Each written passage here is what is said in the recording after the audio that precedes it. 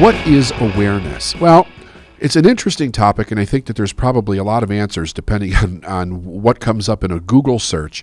But I think when we're talking about psychological awareness, spiritual awareness, it's the idea that we become intellectually, emotionally aware and spiritually aware of the truth. So that presupposes that you know what the truth is. I think that bodily we can know the truth if we're not in too much resistance. But here's the thing about this. I get so many questions about how do I change? How do I change my mindset? I get questions like, David, what are your daily gratitude practices? What are your daily journaling practices? What are your daily goal practices? And what are your daily mindset practices? And here's the thing. Is like I'll just take gratitude because it's probably an easier one for people to understand and to explain. I don't have a daily gratitude practice, and here's why. 20 years ago, when I probably more than 20 years ago now. 20 years ago was when we started the company, basically, but more than 20 years ago, 21 years ago, I got to the point where I was studying and I realized everything that I was studying was basically saying the same thing when it came to gratitude and what happens in our life, that everything is happening for a good reason. So let's start off with the modus operandi of either God or spirit, and it's more life. That's what it is. So everything in the universe is happening for the purpose of more life. Now, when you first start studying and you read something like that, you have contradictions that just flood your consciousness. And you can find yourself having intellectual arguments with whatever it is that you're reading or who's speaking, or if you're at a lecture or you're in a seminar or something. And you're going, but my grandmother died, and my son was, run over by a train, and my brother was an addict and died in the gutter. Like, there's all these homeless people, and there's murders, and there's racism, and there's all these terrible things going on, and COVID's destroying the world. Our mind can go down all these different rabbit holes. And the second we go down these rabbit holes, we're doing something that's very dangerous. As far as our mindset goes and getting to awareness, we're comparing. We're comparing and we're judging. So we're saying, well, what do you mean everything is for more life? What about all this, and this? And we come armed with a stack of judgments and experiences that generally we look at it like these are bad things in the world, like there's people that are suffering, there's people that are hurting. True. It's 100% true. It's 100% true. The question, though, starts to become, well, how do we change it, right? Now, here's something, like, really think about this. Look at how much progress we've made as human beings. Look at technology, because it's a really good marker where you can actually look back 20, 30, 40, 50, even 100 years, and you could see how much progress we've made in technology. With all the technology that we have to understand something very important. The information, the knowledge of that technology, the way to actually create it and do it was always here. It was always here in information and potential in the universe. What we did was, as we kept unlocking technology and moving forward, we become aware of more.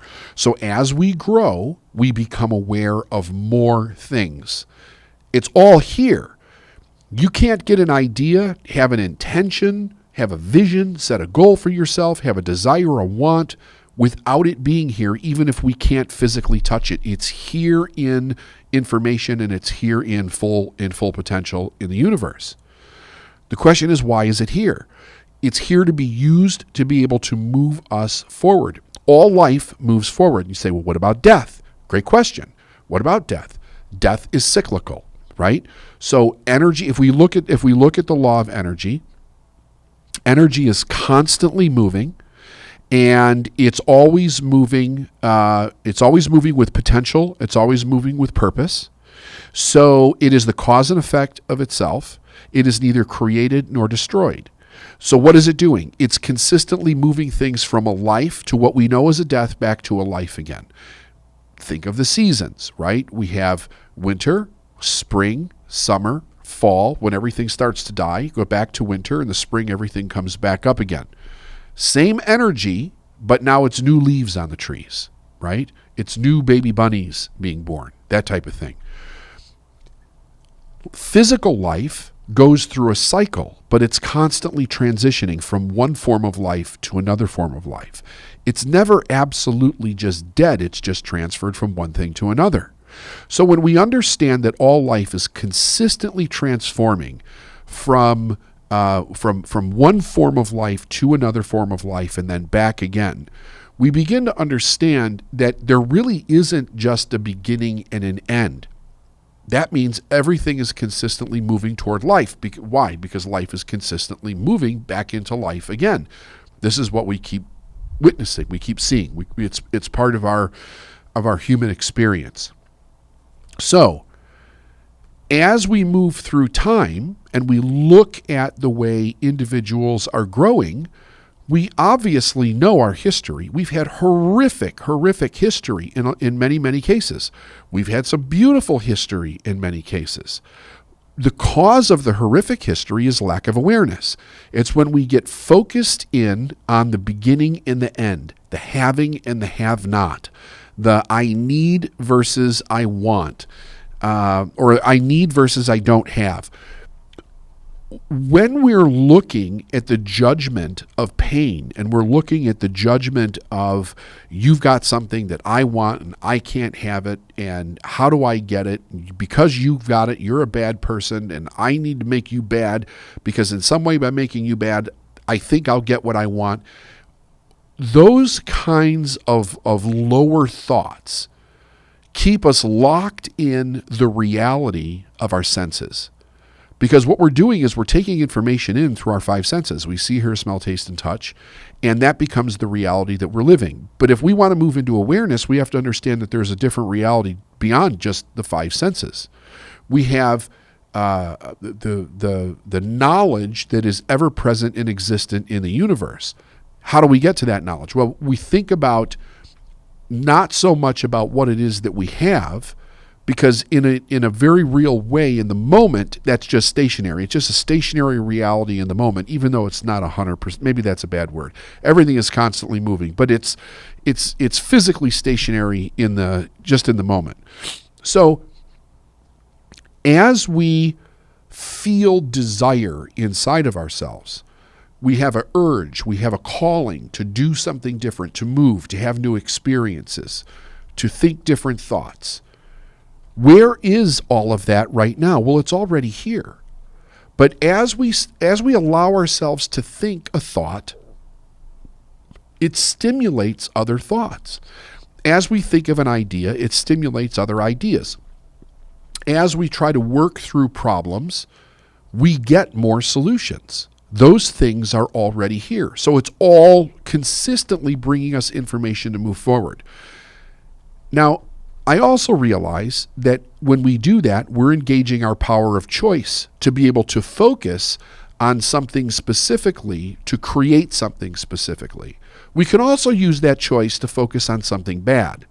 And I think that's why in a lot of scripture you hear the cautionary tales of not judging, because when we judge, we're focused on something that basically, whatever the facts are, the truth is that we're focusing on something that is our perception for the moment. Perception becomes reality in the mind of the perceiver. So, how do we get to this gratitude thing? Well, think about this. If I'm focused on something that happened and I'm using my perception and my ability to give something meaning and say that this thing is bad or this thing is not good, it becomes the totality of that in my experience. So how do I move to gratitude if I've already judged something as being bad? Well, the only way that I can do that is if I decide that I'm going to take my choice, my ability to choose. I'm going to see if I can focus on the thing that's bad and find something good in it. But here's where the rub is. This is where the real problem in this idea is. Now think about this. I've already said that it's bad. How do I say that it's bad? Because there's something that's being represented that I don't like. that I'm judging, that I'm giving meaning to, that makes it bad? If I don't change my meaning, how do I actually get to anything that's good in that judgment? I can't. The only way that I can do that is if I change the meaning around the thing that I'm observing. The error that I see so many people make is that they focus on a thing, they judge the thing, they're hurt, they're angry, they're upset, they're depressed, they're sad, whatever the experience is that they're having based on how they're focusing on a thing, and then they try to practice gratitude. So it's like, I'm grateful for this. I'm grateful for this. They may intellectually know because they've heard somewhere that everything is for good, so they just throw that on like slathering gravy all over bad meat or something. But the idea is that it stays the same because underneath, we're still in pain. We're still judging. We haven't changed a damn thing.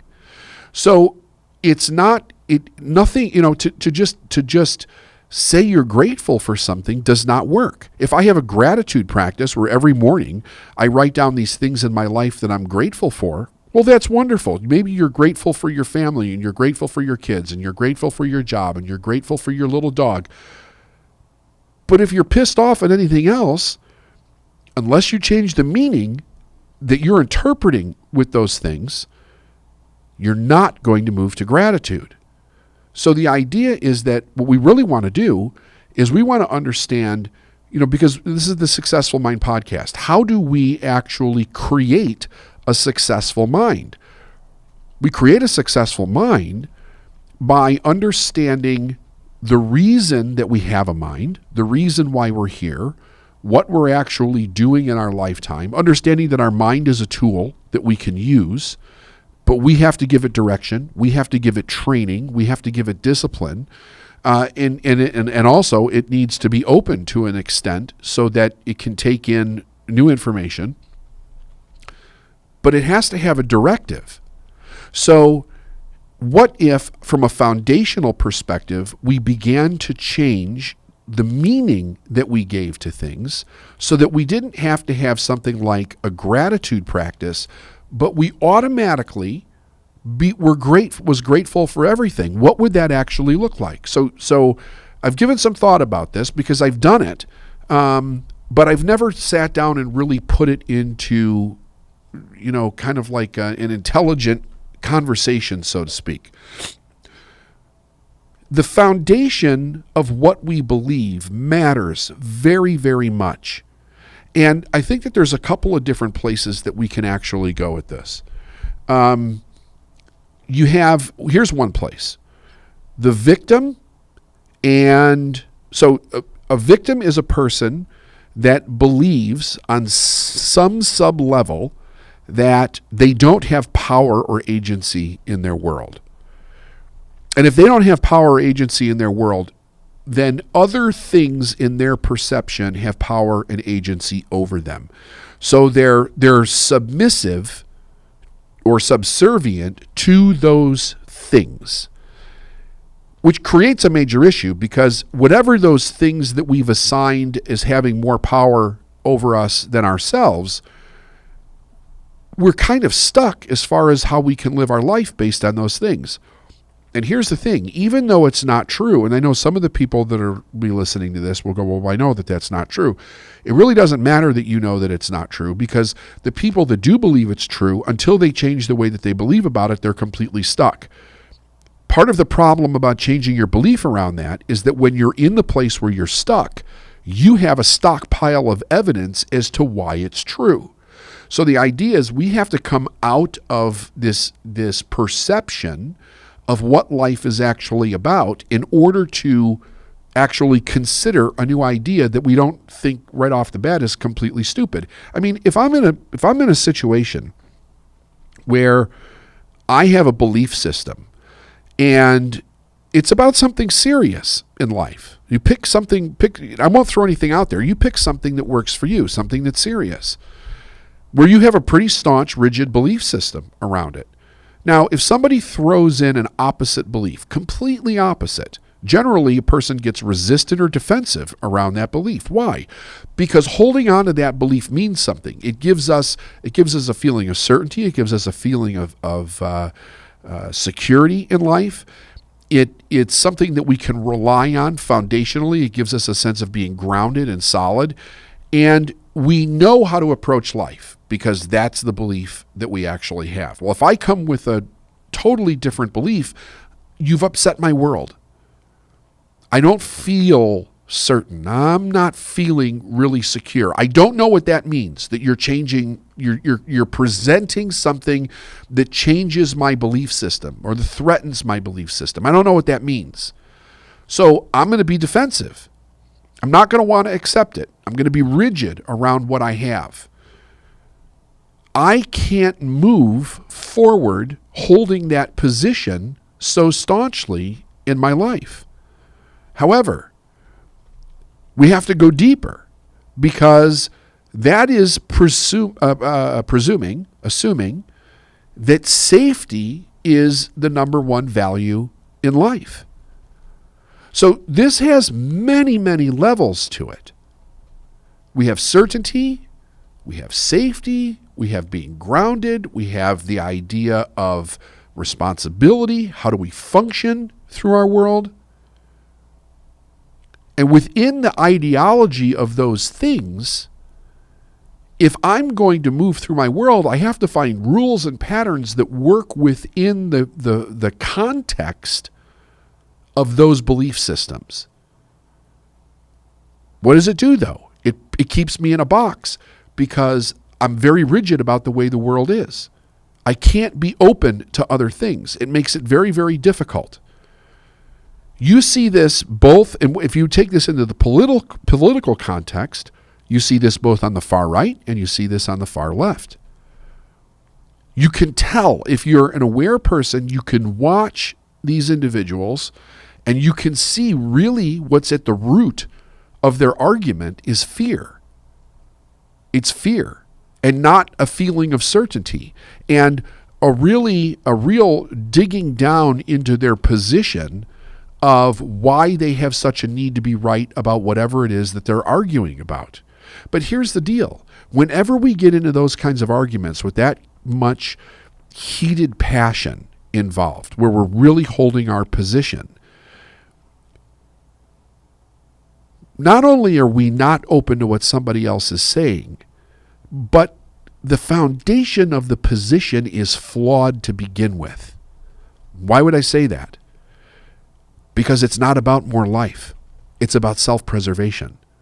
It's about what's in this for me at the moment. It's about preserving what I have in the moment.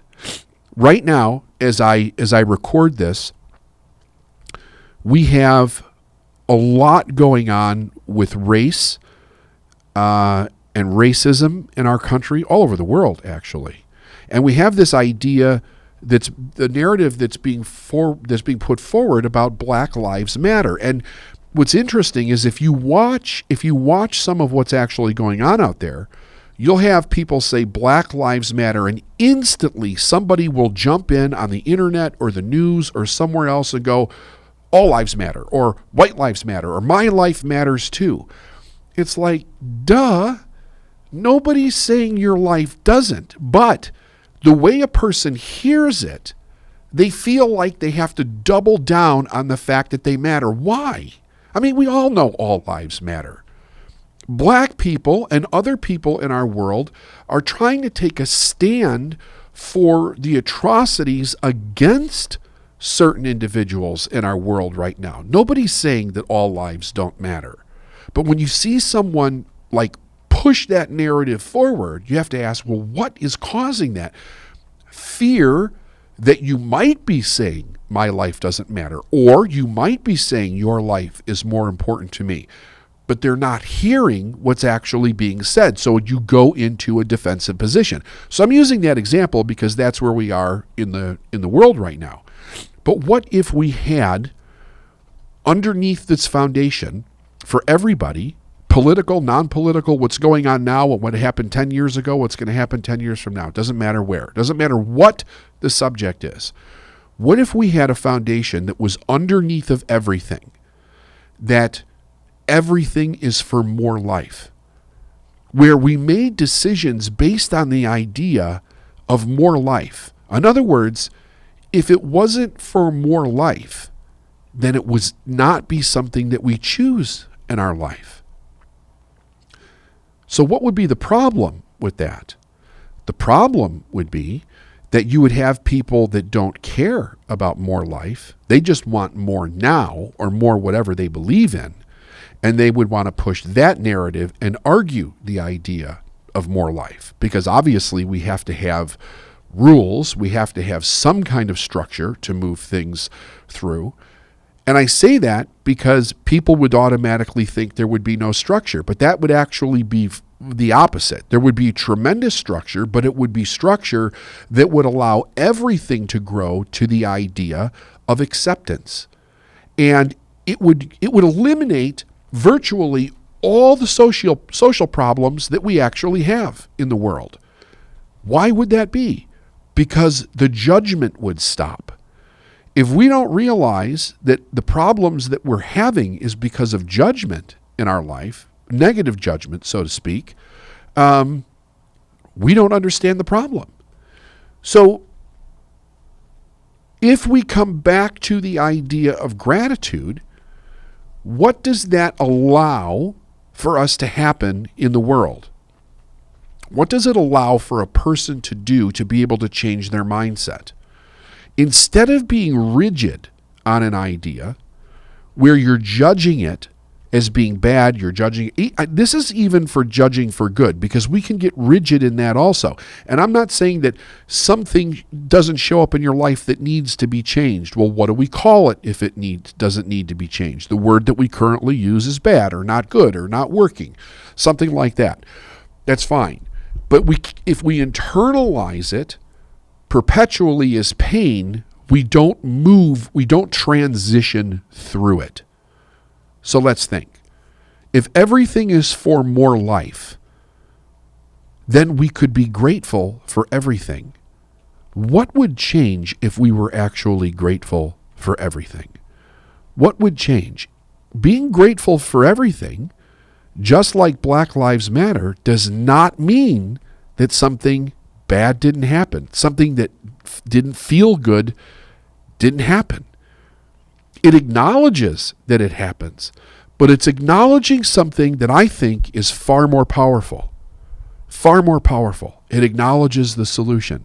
It acknowledges the truth in something so that different sides don't have to get defensive around their position. You know, if we look at somebody in our life, you take anybody in your life, somebody who passed away, a person that you loved about, you cared about, maybe they were important in your life, and they passed away. You see people have different reactions to this all through history. Some people celebrate life. They love the person. They're able to let them go. They have great, fantastic memories. The person wasn't perfect. Not everything about their relationship was perfect, but they really focus on what was great and more life to their thoughts, to their experience, and even to the past around this. And they're able to move forward. Other people don't. On both ends of the spectrum, you have people that lose somebody that they love and they never get over it, and their life is kind of in shambles. They never really live fully again after they've lost this person, right? And I'm not discounting somebody's pain, right? It can be very painful. It can be very painful. But it doesn't mean that we can't move through it. It doesn't mean that we can't be grateful for it either. The other thing is that you have people that hate. People that get in there and they just hate somebody to death. The person dies and they continue going on hating forever. They never let go. So the judgment on both sides keep a person locked in to that narrative. Where's the gratitude? They can't get to the gratitude because they've given it a meaning that doesn't work. If I change it and give it a meaning of more life, it causes me to change my focus on something that's entirely different.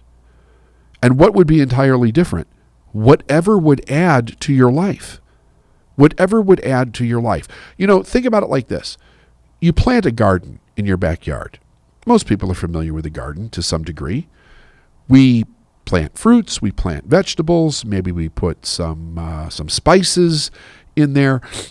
And as we're tending to our garden, we get some weeds that pop up. A little dandelion seed gets in there, and before you know it, we got 4 or 5 dandelions, whatever. What do? We go out there, we pull up the weeds. What do we do with the weeds? We throw the weeds out. Do we think about those weeds? Do we have a need to talk about those weeds? Do we create stories about those weeds? No, they weren't serving us. We get rid of them, right? Some people eat them. Dandelion salad's actually pretty good. So there you go. Make good out of bad. Lemons out of lemonade. But the idea is this. When we get rid of something that no longer serves us, we don't think about it anymore. We get rid of it. We dispose of it. When we get rid of waste from our body, we don't think about it again. It served us. It's now waste. It's gone. We're grateful for the food and nutrition, but the waste is now gone, and we don't think about it, right? We also have thoughts that are waste. We have experiences that we don't need to carry into the future, that we can just completely let go. You literally can, I heard somebody say, don't think about trying to be happy because, boy, that's a big deal. How do you make that happen? You stop going through life with a nihilistic attitude about what's happening, and you really train yourself to look for the good. Now, here's my challenge to everybody listening to this. And by the way, if you'd like me to do more podcasts about this topic, I could do a lot on this, and I'd be happy to do so in the future. If you would send us a message and let us know, if we get enough of them, I'll be happy to do some more, because I think it's really needed right now. But think about this. Here's the challenge. Ask yourself this question. What is it that you're afraid of to let something go that was bad? Okay? Now really think about this. Try not to react. You may react at first. You don't need to send me an email on it. Just sit with it and ask yourself, what is this about? Right? Because here's the deal. There's people have had horrific experiences in life. I'm not discounting that at all. Horrific, the most horrific.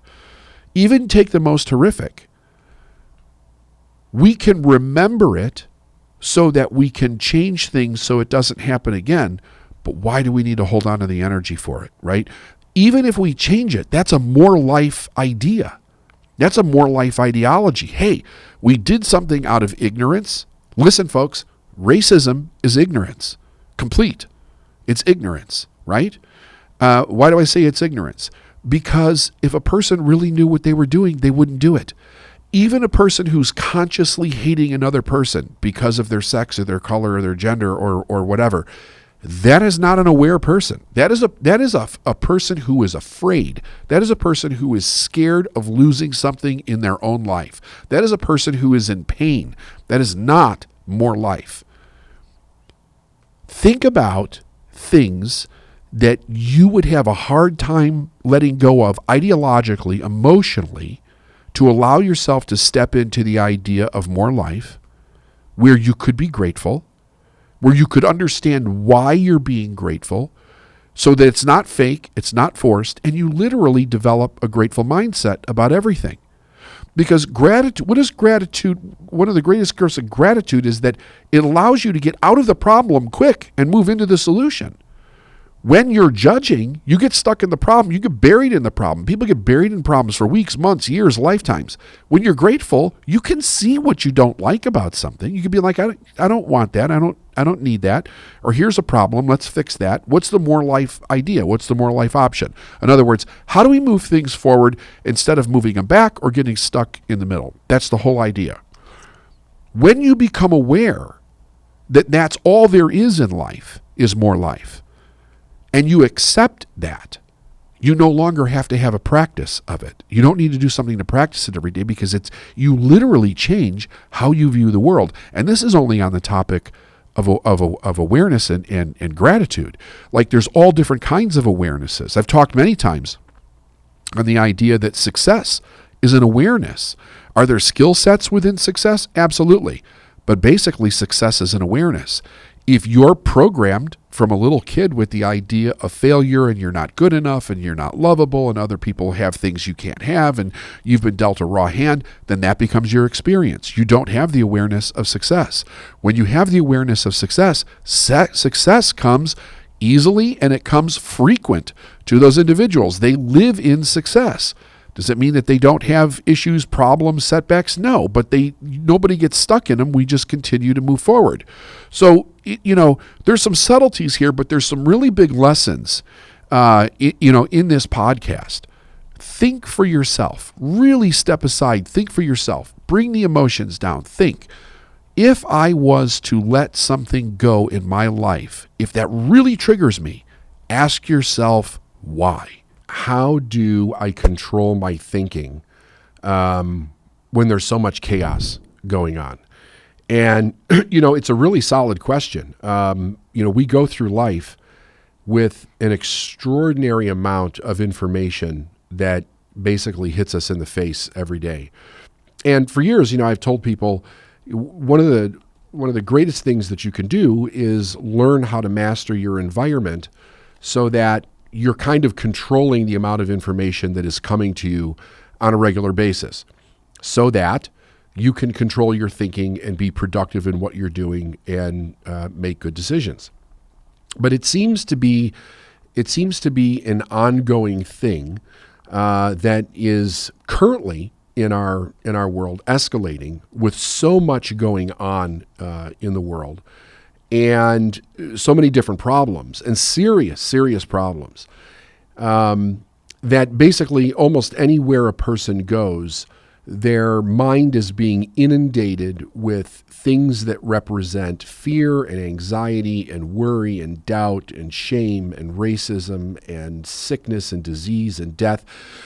Like there's a lot going on right now. And my inbox is constantly full with questions from clients about how to kind of handle their mindset through everything so that, number one, they don't get engulfed in drama. They don't get engulfed in fear. And number two, they're able to continue to move their life forward to some degree. I have an author that I've liked for a long time that I kind of sought out one of his lessons for this particular podcast. So I'm going to reference a book. The book is The Laws of Human Nature by Robert Greene, Greene. I hope to have him as a guest one day. He's written, 6 or 8 books, basically on human potential and human development, and they're really good books. These are really meaty. You could call them self-improvement books, self-empowerment books, but they're really books about human truth. Who we are as people, who we are as a world of people moving in a direction. How do we operate? How do we think? How do we react? What are the things about us that we don't know that we need to be aware of so that we can more master ourselves? And like I said, I've always really loved his material. It's really like if you look at this book, I mean it's a substantial book, and all of his books are quite substantial, by the way. And there's no fluff in any of these. So when I remembered this story that he told about Pericles, who was a Greek politician that started practicing around 463 BC in Athens. And, Athens is named after the goddess Athena. Goddess Athena was basically born of Zeus, the head of Zeus. And one of the great things to know about this was that Pericles practiced something called nous, N-O-U-S-E, I believe it is. N-O-U-S, but it's pronounced nous, like N-O-O-S-E. So, and what is nous? So I have a definition of it here. Nous, in the late 17th century, and from the Greek, means mind, intelligence, intellect. But it's really clarity of mind, intelligence, and intellect. There's a lot of different things that you can look up around this. I have a great, like, substantial Wikipedia article on nous it's out there. Like, you could look it up, you could do the history on it yourself. You could get this book, like, full of great stuff around it. But Athena, who was the goddess, the Greek goddess, stood for rationality. And basically it was the greatest gift of the gods to mortals, for it alone could make a human act with divine wisdom.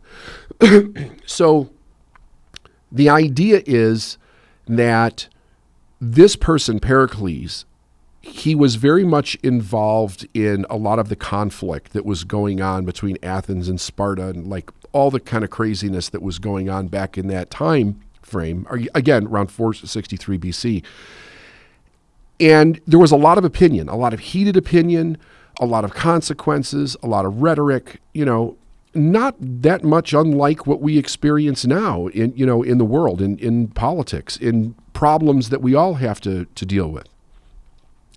And he mastered this thing called nous, so that he could literally deal with all of these things in a very rational way, with the idea of what is best for Athens, right? Because there's so many voices that come at you with a problem. There has to be some way to chunk everything down so that we're really taking in the consideration of all, but making the right decisions, and not making decisions out of fear, not making decisions out of ego. So I'm going to give you a couple of paragraphs from Robert Greene's book here that I think are absolutely fascinating. He says, like Pericles in an assembly, you're infected by all of the drama that others churn up. You are continually reacting to what people give you, experiencing waves of excitement, insecurity, anxiety that make it hard to focus. Your attention is pulled this way and that, and without a rational standard to guide your decision, you never quite reach the goals that you set. Now, I think it's fascinating that he wrote this, because he actually brought it to the end result in this paragraph. So with all this craziness, excitement, being bombarded with different opinions and ideas,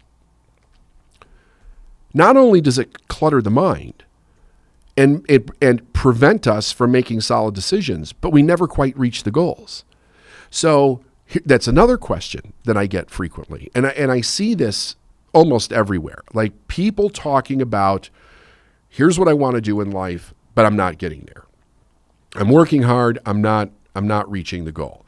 And for years working with individuals, when I first start working with them, one of the things that I do is kind of a bit of a deep dive into the work that they are doing. Like, what is your daily calendar look like? What are you working on? How productive is that work? What are your skill sets? What strategies are you using to achieve results? In many cases, the strategies are sound. There may be a little something off here or there, whatever, that can be tweaked. But what we find is that there is a scattering of focus that is taking place with most people. And that scattering of focus is them reacting to what's going on in their outside world.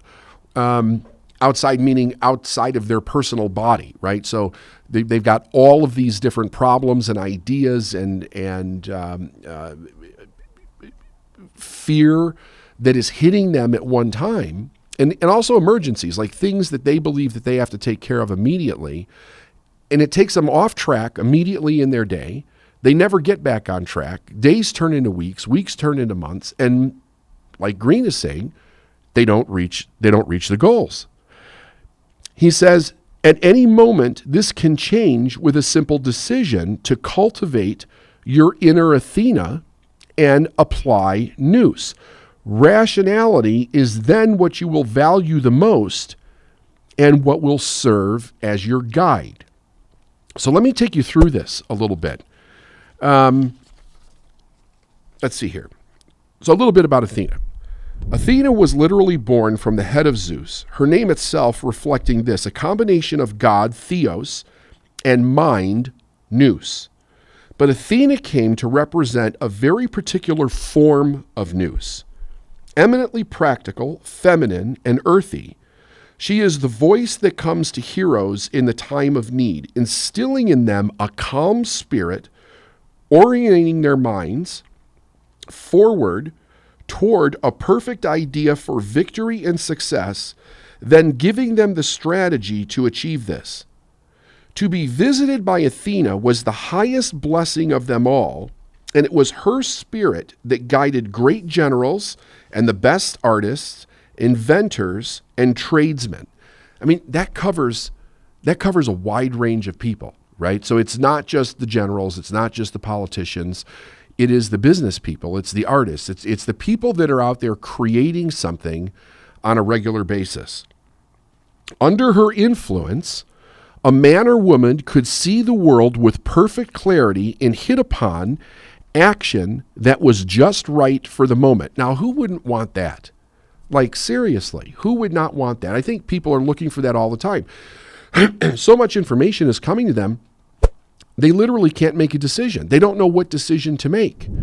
And with the way that the world that we're currently experiencing, we've never quite experienced anything quite like this.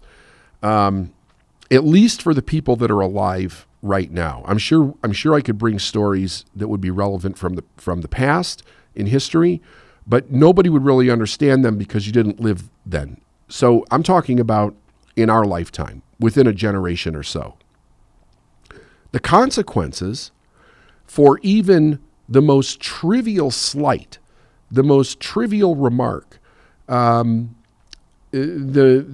most trivial action are proving to be quite disastrous for people based on the idea that there are so many people out there that literally will gang up on a person that does something that they think is wrong. Now, mind you, it may be wrong, it may not be wrong. That's really not the point. The point is that we drag people basically to the gallows before we've had any kind of rational discord about what's going on. And it's full of uneducated opinions. Like, people have a lot of emotional opinions that are going on, which leads to a lot of this craziness. But it's not an educated opinion. They don't back things up with statistics and studies and things that are hardcore evidence to hold their opinion. It's just an emotional opinion. And I think that was probably brought in a big way with the internet, and even bigger way with social media. So now it's like everybody has a voice in the same room, but there's so many people in that room that we're not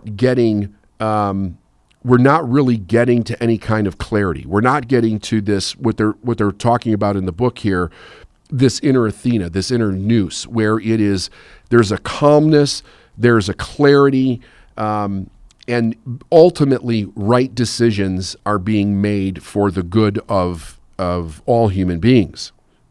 So for Pericles to cultivate his inner Athena, Pericles had to find a way to master his emotions. Now think about this. Emotions turn us inward, away from Nous, away from reality. We dwell on our anger or our insecurities. If we look out at the world and we try to solve problems, we see things through the lens of these emotions. They cloud our vision. Pericles did something different, though. He trained himself to never react in the moment, to never make decisions while under the influence of strong emotions. Now, let's just pause on that one for a second. Think about this. Think about how you could apply this to your life for a moment. Strong emotions really cloud our reality because we see it through the filter of that emotion. And that emotion is very much like a drug. We only see it based on what the emotion is actually highlighting, emphasizing, pointing to as important. We don't see everything that's going on. We only see through the lens of that emotion. And what he's saying here is that Pericles realized that he needed to distance himself so that he would never, it actually set a value for himself. I'll never make a decision under strong emotion. It's a one-sided decision. You're blind to the truth when you're making decisions under strong emotion. He said instead, he analyzed his feelings, right? So think about this. Something happens, strong emotion, he stops, analyzes his feelings. Usually when he looked closely at his insecurities or his anger, he saw that they were not really justified and they lost their significance under scrutiny. So that is literally taking the time to kind of separate yourself from the problem, allow the emotion to come down, to really start looking at it with a rational mind. And then you're asking a different question. Like, why do I feel insecure about this? Why do I feel fear about this? Why do I feel anger about this? Because now you're doing some inward work when you do this. If you don't, you almost always end up projecting the insecurity, the anger, the ego, the fear, whatever it is, onto another person or onto another thing. And that is not thinking rationally. That is emotional projection onto a problem or a person or a situation. That does not lead to rational discourse. That does not lead to solid problem solving. So things stay in a chaos that keeps circling back on itself and making it more chaotic to the destruction of just about everybody that's involved, because they don't pull themselves away from that intense emotional feeling before they actually sit down and think. Okay. He then says sometimes he had to physically get away from the heated assembly to retire to his house. He had to take himself out. I need to remove myself from these people, right? So that's like assemblies like Congress, I guess, right? So he had to remove himself from that situation so that he could actually think clearly, because there's too much going on. He can't get his mind straight. It's being pulled in too many different directions. He would then remain there alone for days on end, calming himself down. Slowly, the voice of Athena would come to him. He decided to base all of his political decisions on one thing: what actually served the greater good of Athens. His goal was to unify the citizenry, why can't I say that? Enough through genuine love of democracy and belief in the superiority of the Athenian way. Having such a standard helped him avoid the ego trap. So now, look, he pulls himself away. He analyzes himself. Why am I experiencing what I'm experiencing? Not that there's something wrong with him, but to get to the truth of why he feels the way that he feels. And I have taught repeatedly that it's our inner truth that really sheds the most light if we can get to it. If we emotionally react, we don't understand what's actually going on. The emotion that we're experiencing is very important. It's important to really understand what it is and what its motive is, right? Because emotion has motive. There's no question about it. It has an intention. And in many cases, the intention is to deflect off of anything that is going on that is insecure or in fear or incorrect within us, and project it onto something else so that we can stay right. And staying right makes us feel certain. When we feel certain, we feel safe. And then usually the fear and the anxiety start to come down. But we didn't solve the problem. We actually made it worse. And many times we buried it under something, right? But it only comes back to rear its ugly head later on. He stayed home as long as it took, not only to analyze where the emotion's coming from and what it means, but then after he's got that sorted out, so he's not making a decision based on raw emotion or intense emotion. He wants to hear the inner voice of Athena. He wants to hear that nous. Now, what he's talking about here is truth. That's what it is. If you get in here and you do some study on this idea of nous, you find that it all leads to the proper use of the mind and the intellect will lead us to truth. It will lead us to the ultimate truth. There's not two conflicting truths in the universe. It's either true or it's not true. You may have something that appears to be conflicting and you believe that it's true, but you probably don't have all the evidence yet, right? So that is why it's important to take time so that you can really think through this thing. Now, he also set a standard for himself, and the standard was, what's best for Athens? We can set standards very, very similar. What's best for our company? What's best for our family? What's best for our country? Really looking at how do we want to live our life? What kind of world do we want to live in? And what's best for everybody, right? I mean, how many ways have we seen this message? You know, treat your neighbor like yourself. Be kind to other individuals. Have empathy. Don't judge.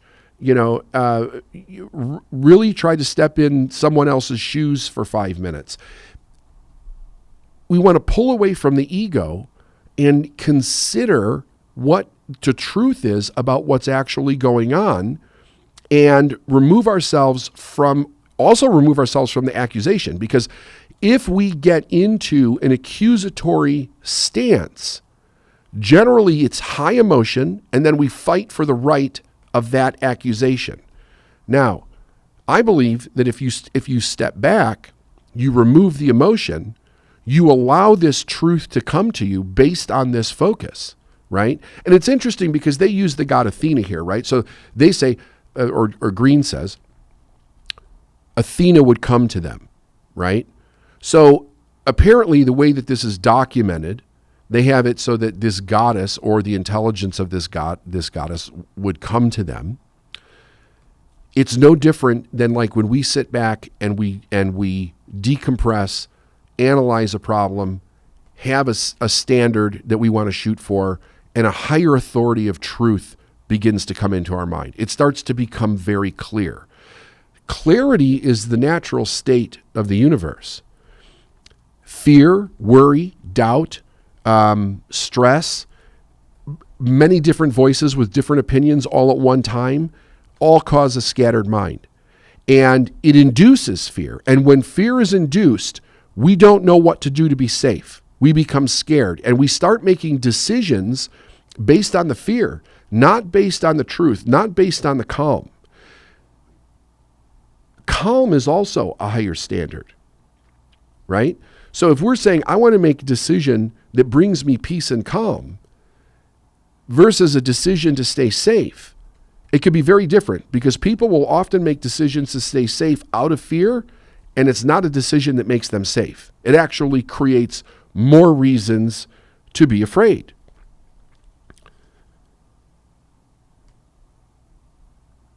Now,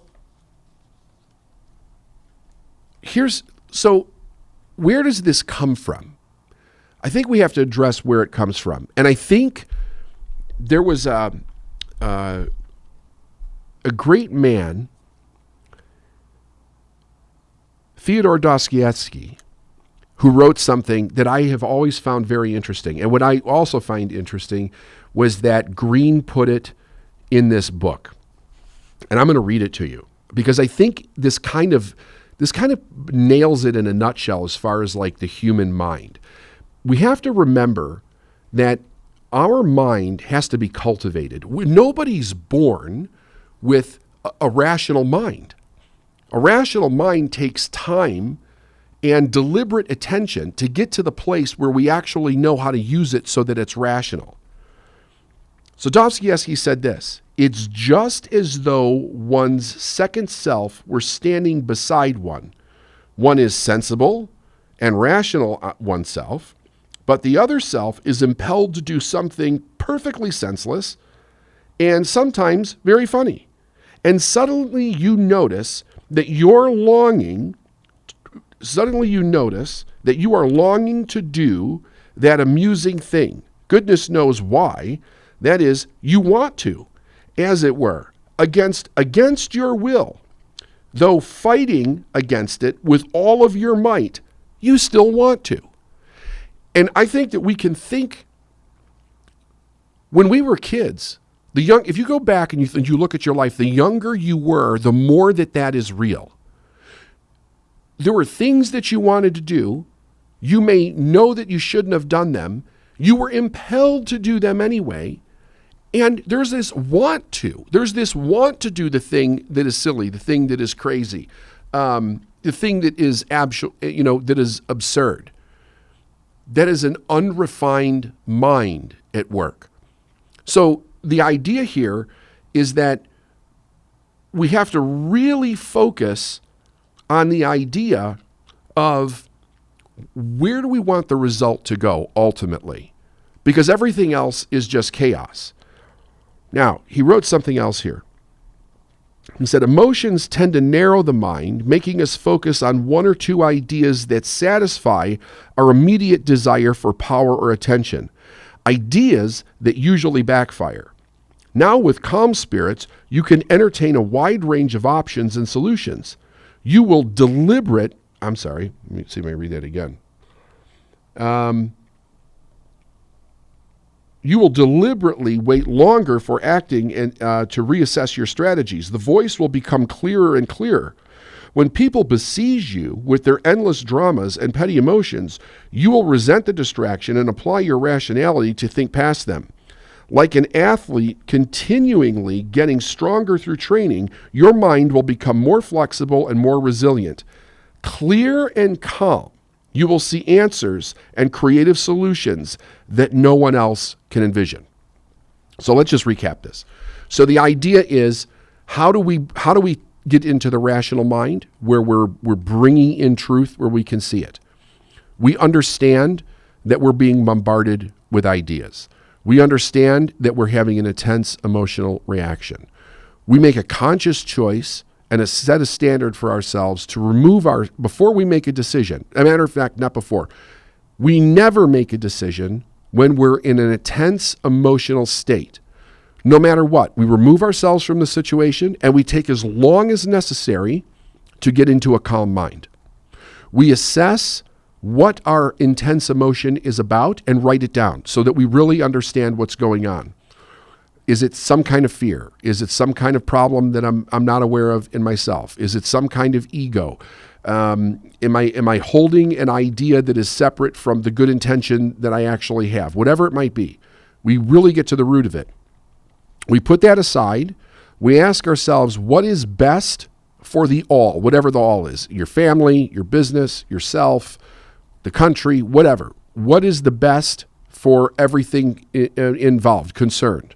And then we make decisions based on that idea, because when we get that clarity, the truth then comes in. And then we think, well, what's the decision? That's where the truth comes in. When you do those steps, the truth comes into your mind. It becomes clear what the decision is. It becomes clear what the answer to the problem is. It becomes clear on what it is that we need to do. So again, one of the reasons that I chose this book, and people get this book, like, it is a phenomenal book. Read all of Robert Greene's stuff. It's really great. Even if you don't agree with it all, you're going to get a really in-depth perspective that is going to cause you to think. I mean, it'll cause you to, if you don't agree with something in here, it's going to cause you at least to research it and come to your own opinion, which I also think is phenomenal. But the idea is that right now we're going through a time where there's a lot of intense emotion, just a tremendous amount of intense emotion. And I see people making decisions in that intense emotion, and they're making huge mistakes and errors because of it. We need to really learn how to pull ourselves back and get to a rational mind. So listen to this as often as you can. Get Robert Greene's book. And listen, I only touched a couple of pages in the front of this thing. It's an amazing book. Again, it's the Laws of Human Nature by Robert Greene. And there's another one, the 48 Laws of Power, which is really fantastic. Also, like I said, he's got a bunch of books. He's got about 8 of them, I think. I think you'll really enjoy him. He's a great author. I'll try to have him on at some point. All right, everybody, remove yourself from intense emotion and deal with a rational mind instead. You'll be much happier you did. A lot of the content that I create usually is kind of relative to things that I'm picking up in our coaching business, when I'm going out and speaking, that type of thing. And right now, one of the things that is happening a lot, that I'm getting a lot of feedback on, a lot of questions around, is people that show up as kind of different individual, toxic, and other people are taken by surprise by it. So let me give you an idea what I'm talking about.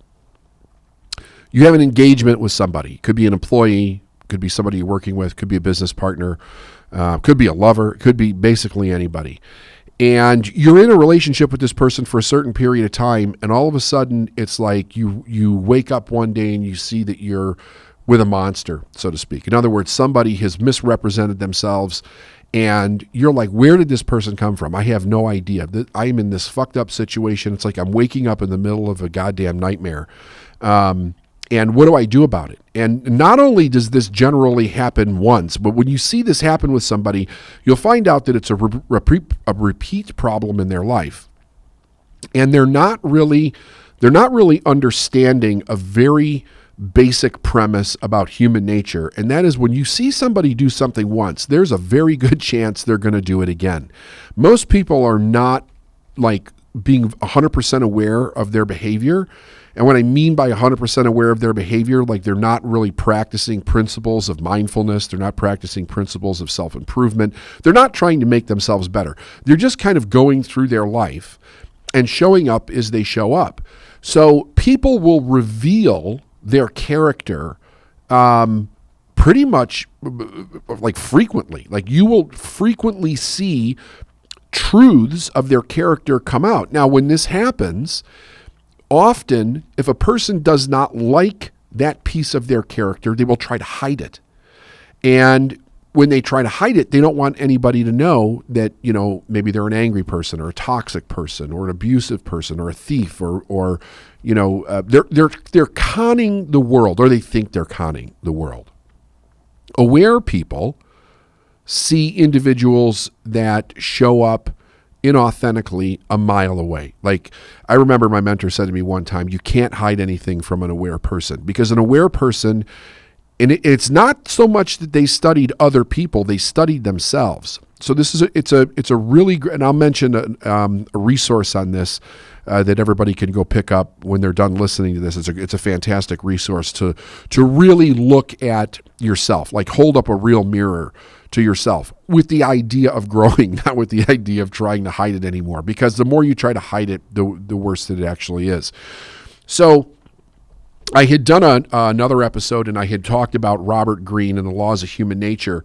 And I was, I'm still kind of flitting through the book a little bit, pulling out nuggets and stuff. And I had already decided that I was going to do an episode on this concept. So this concept is a rule that I have for life. It's something that I teach people. And it allows you to be very discerning about how you bring people into your life. And here's what it is. That's what I opened the show with. When someone shows you who they are the first time, believe them. Or when someone shows you who they are, believe them the first time. Meaning that when somebody has a break in character and you witness a break in character, you need to believe it, because it's not an accident. It's not something that is caught off guard. It is something that they're hiding. And for some reason, situational, it probably got jarred out and it was brought to the surface. So here's what Robert Greene had to say about it. He says, you see their actions not as isolated incidents, but as part of compulsive patterns. If you ignore the pattern, it's your own fault. You must always keep in mind the primary corollary of this law. People never do something just once. They might try to excuse themselves, to say they lost their heads in the moment, but you can be sure that they will repeat whatever foolishness they did on another occasion, compelled by their character of habits. In fact, they will often repeat actions when it's completely against their self-interest, revealing the compulsive nature of their weakness. So, why do we need to learn this? Well, because I think that people very much go through life actually being victims of themselves, but they don't know it. They don't realize it. In working with a lot of business owners and entrepreneurs, I hear the horror stories almost on a regular basis of people on their team, people they went in business with, employees, people that they meet that are contemporaries, in their whatever field that they're in. And it's not just with business people. I mean, we hear it all through life. Brandon and Steph have told me stories back in the days when they were teachers, of the horror of seeing some of the truth of these teachers behind closed doors versus the person that they actually presented in the classroom, or the person that they presented to students' parents, like in parent-teacher conferences or something. And then, they'd be all great about some kid, and then behind closed doors in the lunchroom, they're ripping this kid apart. We see these breaches in character all the time. And we seem to be also, on the flip side of this, we seem to be very surprised by a breach of character once we've known somebody.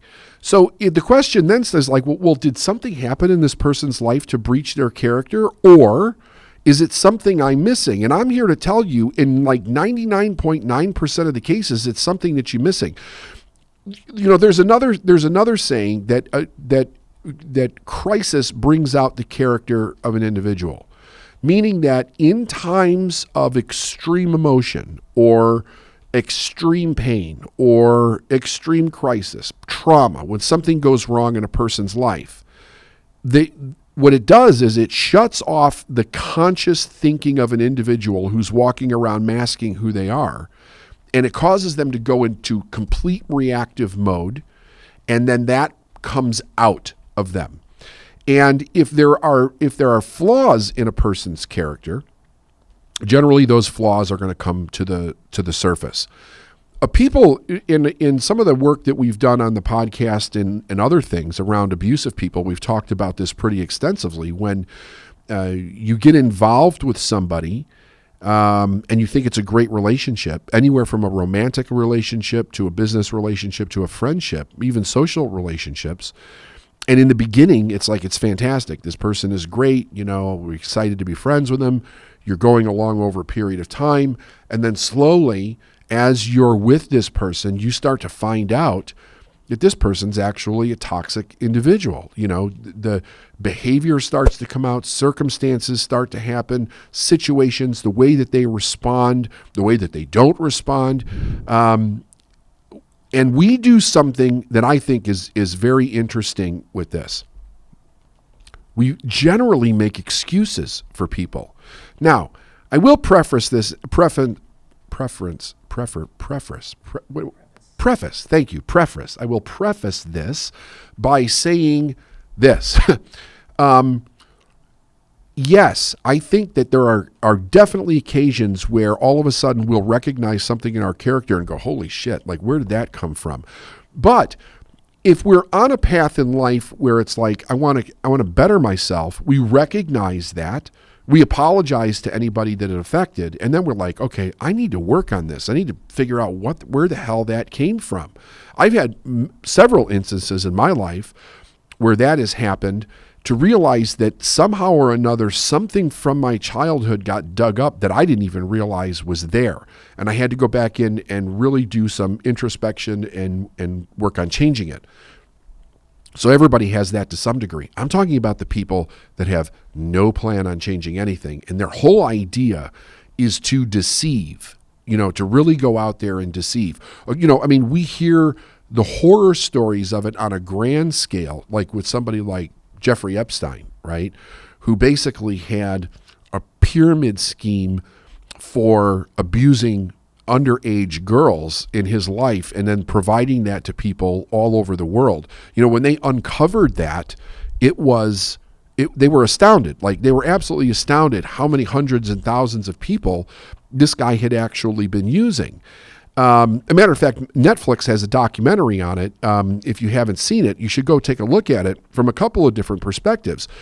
One of the interesting things about that documentary with him was that as you in the beginning of it, they talk about two major things that are huge red flags for this guy. One is how elusive he is, right? So the guy's like a billionaire. He's got, he's got visual wealth in many places of the world, like big houses, several airplanes, helicopters, the whole thing. Nothing wrong with that. But nobody knew how he made his money. And he was very elusive about how he made his money. Like, people knew of him. It seemed like everybody knew him or knew of him, but nobody knew how he made his money. And he was very secretive. Like, nobody knew what he was doing, yet he seemed to work in circles where he was with the elite of the world. And people wanted to be around him, but they really didn't know what he was doing.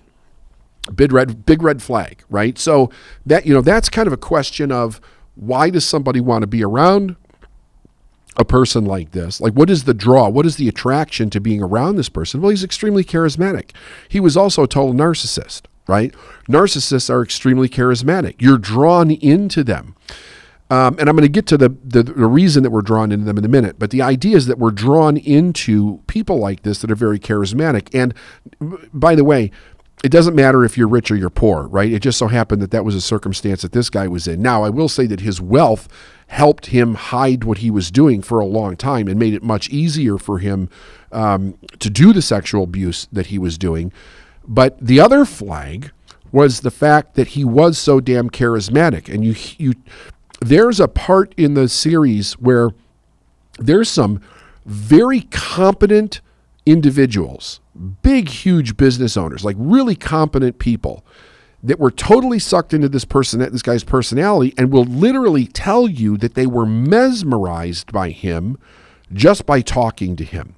Now, that alone should be a huge flag. If I'm taken in that much by a person, I shouldn't be so cautious about that individual, but I should be cautious about myself. Like, what is it I don't have, or that I need so much that I'm so sucked into another individual's personal charisma or dynamic in life that I'm not actually seeing warning signs. So this is what I say. Whenever you're around somebody like that, you better check yourself first, because it doesn't mean that there's warning signs there. It means that if there are, you're probably not seeing them. So let's talk about that for a minute. Why is it that people get sucked into individuals that ruin their lives or make their lives hell so easily, and they don't see it? It usually seems like when you hear these horror stories, they happen with people that people know. Most of the time, right? Yes, it can happen with somebody that you don't know, you just met, whatever, and you're taken for a ride. But how is it that a person gets sucked in with these people that taken advantage of by people that they know? There is, I think, something in each one of us that really wants to belong in groups of people. Really wants to belong with certain individuals that either we're impressed by, we want to be like, or we want their approval from. And the reason for this is because, early in our life, we're very much susceptible to the idea of needing approval. We have to have the approval of our parents just to live. I mean, that's a biological human fact. I mean, it's a fact for most of life, not all life, but most of life that has offspring. It has to take care of that offspring for a certain period of time. Well, with human beings, it's the longest period of time. We're the animal that has to be taken care of the longest, where if we're not, the chances of our death is very great. So this goes on for a long period of time. Being that dependent upon someone causes a vulnerability that we're actually supposed to get over as we become adults, but very few people ever do. It gets transferred then from the parent to other people in life. So we have this inherent susceptibility to a vulnerability to need the approval and the recognition and the promotion of other individuals in order to survive. That's the key that I think makes this so dangerous, because it's literally linked to our survival at some point. In some cases, it can be rational. In other cases, it's completely irrational. Where is it rational? Well, it's rational in cases where it's actually true. Our whole world was like that at one point in time, where people of authority, people of power, It was usually all the really big men at one point in time. They had control over everybody else. They were the dictators. And if you were not part of the system, part of the ideology, part of the thought process, if you stepped out of it at all, chances for death were very great. Back in caveman days, so to speak, there was survival in groups, right? So, when we were fighting tigers and bears and all that crap on a daily basis, when that was a real threat for most of humanity, or the possibility of a threat, numbers prevailed. That's how we overcame those things. It's also how we overcame hardship, right? So it kind of became ingrained in our genetics that being with other people brought us safety. And again, it's important to note how susceptible we are to this, because that's the way we're born into the world, and we're in that way for a long period of time. Without consistency from our parents and the step-by-step process of taking us from little kids into an adult and actually turning that power over to ourselves, which means that the parents have a conscious awareness to back out of that process and turn it over to the child, where they're actually self-reliant. And they understand that your parents are teaching people about different personalities that they'll run into in life, and how to draw boundaries, and how to verify individuals that they're letting into their life, how to hold people accountable, how to say yes, how to be 100% confident in your ability to say no, even if you're wrong with something. That's how a person has the conscious ability to be able to stay safe in their own life, because we all know that there is no ultimate safety. There's nothing in society that says you're safe. It's by cause and effect, and it's by the consciousness of choice. And not being safe, is basically based on ignorance, right? What you don't know, you don't know. So it could be ignorance that was indoctrinated, or it can be ignorance because I don't want to know. Either case, I become susceptible to anything that's a perpetrator or a predator if I open myself up to that vulnerability. Now, when a person's insecure, when they don't have a real sense of self, we allow and we create the perfect environment for the disordered mind to be developed. And really, when you think about the disordered mind, what we're really seeing in the idea of the way a person thinks, so that's why we've labeled it disordered, right? So it is not thinking correctly to produce a positive or a healthy result. It has a confused way of putting things together to get a result, either real or imagined, that actually the person thinks that they're safe, or they're in power, or they're in control, whatever it might be. But it's also looking at feedback very much in a distorted way. Like, for instance, with some disorders, people look at the world and they're projecting their inner pain, whatever it might be, onto their outer circumstances, but they don't know that they're really doing it. The way that they perceive the pain is that it's being caused by other people's actions. Now, that could be their husband, their wife. It could be their kids. It could be friends. It could be lovers. It could be people that they work with. It could be the government. And it gets projected. So the person, because their mind's disordered, they really believe that the pain that they're experiencing in life, or even the situation and circumstances they're experiencing in life, is being caused by other people. So they also have a tremendous need to be liked by other people, because they know that at some level they need other people in their life to be able to provide where they're actually insecure. So they have a way of manipulating. And when they manipulate, they can get you to believe that they're really a great person. You don't see these flaws up front because they put their best foot forward, like most people do in life. But they do it in a way where it becomes very disarming, right? So when we start to look at individuals and we say, oh, this person is so nice, oh, this person's a really great person, we have to ask, what are we evaluating in our mind to make that determination? Because when we do it and we become disarmed, we don't actually see like the disordered part of this individual, which makes us very susceptible to something later on. So if a person was to suck you in that had a disorder where they were projecting all their pain onto you, they probably wouldn't do it at first. They would be very charismatic. You would like them. They would pretend that they like you. They would get, as they brought you in emotionally and realized that your weakness was a need to be liked by other people, they would constantly feed you what it is that you needed to hear or what you needed to experience in the world. And then as you became more emotionally dependent upon them, they would spring this trap, and all of a sudden you would be under their psychological control. And you might think, well, that would never happen to me. Listen, this happens to more people than you could possibly count. Because if I'm going through life and I don't have a disordered mind, I'm not aware that other people think like this.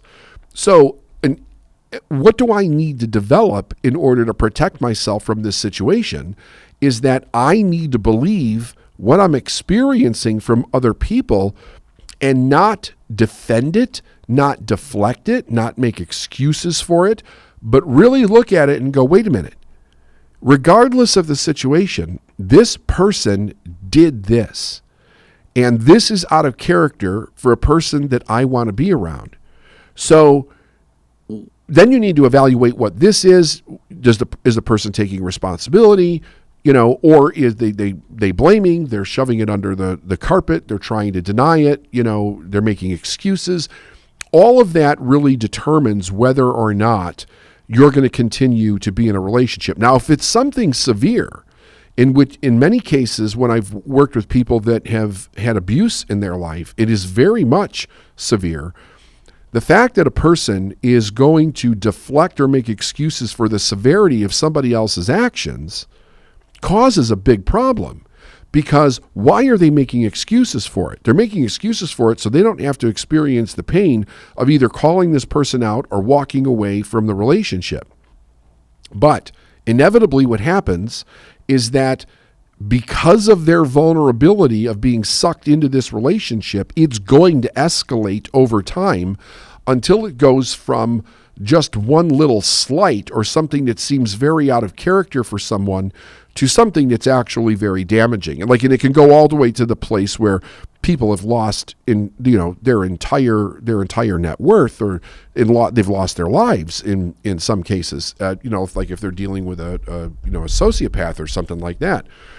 So if we become aware that we're susceptible to this problem because we're experiencing people come into our life who literally start showing up out of character, like they're abusive, they're verbally abusive, they're emotionally abusive, they're condescending, they ignore when we need something, they don't take responsibility, they blame, they're victimizing, they're constantly have all this drama going on in their life. There's a lot of different signs and symptoms to seeing this. You have to develop the idea in your mind of this, that when they show you who they are, believe them the first time. That means that what you're seeing is real. You're seeing something that's real. It's part of their character. Listen, a person's not going to do something that's not in their character. Now, we've all done stupid things, so we also have to use some intelligence with this, right? There's a difference between oh shit, I shoved my foot in my mouth. I don't know why the hell I said that. That was kind of a stupid thing, versus something that's actually mean or cruel or, with the intent of causing some kind of harm, something, that's really bizarre. Because those are the things that can end up, being very dangerous. And then, again, does the person take any responsibility for something? Because generally these people don't take responsibility. It's constantly blaming. And usually when I hear these stories that come from clients, a lot of times it's happening, it could be happening with a spouse or a lover, but a lot of times it's coming from people that are on their team. It's coming from employees. They find out an employee's stealing, or the employee's running another business on the side and they're ciphering off clients from them.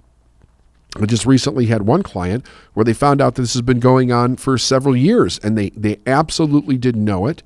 And what they were dealing with was an employee that was constantly underproducing for what they were supposed to do.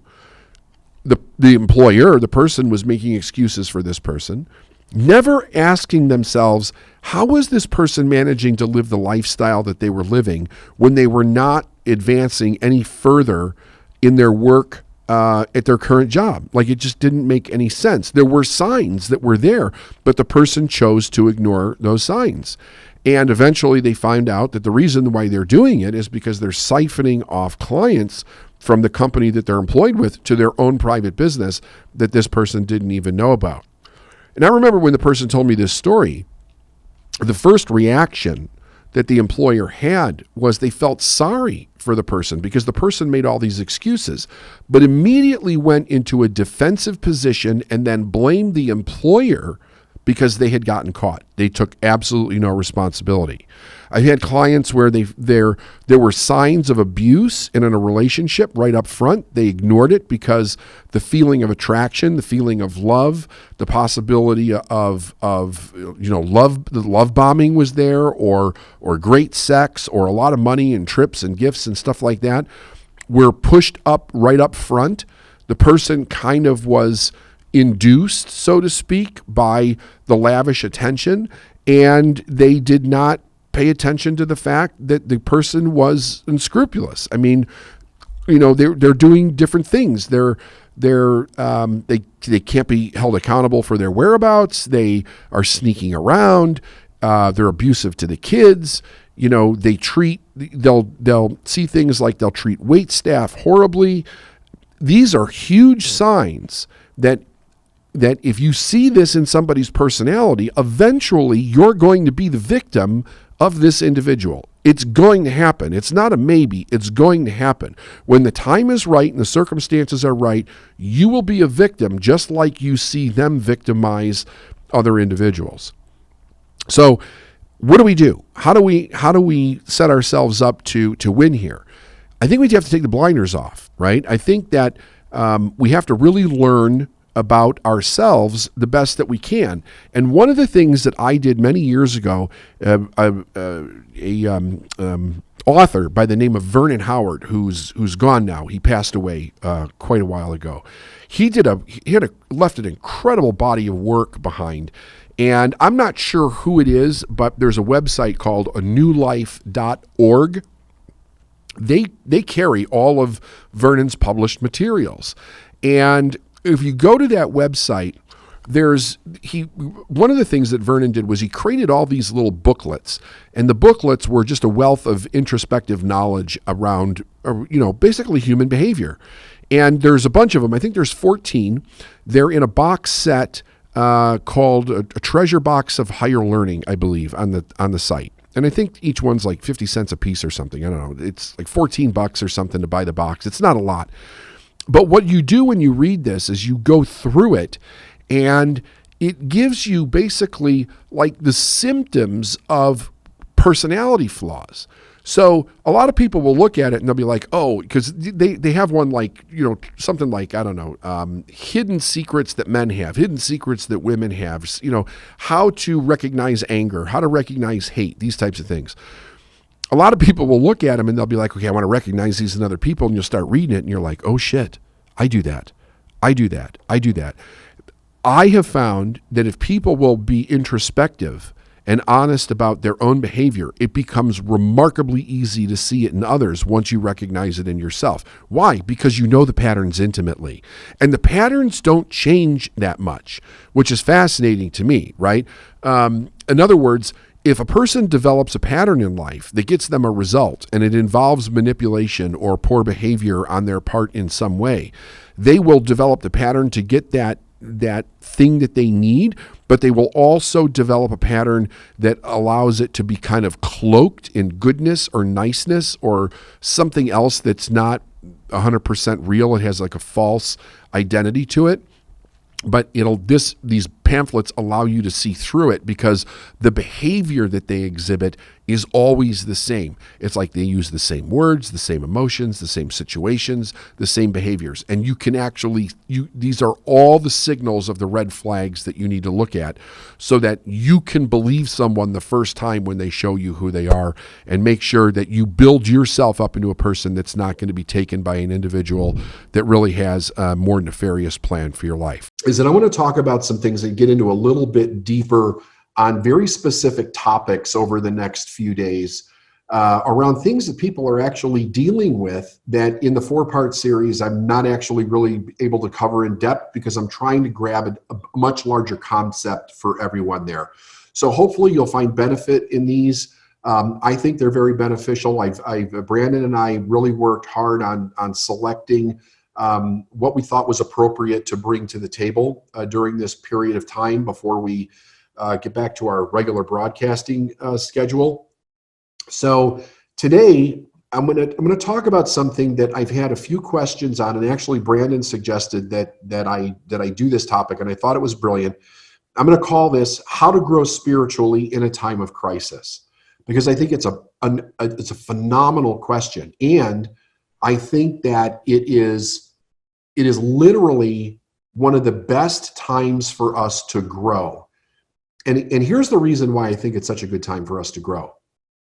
We're in a situation that is causing us to look at ourselves, and we're kind of like forced to look at ourselves versus pretty much any other time in our life. You know, if you think about the normal crises and tragedies that we have, just as being human beings, and we all go through, you know, kind of like a normal life, so to speak. When I say normal now, I mean the way things were like 3-4 weeks ago, not like what we're going through now. But if you think about the things that we experience death, we experience illness, we experience other people getting ill, we experience divorce, we experience heartbreak, somebody we love leaves our life, some people experience child loss, or in the real sense of like losing a child to death for whatever reason. We experience people that get sucked away by substance abuse. We experience job loss. We experience the loss of dreams. These are all things that human beings, and I could probably mention a ton more, but I think you get the point. These are all things that human beings experience that periodically throughout our life cause us to take a kind of a hard look at who we are and what our mistakes may have been, what thinking got us into those situations, how we want to change as human beings, and how we want to come out on the other side of something. This crisis that we're in, being unlike any other crisis that we've ever experienced before, is forcing us to take a look at ourselves for an extended period of time. And some people are doing really, really great, and I'm really happy for those people, and some people are having a really hard time, and then you have, of course, everybody in the middle. But I think we have to remember some very basic spiritual truths that will help us make it through this. And one of the big truths that's very important to understand is that everything is spiritual. So I hear a lot of people talking, just like they talk when things are normal, about how to become more spiritual, how to find your spirituality, how to practice more spiritual things. And the way that it's explained in most cases is almost like spirituality or spiritual things are something that are separate from us, and we kind of have to find them and do them. And then hopefully we get to know our spiritual selves or the spirit of the world or whatever you think is spiritual or in tune with God or whatever. I come from a little bit of a different belief system. I believe that everything is spiritual because everything is created from the same source. You can call it God, you can call it the universe, you can call it energy, call it spirit. It all comes from the same source. So when we're talking about spirituality, everything is spiritual because everything is created within that or out of that source. And very often people ask the question, and this is a question that is also been debated by the great philosophers and professors in universities and religious theologians for eons. And that is the idea of good and evil. And the truth behind this idea is that good and evil are the opposite sides of each other. They don't exist alone in the universe. Like there's not one absolute good that is separate from this one absolute evil. They both exist simultaneously as part of each other. So let me explain what I mean by that. The law is basically when we're talking about anything, okay, that could be a physical thing, it could be a materialistic thing, it could be an etheric thing, it could be an emotional thing, it could be a psychological thing, it could be a thing like the COVID virus, it could be a thing like what we're all individually experiencing because of the COVID virus. All of those things just are. They're neither good nor bad. Now, if we're looking at it, this is if we're looking at it from the perception of spiritual truth. They just are. They're neither good nor bad. Good or bad is a judgment that human beings bring in to give meaning to what it is they're observing in life. So what's fascinating about it is that you'll have people, like there's all kinds of people that disagree about what's good and what's bad in the world.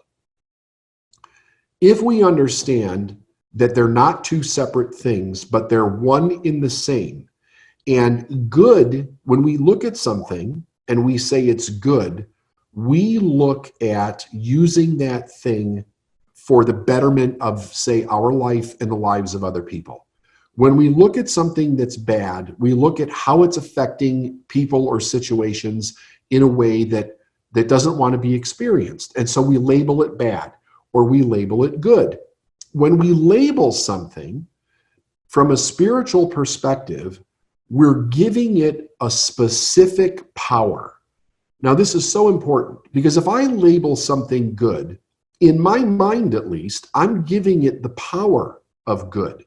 I will interact with that thing based on the power of good. Good inside myself and the expectation of good in whatever it is that I'm interacting with.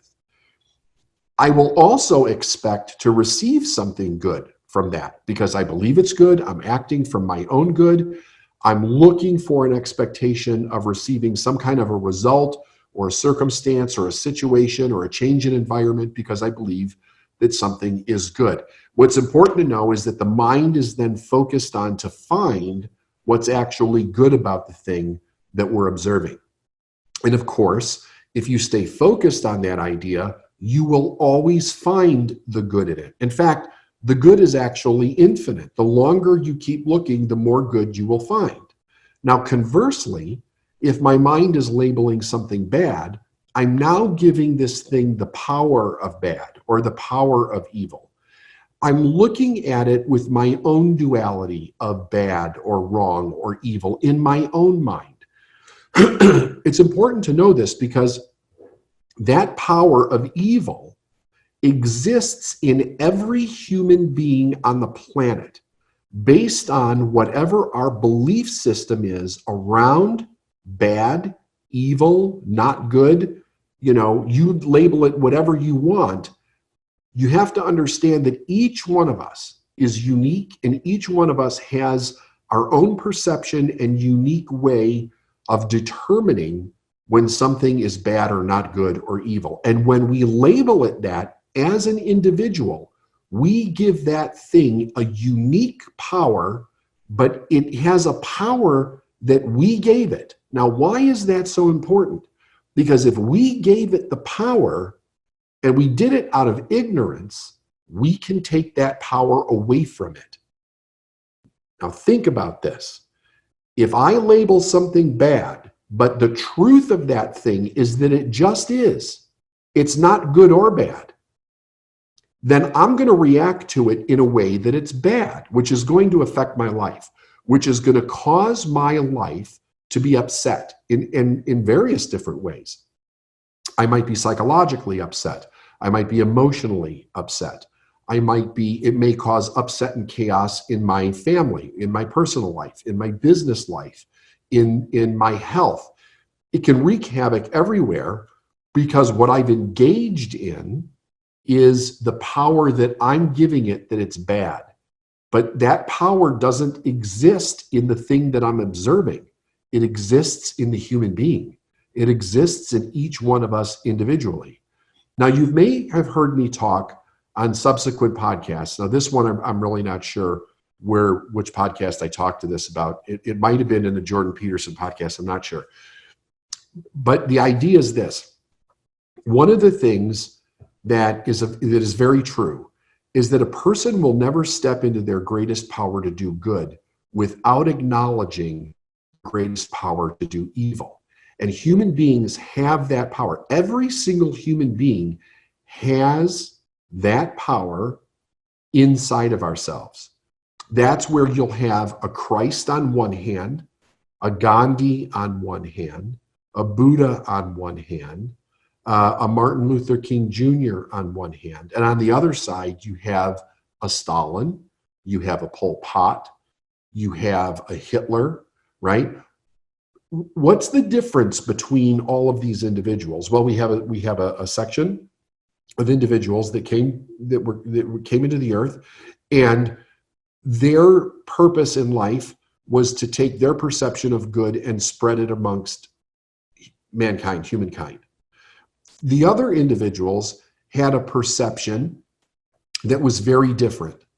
And that perception had an evil connotation to it, but it was based on their perception. It was based on the meaning that they gave to life and people that were different and things that were different and ignorance. So what did they spread? They spread their own evil intention into a circumstance, into an environment, into a situation, into the consciousness of other individuals. That's the kind of power that we have as individuals. Now, how does that relate to the problem that we're actually experiencing right now? Well, the quality of your life is going to be determined by the meaning that you give to your life. And your life consists of everything that is in your environment, in your circumstances, in your results. And environment is people, places, and things. So it's everything that's really surrounding yourself. When you begin to label things from a negative perspective and you label them bad, you're tapping into your own innate power to experience something as a bad thing. Now, when we do that, we give a command to our mind to see what's wrong with something. What's unfortunate for so many people is that we are very much programmed, probably even more so, because of the way that the media is, because of the way movies are, because of what's popular in societal culture. We're programmed to see bad things probably more than we're programmed to see good things. It's very well known that in marketing and advertising, fear sells, right? Fear sells, and it's so popular because people want the ability to feel in control around fear, and they want the ability to know what to do when they're scared. So fear gets a lot of attention. And fear gets a lot of attention because individuals are mostly, not in all cases, but in most cases, they're not raised in a way where they understand their ability to adapt to whatever it is that is happening in their life. They understand their ability to be resourceful. No, it doesn't matter what's happening in their life. They understand their ability to actually think through and problem solve. They don't understand their ability to ask for help and receive help because it's two very different things. There's some people that can ask for help, but when it comes to receiving it, they can't receive it. So they end up playing a victim card saying that nobody will help them when literally they're blocking it because they don't know how to receive it. They don't feel worthy of receiving it. They feel guilty. They've got all kinds of psychological chaos going on where they can't receive. So what ends up happening is that we create our situation based on how we're perceiving something to happen. So what is the solution to this? Well, if we stop looking at the individual circumstances, now we have to really think here, because in the situation that we're in, we have the threat of the virus, which is we're constantly being inundated with that information. It is having a fatal effect on some people. It is spreading very, very rapidly. It's causing carnage all over the world. But it has its own death rate, which, I'm not saying is a good thing. Like, nobody wants to see people die. However, the other devastation that's happening from it is it's ruining the economies, which affect the livelihoods of everybody all over the world. It is now tearing into some families because people are scared. They're living together. They're not able to get a break from each other. They're getting on each other's nerves, and they're projecting anger and hurt and shame and fear onto the people that they love. So it's causing a big problem. And the fear that we're experiencing, the uncertainty that we're experiencing during this time, is primarily coming from the idea that we took the idea that we have to shelter in place, that we have to social distance, that we have this virus, that we may have lost our job, we may have an income that's not coming in, we may be having to put bills on hold, we may be having to lay people off. We may not have money coming in ourselves, and we don't know how long it's going to last. We've given all these things, as they pertain to you as an individual, a meaning. And when that meaning is not a good meaning, then it does not leave us open to making many good choices, because we're focusing on our mind on what's bad, and we're not focusing our mind on what's actually good. So we're giving it the power of destruction. It doesn't have the power of destruction in and of itself. We're giving it that power. And I'm not talking about the virus specifically. I'm talking about the circumstances that have been created by the powers that be in order to stop the spread of the virus. So it's very important to understand that you're exacerbating your experience by giving it a negative meaning. So this is where I want to bring in a couple ideas from two lessons that I've taught on the podcast before, from the wisdom of Thomas Troward. So one of the lessons that I did before was on opulence and beauty, and the spirit of opulence, and also getting into the spirit of a thing. Okay, so let's talk about opulence and beauty for one moment. In those lessons, because I'm not going to teach those specific lessons, I'm just gonna pull some information from them, and then if you want to listen to them, we'll find out what the number of the podcasts were, and we'll let you know so that you can go right to them and listen to the entire lesson. But in opulence and beauty, what Thomas Troward really nailed down in there was that opulence and beauty, if done correctly, is the highest form of human expression. And I'm not talking about vain beauty, and I'm not talking about vain or arrogant opulence. I'm talking about real beauty, real opulence in the world, because it is all within, the idea of that is within the spiritual spectrum of what it is that we understand. When we take opulence and beauty and we make it wrong, we could call it vanity, we could call it arrogance, we could call it narcissism, we could give it all kinds of negative meanings, and then we experience opulence and beauty from a very negative perspective, and that doesn't do us any good. But opulence and beauty viewed from the correct perspective will allow us, if we say, where is the opulence and beauty in my situation right now? What ends up happening is that our mind starts focusing on those ideas. It's looking for what's opulent right now and what's beautiful right now. And I think it's a major change in perspective, because what's opulent right now may be very different from what was opulent 4 weeks ago, okay? There is an opulent universe, there is an abundant universe. It's abundant all the time, and it's opulent all the time. But what we have to understand is the structure in which we live has been changed. The rules have changed, the parameters have changed, the idea that, well, like the boundaries have changed in what it is, how we're actually living our life right now. So that means that what was opulent before this happened may not be the same opulence that we're experiencing now. That means that we have to change our meaning of opulence to find the new opulence in how we're actually existing right now.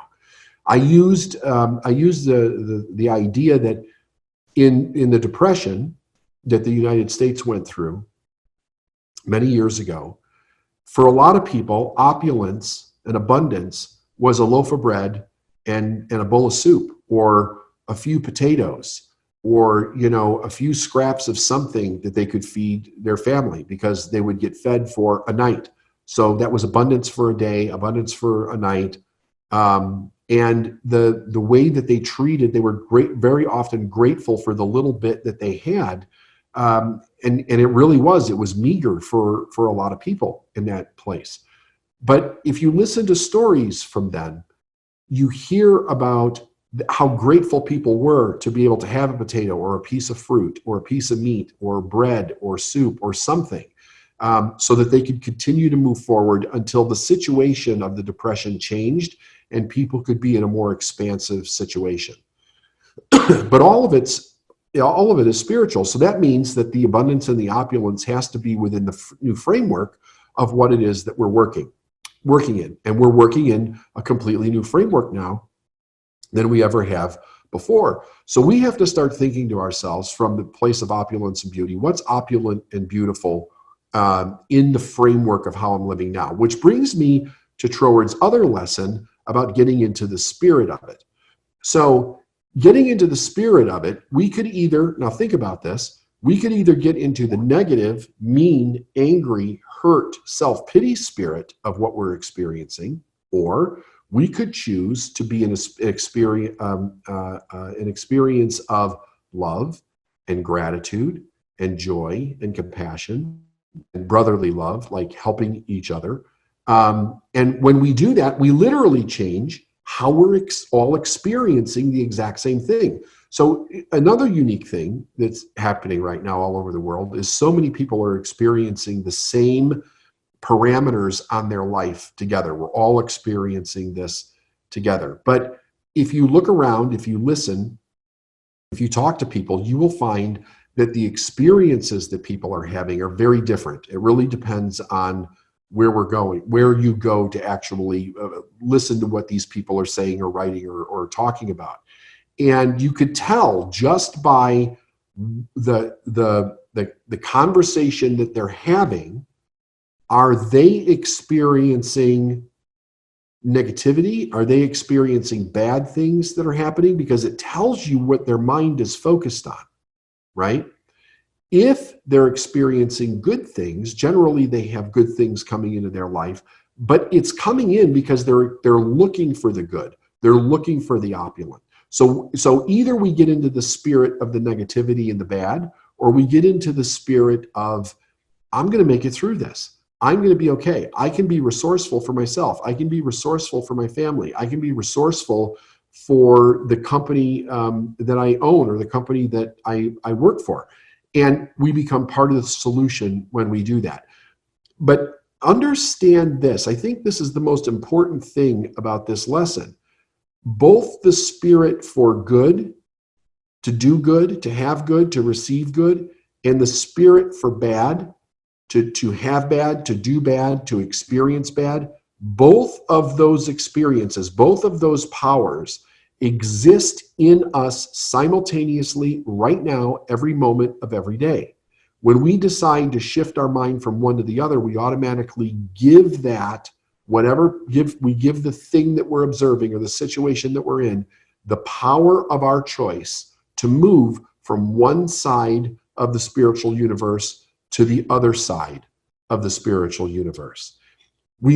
As we move to the other side of the spiritual universe, we change our perception. We literally change the way that we're experiencing what we're calling this crisis that we're in, this new way of life that we're in temporarily. If I say, I'm done experiencing the negativity of this and I decide to make that change, I instantly take my power of bad away from what I'm experiencing and I put it on to good, and that automatically begins to change what's good about this. And it changes my experience. It lifts my spirits.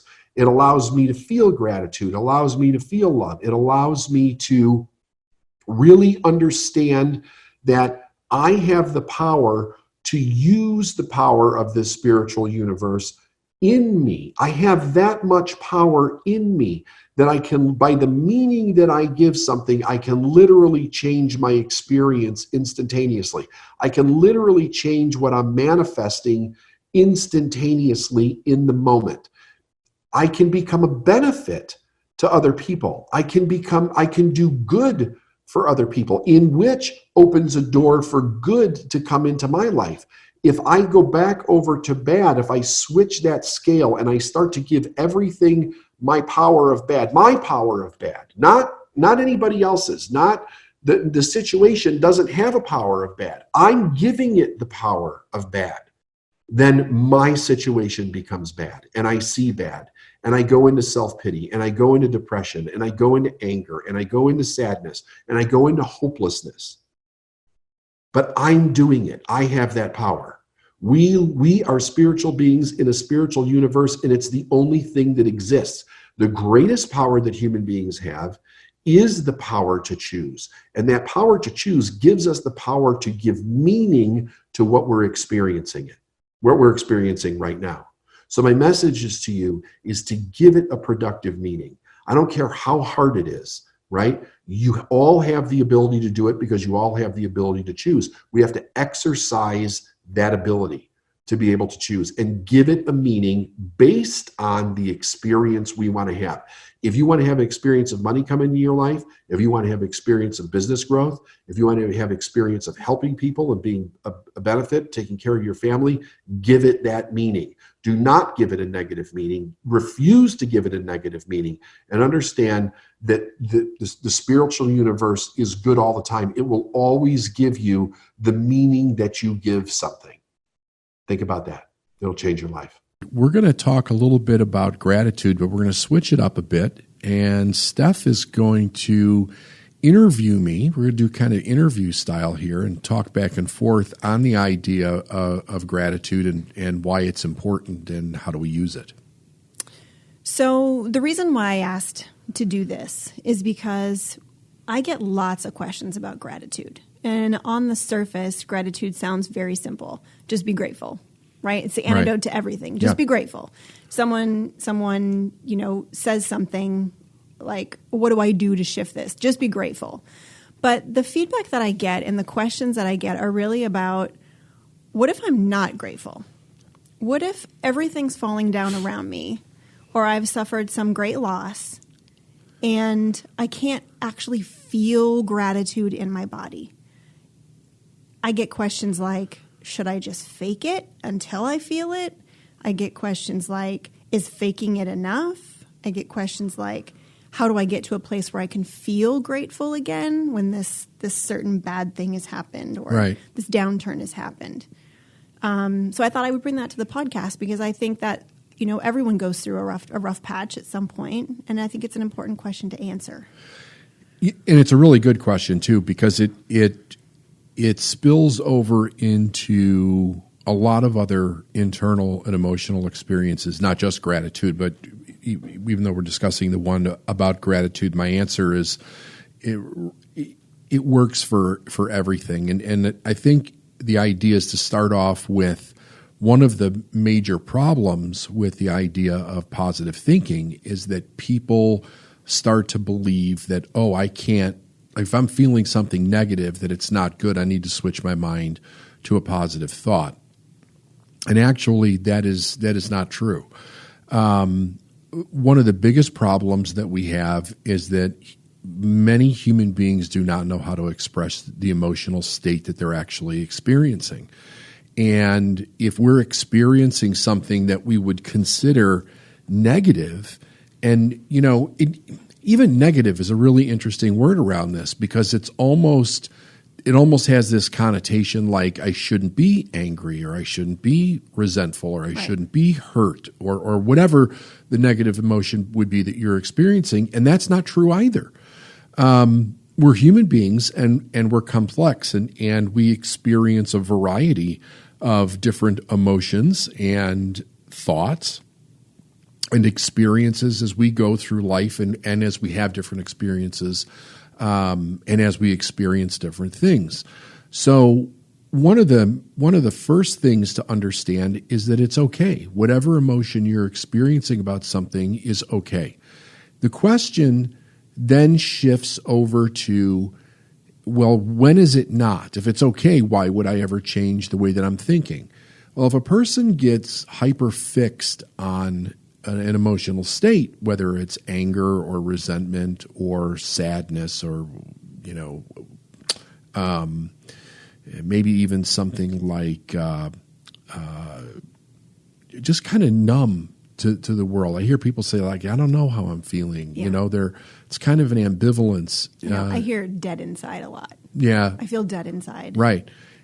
That's coming from not knowing or understanding how to express your emotional state as you're experiencing it, or it not being okay, or you thinking that you're wrong for doing so. So one of the things is that whatever emotional state you're experiencing, it's really good to identify what it is, to name the emotion that it actually is, so that you understand what it is, and then understand what is it that's causing you to have that emotional experience, and then fully express it. Like, get it out of your body, move it through you, so that you're no longer carrying it around. When you express it and experience it fully, it will pass, right? They will naturally pass. Now, what happens to a lot of people is that when it doesn't naturally pass for them, they get stuck in a state, and they start to hyper focus on whatever the problem was, or the incident that actually causes the experience of that emotion. So that's where the positive thinking starts to come in. But it's not just about switching the emotion. It's about switching the perception of the event so that the emotion can switch naturally, not forcing yourself to feel grateful when actually you're not grateful at all. You're angry. So maybe you were wronged. Maybe it was completely unjust for you to be treated, or whatever it is that happened to you. That happened to you. You might have been victimized, in some way.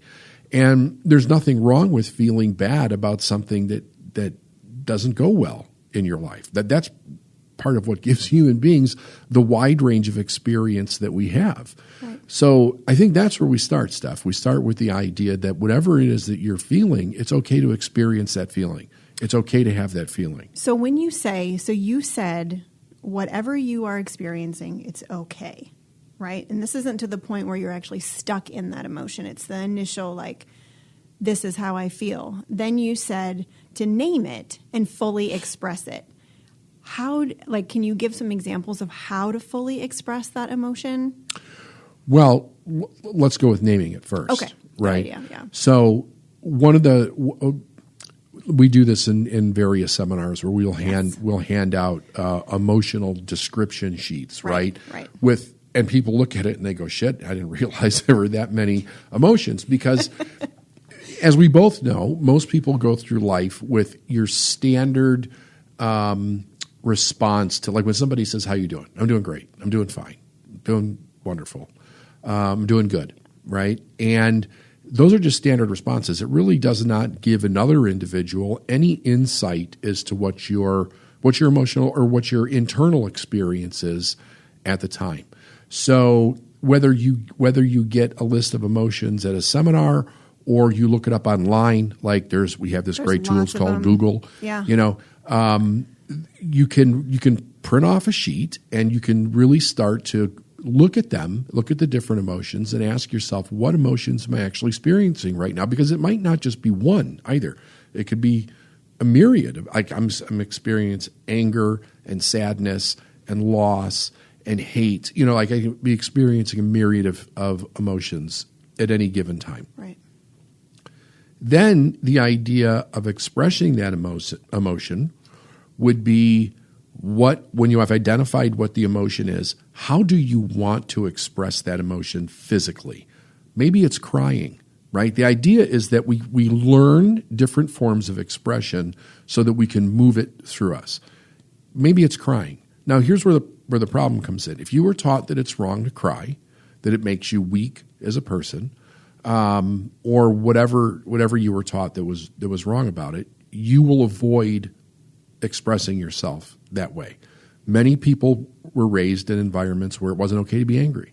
It wasn't okay to express your anger. Right. The idea is that we're not destructive, right? But if you want to scream into a pillow, if you want to sit down with a pad of paper, if you're angry with someone and just write, get everything out, all your anger, all your feelings out onto a piece of paper and then go burn it somewhere. Just release it to the universe, right? You don't send the letter to them. You don't, like, your mom pissed you off and you write all this nasty stuff about her because you're feeling angry at the moment and then you send it to her. That's not the idea. The idea is that you just give it expression. So you can cry, you can write a letter, you could scream into a pillow, you could punch a pillow, you could stomp your feet. And, I would encourage anybody who's listening to this right now to think to themselves, when I say those things, crying, stomping your feet, raging into a pillow, whatever, what experience does that give you? Does that give you experience of like, I don't want to do that, that's stupid, that's childish, whatever? Actually, it isn't. It is allowing that emotion not to get bottled up inside of us and literally move through. Because we know that storing those negative emotions inside of our body is very much linked to disease. Yes. And illness, right? So not just psychological illness, but physical illness, emotional illness. So you find a way of expressing something that works for you. You may have to try various different things or a combination of different things that actually work from you. But when we say express it, that's what I'm talking about. Getting it out of your body onto the paper, into the pillow. Maybe it's going for a walk. Maybe it's going out into a field somewhere and just yelling at the top of your lungs, or going for a hike, or one of the things that you've done is take a person's name and put it on a piece of masking tape, put it on the bottom of your foot, and then go for a hike, right? And just smack, grind it. Yeah, just grind it into the gravel. Yeah. Right. So you're expressing the emotion, and once you get that out of your body and you let it go, you're able to move to a place where you can look at whatever the thing is that triggered the emotion to begin with. And you can start to then see the polarity in that. You can then begin to see what's good about what happened. As long as you're in a negative state, you'll only see one side of it. You won't see both sides of it. So when you shift internally, it allows you to see the good that's there, or what is the benefit, at least, to what happened. And then you can reframe the experience as something positive. So what you're saying, and this is what we've experienced, is when you're suppressing the expression of an emotion, that's when you go to crazy town. That's when you go to a place where you can't see the light at the end of the tunnel. Would you say that's the cause of a lot of depression, like that feeling of hopelessness that people get? It's a tremendous cause of depression. I mean, one of the things that we know about depression is that a lot of it comes from unexpressed emotions. It comes from repressed anger, and when that starts to attack a person, then it starts to play off of the you said hopelessness, right? Yes. Hope is a very interesting thing to the human being. It wherever you study it, you will not find anything really practical or logical about the idea of hope. But without it, humans go into total despair. Hope can be the very last thing that turns a person's life around, that turns an illness around, the death of a loved one, the loss of a marriage, the loss of a business, or the near loss of a business. That hope that there is another chance, another opportunity, another something out there is something that the human being naturally clings to. It is a life force that is perpetually trying to get us to move forward into the idea of more life. But when you start stacking up one negative emotion after another, one negative experience after another, on top of your own internal desire to move forward or change a problem or have a better life for yourself or a better business or a better marriage or whatever it is, you start to go into that despair. It starts to attack hope. And then that you start to see a person gets into depression. You then go to a place where maybe a person goes to a doctor for that and they get examined, or they'll go to like the Amen clinic and they'll have the scan done on their brain and they'll verify it. They'll be like, yep, here's your brain lighting up. That's the that's the depression part of your brain. Right. When you're going to depression, this is what it is. Even at that part, it's symptomatic.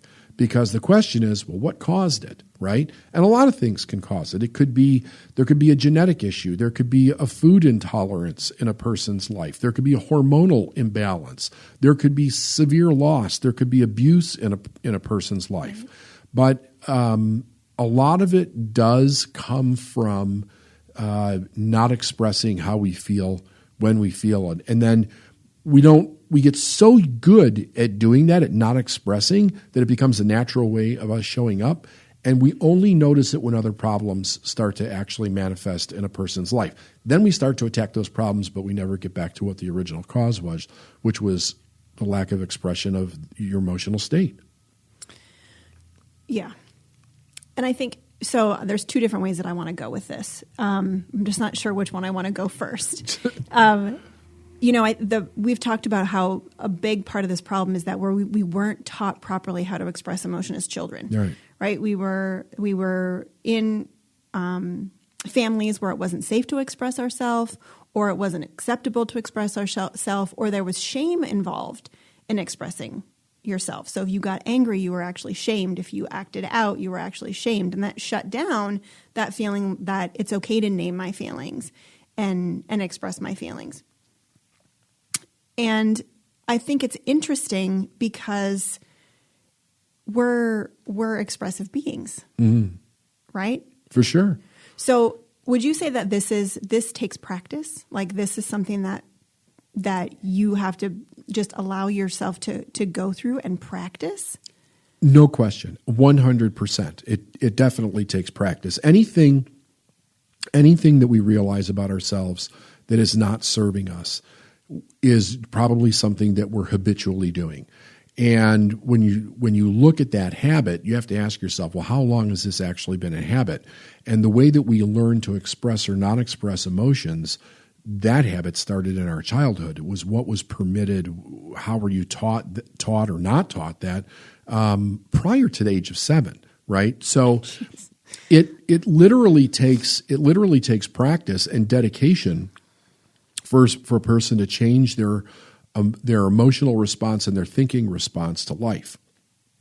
However, if a person's really dedicated to doing it and they understand the basic knowledge of how to retrain their brain to think successfully in their life, and I'm not just talking about like business success or financial, but success in every area of their life, then that becomes a new way of them showing up. But it does take some time, and it takes the desire to actually want to do that. But it's your greatest tool. The way that we think, how we think, the how of the thoughts that are running through our mind. It is the foundation of everything that we perceive in our life and all the decisions that we make. So if that was skewed as a child, and it is for most people, right? Yeah. May not be with everything, but you'll find that these ideas, these beliefs of how we think or how we view the world, they stack upon each other, because once you have one, then that's the way that you behave. That's your action in life.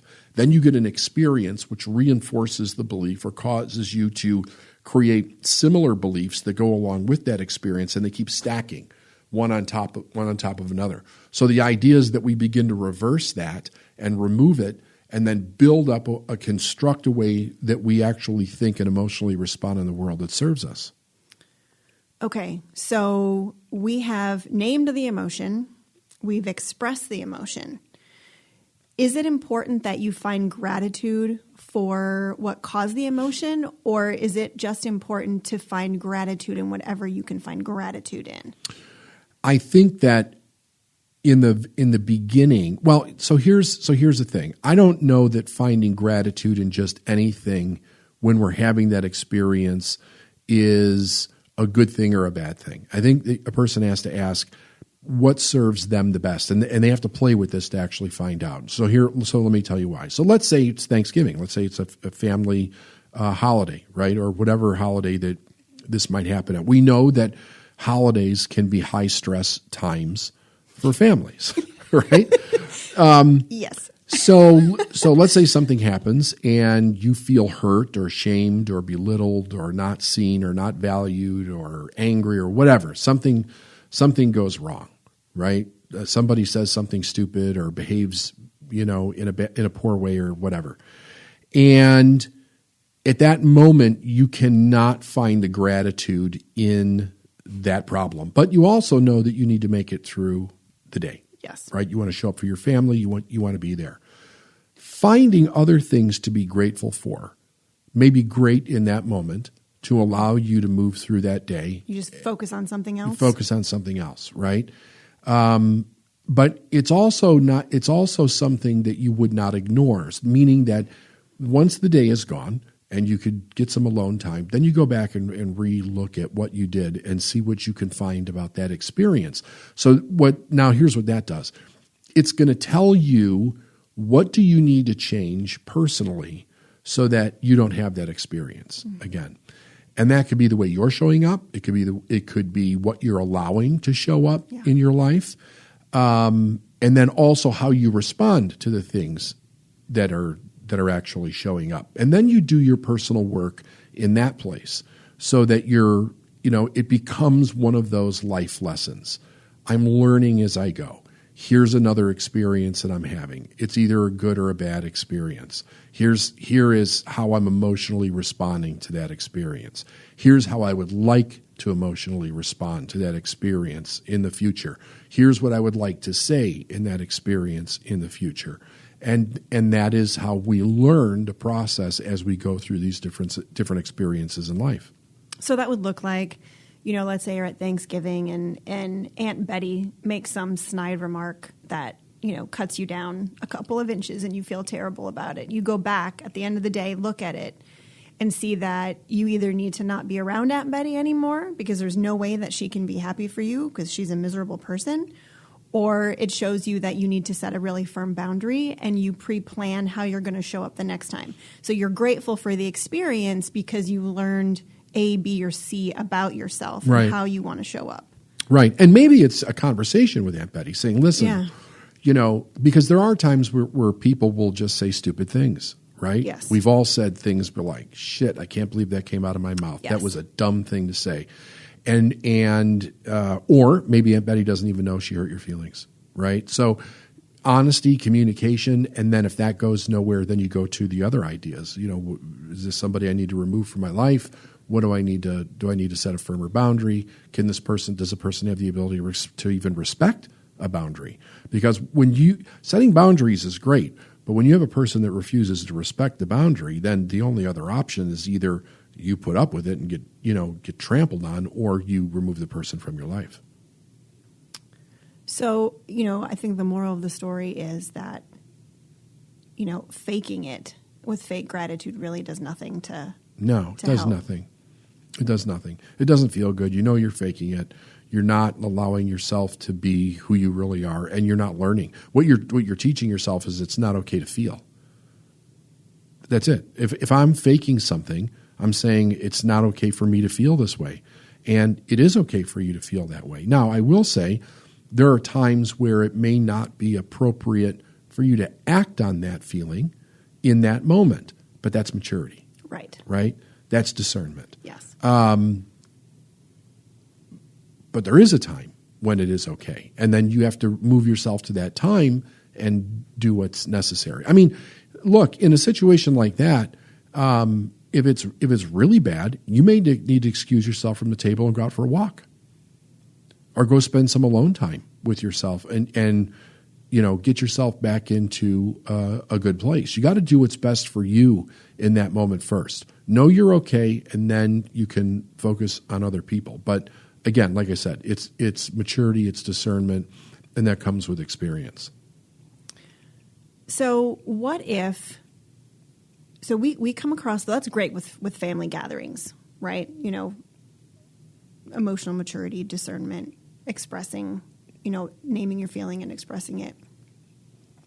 But how is it different when it's about your business? So what we see is people have some kind of, what's the word I'm looking for? Some kind of disruption in their business. Something happens that's not a great thing, right? And all of a sudden their business starts to go down. They stop converting sales conversations. They can't seem to find enough clients. Like everything seems to be going wrong in their business. Is it the same? You express how you're feeling, and then you name how you're feeling, you express it, and then look for where the lessons are? Is it the same in a business? It's the same aspect? it's the same for anything, okay. Right? It doesn't matter what the experience is. With business, though, one of the things that's really interesting with business is that a lot of people go through business with blinders on. They approach their business from a very Pollyanna viewpoint, meaning that they don't really understand that something bad is going to happen. If you're going to be a conscious business owner, you've got to know that there's always something bad headed for you in business.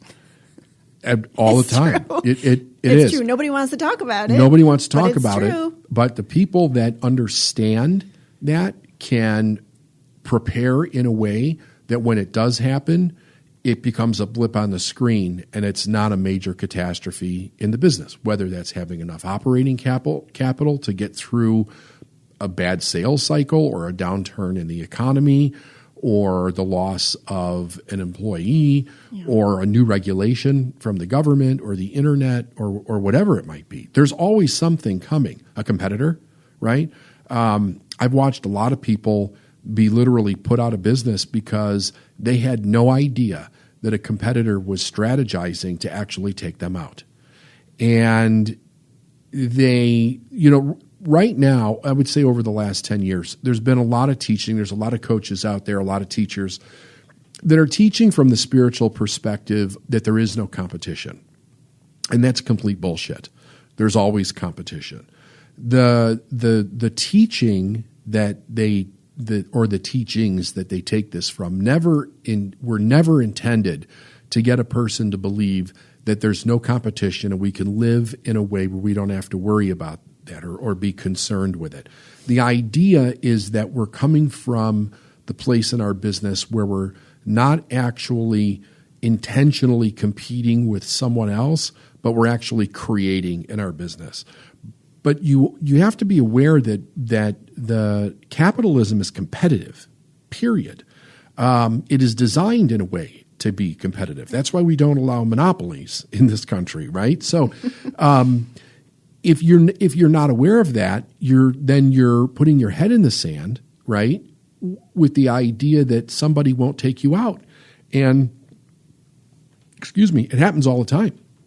A person will wake up and find out their business is gone because a competitor came in and found a way to do something better or cheaper or more effective, and it's gone. There are so many things that can happen in business where you could wake up and it be a great day and you show up at the office and you find out it is not a great day today, right? It is really not a great day today. Yeah. And the reason that I went on that little diatribe there is because the idea behind it is that we're not awake to the idea that there's a downside to everything in life, and it's always on its way to you, right? So it's basically the law of rhythm, good times, bad times, right? Mm-hmm. Highs and lows. If we understand the law, though, we can help control the emotional situation that we go through it because we understand that this is for a time. This is a cycle that's happening. And really good business owners try to foresee the cycle. Right. That's coming. They try to stay present to everything that's going on. If that's not something that if that's not a way where you want to live that way, then you probably shouldn't be a business owner. But again, you're still just putting your head in the sand, because when you work for somebody else, they have to look for the cycles, and you're not even in control of looking for the cycle anymore. But yeah, it definitely happens in business. It's the same thing. Find out what it is, express it, then, because here's the idea. Not only is it about expressing it, but it's also about how do we turn this situation, whether it's business or family or whatever it might be, into something that's productive and not destructive.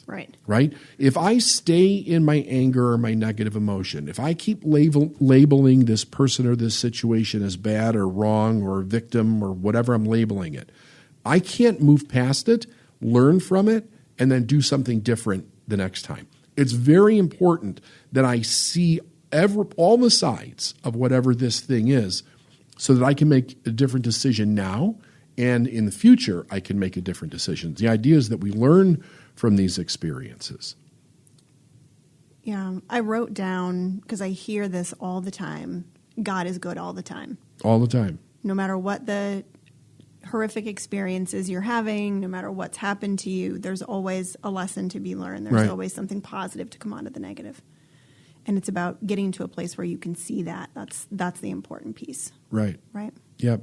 Perfect. Yeah. I mean, it takes a lot of study and a lot of practice and a lot of internal investigation to get to the point where that's not just a nice little saying, but you understand why it is what it is. Yeah. Right? Whether you call it God or the universe or life or whatever. I believe that it's true. I live that way, and I also understand that it took a long time to get there in my understanding before that became something real, because there's a lot of bad things that happen. So we say, right? There's a lot of bad things that happen, but for the person that's living in that reality, it is bad, because they don't have any other mental options to work their way around to the other side of it. When you learn how to do that, and it is a skill set, it changes everything in your life. And then you can be pre-grateful for the bad that's coming. Like, I know something is going to happen that's going to affect the business. I know something that is going to happen to affect a relationship. I know something is coming. It's always there's always something coming, right? And I can be grateful for it before it even gets here. So I can pre-decide how I'm going to respond to something before it actually gets here. That has me go into a problem, even if I'm triggered or having a negative emotion around it. I can also say to myself, I'm grateful for this. I just don't know what it is yet, but I'm grateful for it, because it's going to show me something that I didn't know or understand that I need to learn. Yeah, for me, there are things that go wrong all the time. There are things that we've put hours and hours and hours into that flop. There are things that we put 10 minutes into that are amazing successes. And for me, it's when I can't feel grateful for what's happening, I feel grateful for my ability to respond to what's happening, because I have a choice. I can think through the problem. Right. Yeah. Life is like, I love the analogy of the jigsaw puzzle, because it's I think everybody can relate to it. When you throw a jigsaw puzzle out on the table, you've got a bunch of pieces, and then you have the ideal, which is whatever the picture is on the front of the box. You may, in the beginning, when you first start, you have to go through maybe 100 pieces or 50 pieces before you find two that fit together, right? And as you keep going through it, you go through more that don't fit than actually do. But eventually you find the pieces that fit. And you're like, yay, that worked. I have a corner, right? So satisfying. Yeah. Oh, I've got this little pattern, this little blotch of red. I got those. You got this little blotch of red over here, a little green leaf over here. You got a corner over here. And you're looking at this is the way that it's supposed to be. Our life is the same way. If we build a picture of the life that we want to create in our mind, then it's about testing all these different things. Let me try this. Let me try this in my business. Let me try this in my relationship. Let me try this in whatever it is in your life. And eventually you get these little pieces that fit together, and you're like, yes, these fit. But you got to go through a lot that don't. Right. And not get stuck emotionally in the ones that don't, whether it's the rejection or the failure or the investment or whatever. That's how you play the game of life. You're understanding that it is. It's that people get emotionally attached to those things, and they allow the hurt, because it's not actually the process that they're enjoying. They just want the picture without going through the process. Right. But if you can learn to enjoy that process, it's a hell of a lot of fun because you're not afraid of the loss. You're not afraid of it. Right. So you're willing to try anything. You're willing to do anything. You're willing to take big risks because it's like, okay, so if it fails, yeah, maybe that would suck for a little bit, but I'll just, level the ground and we'll rebuild. We'll start something completely new. What people must think about when they think about success, or whether they're contemplating the level of success that they're going to achieve or go after or strive for in their lifetime. And I started thinking, wow, with all the information that's out there, it must seem quite complicated in a lot of ways to individuals. Like, where do I start? What do I do? What's necessary? What's not necessary? There's a lot of contradicting messages out there. And I saw what I thought was, I'm going to break this down in a way so that this is overly simplistic, but it's going to give everybody kind of a rough outline as to how they can be as successful as they want to be. It doesn't, here's the things that don't matter. It doesn't matter who you are. It doesn't matter where you start, although you do need to know where you're starting. It doesn't matter where you want to go, because you can go anywhere or create anything that you want in your life. It doesn't matter what your skill sets are, what your knowledge is, who you know, who you don't know, how much money you have or how much money you don't have. This is all about the awareness to be as successful as you want to be, and build whatever life that you want. And I don't care if you're the poorest person in the world. You can start where you are, and you could become the most wealthy person in the world, so to speak. You could do anything that you want. So here's what this looks like. The idea is this. Success is about awareness. It's something that is in each one of us, both from a genetic standpoint, a physical genetic standpoint, biological genetic standpoint, and a spiritual genetic standpoint. Every person is born to be a success. Now, what an individual doesn't really know, and it does take a little bit of time to kind of work this part out, is what is their purpose in life? What is the thing that they're in harmony with the most, that will give them the most pleasure to do in life, and will also at the same time contribute to that of other individuals and allow a person to build whatever life that they want.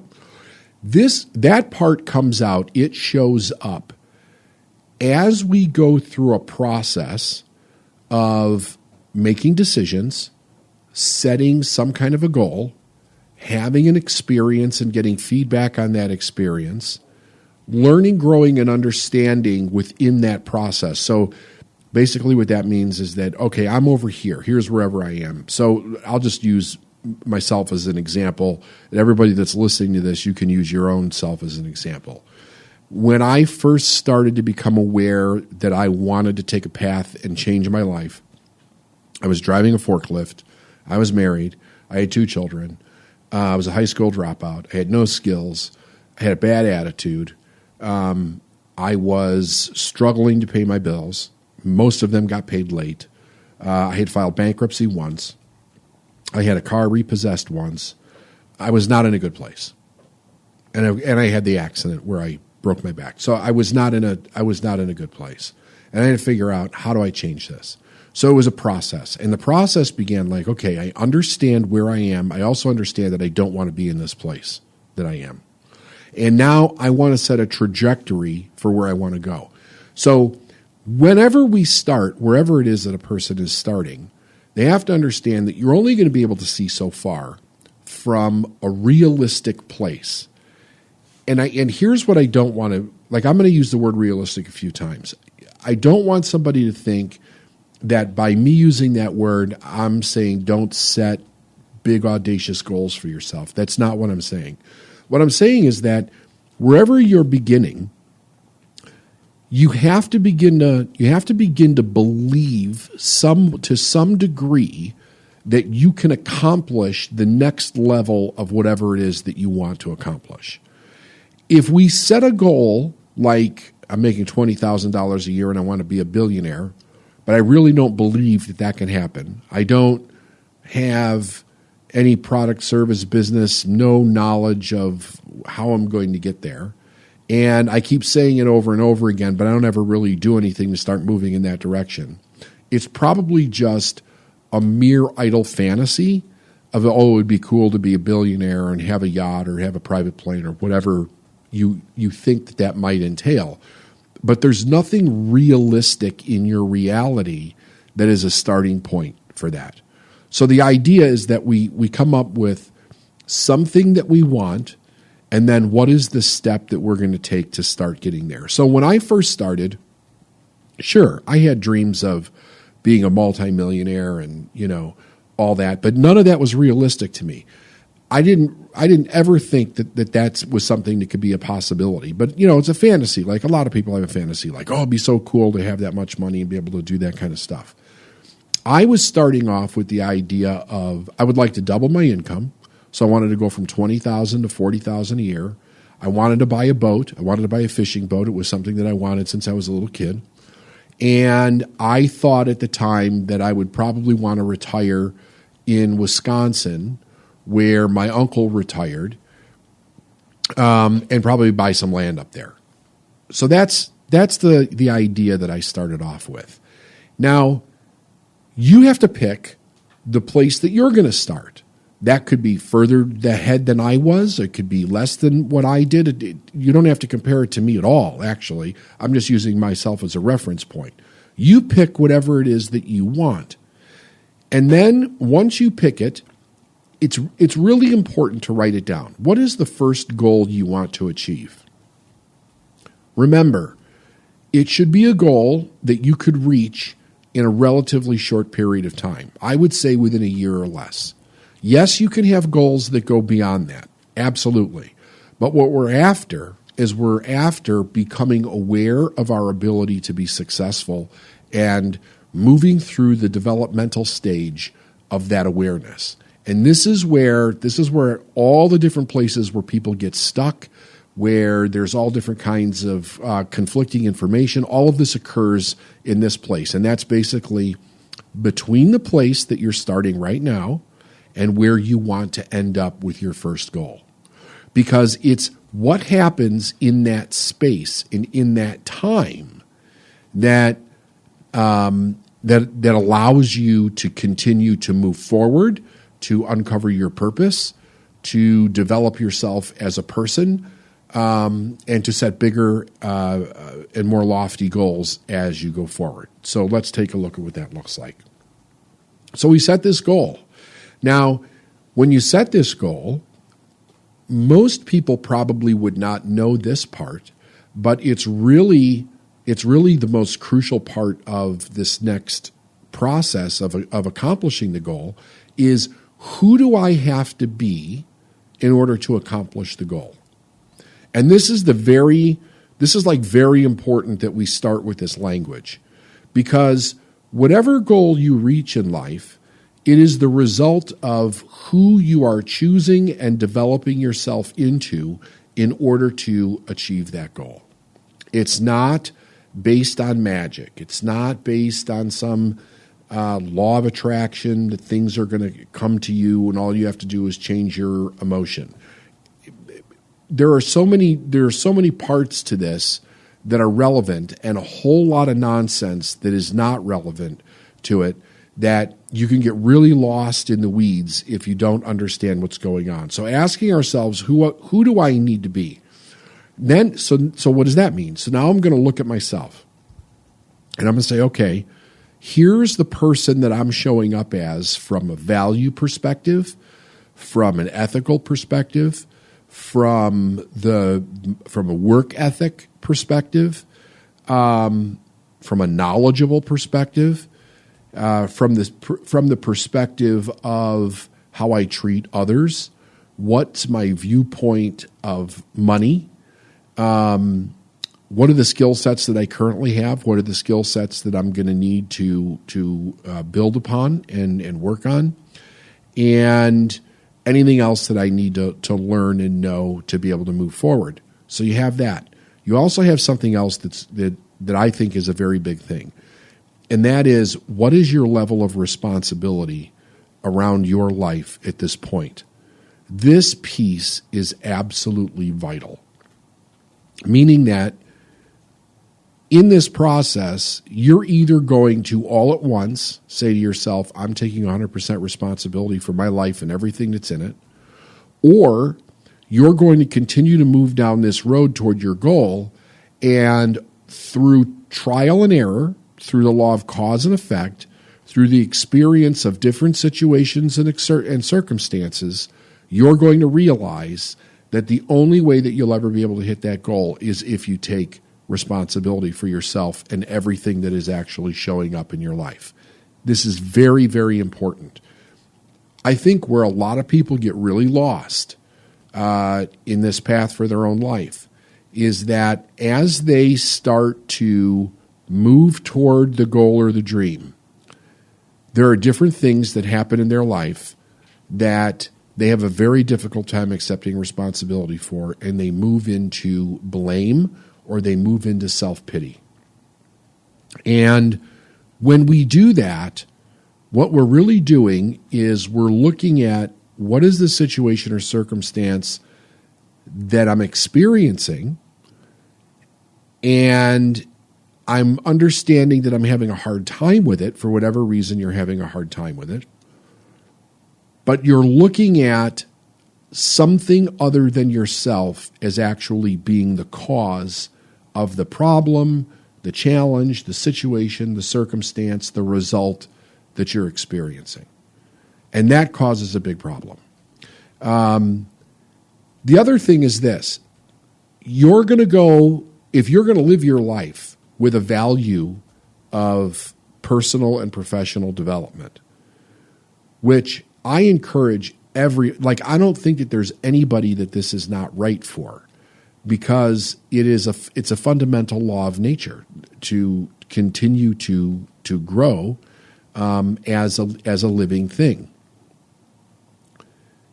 But if you're going to do that, if you're going to make that conscious choice to do that, you're going to put yourself in the process of constant change for the rest of your life. And if you're in constant change, you have to realize that the people that are around you are going to recognize the fact that you're consistently changing. And you have to also know that it's going to make them uncomfortable. It's going to make them very uncomfortable, because most people don't like change. They don't like to experience change. And if they're around you, if you're part of their life, if you're a friend, if you're a brother, a sister, if you're a mother, a father, if you're a son, if you're a daughter, if you're a spouse or a lover or a boyfriend or a girlfriend, if you're an employee, it doesn't matter. You're going to have interrelations with people, and those people are going to experience you changing. Changing can also be messy, meaning that we're allowing, when we change, we have to allow ourselves to be vulnerable in that change, because we have to be open to whatever the change suggests that we need to do in order to make the change. And, Val Vanderwall said that the amount of success that we accomplish in our life is directly proportional to the amount of truth that we can accept ourselves without running away. And when we start to go for a goal, when we start to get into this process of changing and growing and learning, and we're in that vulnerable state, we're going to see things about ourselves that sometimes are very difficult to look at. Insecurities, beliefs, ideas about life, about people, all different kinds of things begin to show up for ourselves. Judgments. Then we're also experiencing those things from other people, meaning that as we begin to grow, you're going to experience judgment, you'll experience jealousy, you'll experience envy, you'll experience criticism, you'll experience people walking out of your life, talking behind your back. You're going to experience a lot of things that we would say are actually quite negative, and especially in the beginning, they're painful. It's painful to deal with, because you think to yourself, these are people that care about me, these are people that love me, these are people that have my best interest in mind. And if they don't have the value of personal growth, they do not understand why you're going through the changes that you're going through. So it makes them uncomfortable, it makes them insecure, it triggers them in various different ways based on their belief systems and their insecurities. And very often that gets projected back onto you. So when you're going through this, if you're not in a place of really accepting responsibility and being very solid in who you are as a person, that's where this whole thing gets really vulnerable. It isn't so much the ups or downs that a person naturally has with the activities of success and the different things that we're creating in our life, whether it's a job or a business or if you're an artist or a musician, whatever it is that you do, it has its ups and downs, its learning periods, the mistakes that you make, the corrections that you make, getting it right, getting it wrong again, getting it right again. All of that stuff is well enough in itself. It has its aspirations and its disappointments, but I don't think any of that stuff for the average human being hurts or disturbs us as much as what other people think of us as we're actually going through this. So self-awareness is a really big key here in getting ourselves to a state of maturity where we understand who we are, we know what we want in life. And by the way, that knowing doesn't have to be, I know every single thing that I want from a materialistic standpoint. I know every goal that I want to achieve. It doesn't have to be that. What it means is that you know that you're here to do something and you're on that path for yourself. When we know those things, then we also look at other people and we realize that they may not know those things. And that's the reason why we're being judged by them in the way that we're being judged. So this is a very important understanding because that's the most difficult thing I think that we go through is the acceptance or the rejection of other individuals as we begin to go through a process of change. There's also the idea where we grow to a place that we're no longer in harmony with certain people in our life. And that doesn't make the person bad. It doesn't make them wrong. Listen, a person is not bad or wrong if they don't want to go down the personal development path in their life. Everybody has a purpose and a reason and an experience that they're going to have in their lifetime. And that's up to the individual. So if a person is not choosing to do those things, then by default, what's going to end up happening is that we begin to grow apart because the person that's growing, they're maturing, they're learning more, their intelligence is expanding, they are having new experiences that allow them to see things differently, that allow them to come to different belief systems, accept different belief systems, allow them to grow and create bigger goals and achievements for themselves. And the person that's not choosing to do that, they're pretty much staying the same. So what ends up happening is that there's a divide that takes place. And at some point, we realize that I don't have that much in common with this person anymore. And I've seen that go both ways. I've seen it go I've seen it go like let's say three different ways. One way is this, where you can maintain friends or maintain whatever the relationship is. There is no judgment from the other person. They have no judgment against you for what you want to do. They're like, go ahead, live your life the way that you want. It's not for me, but you go ahead and do what you want. I'm not going to give you a hard time or be insecure over it because they're happy with the way that they are. You probably won't spend as much time around this person, but it's not necessarily a reason they have to remove the person from your life unless you want to do so. On the other hand, you will have a person who will judge you relentlessly for what you're doing because everything that you're changing about yourself is making them extremely insecure. That can be a painful decision to say, I can't I can't let this person in my life anymore because now this relationship that I thought was caring is actually starting to become somewhat toxic. And then on the other hand, you'll have individuals who will not necessarily be 100% supportive, but they're not going to be 100% tearing you down either. And they just kind of hang out and do their thing. But really, they're moving further away from you than you're moving further away from them, because they're also realizing that whatever the new beliefs and things that you're taking on, they don't have anything in common with it. And it's not something that they're interested in, so they actually start pulling away. So it can go in a variety of different ways.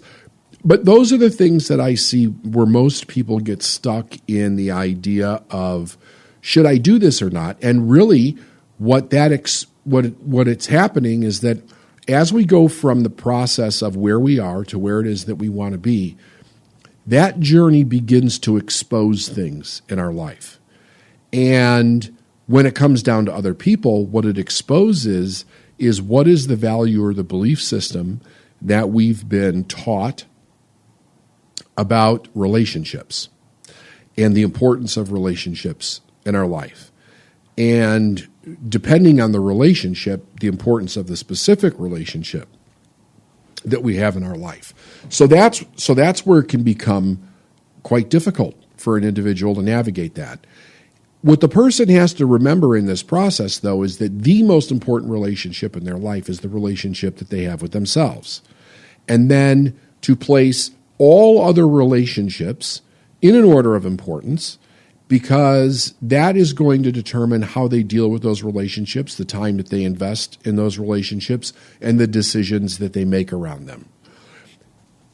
If those relationships continue to hold influence over us in a way that is going to negatively impact the direction that we're going, chances are the person will give up somewhere along the way. They'll totally give up on it because it becomes too contentious, it becomes too painful, and we're subconsciously trying to drag the other person with us at the same time. Or what we're doing is we're trying to make all these changes and not have somebody else's feelings be hurt. One of the large processes that we go through is through the transformation in our belief around money. Most people are not raised with a healthy belief in money at all. Money is a tool for survival for most people. It is linked with a tremendous amount of scarcity in a person's life, so meaning that there's not enough, and that we have to work really, really hard in order to get it, and if we want more, we have to work even harder.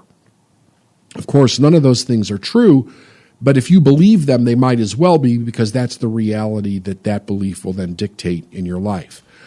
However, once a person starts to become aware of themselves and the truth around money, the other experience that they have then at this point is that money starts becoming easier to earn and to bring into their life. And the more money that they start to make, the easier it actually becomes. What is becoming easier? The money? No, it's the person, because the person is developing themselves. It's very much like if you didn't work out at all and you were becoming weaker or more weak. How do I say that? Anyway, you start to go to a gym and you start to you lift 5 pounds. You're going to do curls or presses with 5 pounds. And it's a struggle because you've never really lifted weights before. But if you stick with it over a period of time, before you know it, you'll be doing 50 or 100 pounds, and it won't be hard because you're building strength, you're building technique, you're developing the discipline to be able to work your body out and develop it along the way.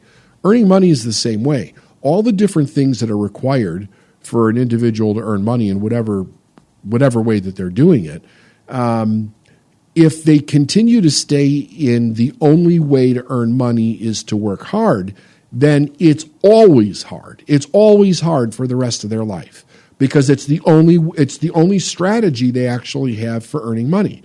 So if they start to learn how to earn money in easier ways or leverage the money that they are earning so that that money begins to work for them, they will see that it actually starts to become easier, and they will be more comfortable with the risk in it because they're not worried about never having any again.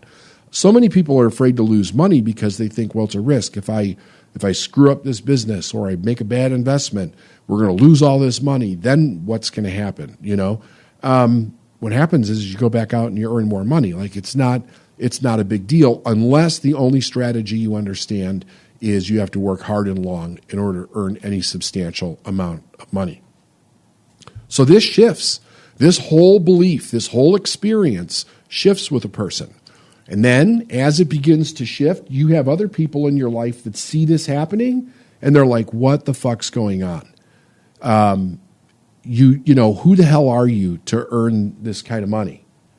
And they start to judge you for it, right? Because it's not supposed to be that easy. And here's the other thing. People see you for who they know you to be. And let's say you're a guy that earns $50,000 a year. And they see you earn $50,000 a year. They may say, like, I have good intentions, I want you to earn as much as you want, but they don't really expect you to ever earn substantially more than that in your life. Because it goes right up against their belief system. Like how can that happen? And what ultimately happens with that individual is they look at you and they start to look back at themselves and think that they're less than you. And nothing can be further than the truth. You just developed yourself in an area a little bit more than they did. That's all that you did. They have the same ability to do the same damn thing, but for whatever reason, they're not choosing to do so. So in that space, that's another thing that you get. You have people that are very immature around money, and they're judgmental, they're envious, they're jealous. Sometimes they can be cruel, and then that gets projected at you. So that's why responsibility in this gap is such a vitally important thing, because you realize this fundamental idea. I am not responsible for anyone. I am responsible to people as far as the relationship dictates that I have with that individual.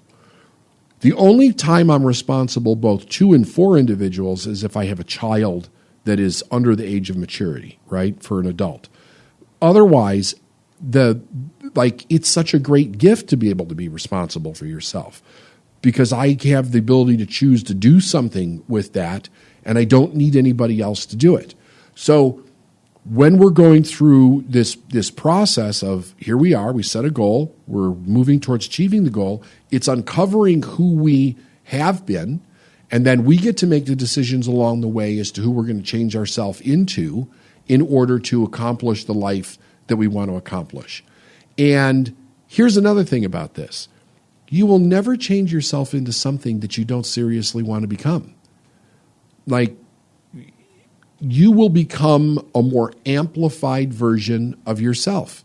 That's what this journey creates, a more amplified version of yourself. Does it expose weaknesses? Does it expose things about yourself that you may not necessarily like to look at, flaws? Yeah, it does. But the great thing about that is that once you see them and you stop judging yourself about it, you can be like, okay, that's a very interesting belief or behavior that I have. That does not serve me or anybody else very well. So I need to change that. And you start to come from this inner strength that you're developing, and you have the ability to change it into something that's more positive. So you forgive yourself and move forward, and you also forgive other individuals. But really, and then all it is a replication of this, meaning that as we start to approach the goal that we set for ourselves, we're going to start to see the growth, our own growth. We're going to start to see the change in our maturity. We're going to start to see the change in our belief system and our values and our work ethic. And then all of a sudden, we're going to be able to see beyond that goal. We're going to be able to see the next place that we want to go to. And if we keep doing the same process through everything, you can design the life that you want. You can earn the amount of money that you want. You can choose to have all the experiences in life that you want. You could have amazing friends, family, lovers, whatever you want in your life, because it's your choice and you're coming from the place of, I am responsible for me. That's a tremendous power, and I can create my life absolutely any way that I want to create it and live it. And the other thing is this: you'll be fulfilled because you'll always be doing something that gives back to other people. Every gift, talent, desire that we have not only benefits our life from a place of fulfillment and various other things, but it also contributes to the lives of other individuals. So as we go through this, if we maintain our awareness, if we maintain the process, before you know it, you will have completely transformed your life, and you can make it any way that you want to be. So I wanted to throw this out there for everybody to give you an idea of what this actually looks like, because really when you break it right down, it's not that difficult. The most difficult part is dealing with other individuals and what they think about us as we go through it, and then making the proper decisions that serve us. And as far as like the technical aspect of the things that you're creating, it is maturing to the place where you understand that if you make a mistake, the mistake's 100% essential to get where it is that you want to go. You don't take it personally. You don't judge your mistake personally. Like, you don't say, I suck, I'm terrible, I'll never get there, I'm an idiot. You don't do that. You see a mistake as a cause and effect experience that did not create the experience that you want.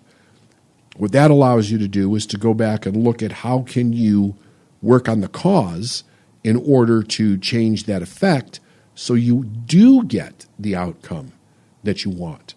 And here's the thing. You are free. You're free of what other people think. You're free financially. You're free to create the life however it is that you want to make it. Living a life where you're completely unattached and you allow things to be as they are and create them as you want is absolutely amazing. Probably has dealt with the idea of being stuck in their life or their business at some point in time, or you know somebody that has. And if whether you have or you know somebody that has, this might be an episode that you want to pass along and have them listen to. I want to talk a little bit about the idea that our power to choose, to make it to make a decision, to actually choose, and why it's so great, and how do we actually get unstuck in our life. I was listening to somebody the other night describe what it's like to be depressed, to have not a lot of aim in life, to talk about going through various different changes and really struggling with the lack of accomplishment, kind of reflecting back over their life after they had gotten older, and started thinking along the lines of, if I had made a different choice, if I had chose to create a different life for myself, where would I actually be in my life? And I was thinking about it, and I was like, oh, that's an interesting kind of an exercise to do, because we could probably do it at any point in our life. All you have to do is take a look at where you are right now and ask yourself this question. If, say, 20 years ago or 50 years ago, where depending on whatever your age is, if I had made a different decision to become somebody different than who I am today, where would I be? What could I have experienced? What would I have done? What would my accomplishments be? What would my failures have been? What kinds of people could I have known and met and learned from? And I think one of the reasons why this is an interesting idea is, at any point in time, even the most successful person could look back at their life and go, I wonder what it would have been like if I hadn't chose to been an uber successful business person, if I went back and just decided to be an average employee for someone and maybe a mom and a dad, what that experience would have been like. or any variation on that, or numerable amount of options that a person could think of what they could have done with their life. But then come to realize this, that in this moment, there's a bit of a wake up to the person that is reflecting back, and we can realize that we actually have the power to change whatever situation that we're in right now. Unless you're dying or something, but in many cases that can even be changed to some degree. The idea that by choosing something different, we can affect the outcome and our way of being in the moment. Now, I totally understand what it's like to be stuck. I was really, really stuck at one point in my life. And when I say stuck, I think that I want to also throw into that pot, if you will, the idea of a lack of intellectual knowledge, where the more knowledge itself would have allowed me the ability to have greater options because there's more things to choose around. Emotionally stuck in a sense that whatever the story is that I was telling myself at the time, which was very much a victimized story, had me in a poor me situation. Look what the world has done to me. Look what how other people have wronged me, and look at the situation that I'm in. And then this kind of a physical attitude of just putting on a face every day and kind of pretending that I was okay with the way that life was to a certain degree. And I think that was probably, I think it was true in every area of my life. And the truth of the matter was that I was just flat out miserable. There were things in my life that I was happy about. But it really had no direction, and it was very much a point in which I was searching for some kind of direction. Now, really take into consideration your situation. Maybe you are suffering with depression. Maybe you're suffering with psychological dysfunction. Maybe you have had real trauma in your life. Maybe you have been victimized in some horrific way.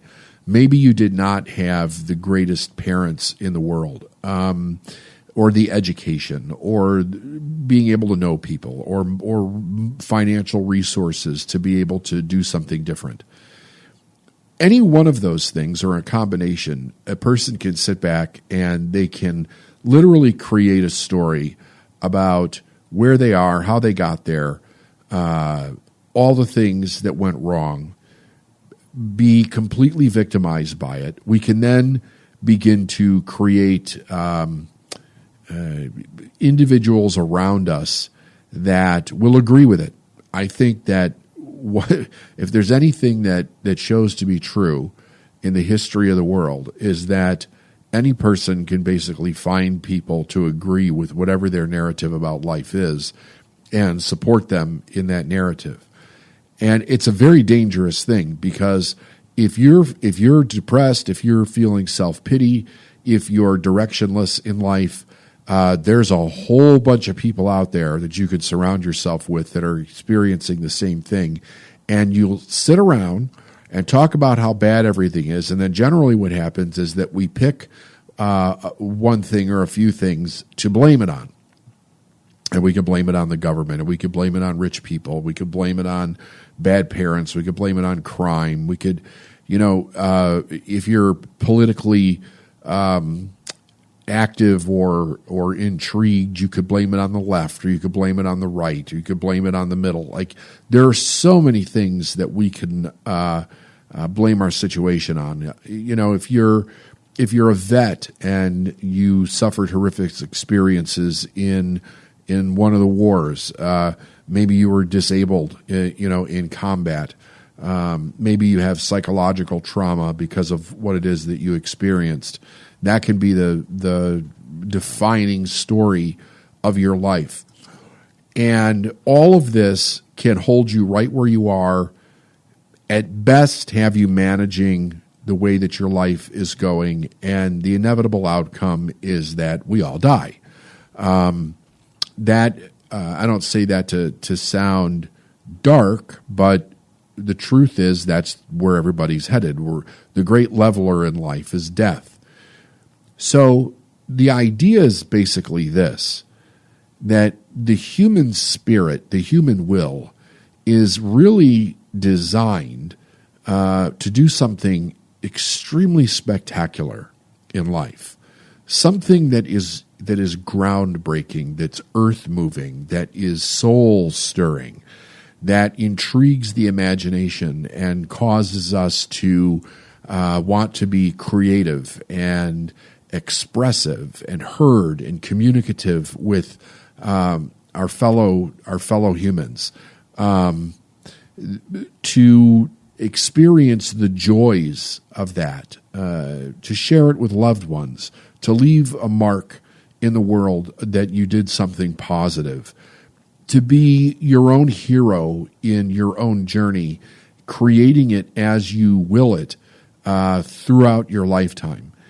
And if you're in a place where that does not seem possible, that's really the epitome of being stuck. It really doesn't matter what the story is. Everybody has a story. And I remember hearing, when I heard that, the first time that I heard that everybody has a story, it really didn't matter what your story was. I thought, oh, how insensitive is that? Like, what kind of bullshit is that? And the reason that I thought that was because I was coming from inside of my story. And when you're inside of the story that you're telling yourself, everything seems extraordinarily real, emotional. You see where all of the different particular things that are in the story, how they're working against you to keep you where you are. How all of the different people are somehow in cahoots with each other to prevent you from moving along, or the damage that was done to you in some way, is keeping you in a place where you don't have access to something that could help you because other people are more fortunate. It really doesn't matter what that narrative is. It's very, very real for the person that's experiencing it. But until the person can hear another message, they are pretty much doomed to stay on that path for the rest of their life. Something different has to come in, or they have to let something different come in to their consciousness that causes them to start to ask a bit of a different question that will ultimately lead to the ability to make a different decision. So I'm kind of hoping that in some way, for some people out there, this episode of the Successful Mind podcast might be that for you. So let's start with the idea that you're stuck in a story and that it doesn't matter. And let me explain this a little bit. Everybody on the planet, no matter how well they're doing or how bad they're doing, or anyone anywhere in the middle, is basically telling themselves a story about their whole life, including myself. The idea that I'm sitting in our podcast studio in North Carolina and I am recording this episode of this podcast. If somebody was to start interviewing me and ask me how I got here, I would tell you a story. It's a story of my own creation. It's a story of how I got from one place to another. It's a story that if I continue to tell this story, I will end up in a specific destination, period. That's it. And it's mine. And I was the one that created it. And all the people that are in my story are participants in my story. There are many people out there where I'm a participant in their story. Some are known, some are unknown. Every one of you has people that are in your story. They're participants in your story, and you are also a participant in their story to whatever degree that plays out. So there's, 7.5 billion people on the planet at the time of this recording, and every one of them has a story. If the story was the be-all, end-all of a person's life, there would be no progress forward by mankind at all. We would completely stay stuck in our education, our awareness, our technology, any advancement. And you wouldn't just stay stuck there. You would start going backwards. We would start regressing because there's only two directions in life, forward and backward. Things are either growing or they're disintegrating. It's either moving towards life or it's moving towards death. There is no middle where everything just stays the same. So when a person is telling themselves a story, one of the things that they should really ask themselves is this story moving me forward in my life, or is it some attempt to just stay the same because I have a fear of going forward and I also have a fear of looking backward, trying to resolve anything that may have happened in my life. So I'm just telling this story over and over again to anybody who will listen in an attempt not to be afraid to do anything else. All the people on the planet have a story. And the interesting thing, I think, about this story is that we're choosing it. And that's very important. It's very important to begin to understand, to begin to think about in your mind that every bit, every little bit, every detail of your life is a story that you're choosing. And that it doesn't matter what it is, you can effectually change that by choosing to start telling yourself a different story. So it can start off with something as simple, but they usually have some quite some depth to it and some reality behind it, as the mere details of why you are where you are and how other people have played a role in that for yourself and how you're experiencing that from an emotional perspective. Now, here's what's fascinating about this part. You may not be able to change what somebody else did. So you might be thinking to yourself, well, even if I tell myself a different story, it doesn't change what this person did. True. That's true. It also doesn't change anything that you've ever done. But what it changes is how you're showing up in the now, in today, so that sets up a new cause moving forward, which allows you to create a new story. And all stories in one way or another are created out of some story that we've told in the past. Even if it's just as simple or factual that we really get tired telling ourselves that story and we're going to drop it and we're going to tell a new one.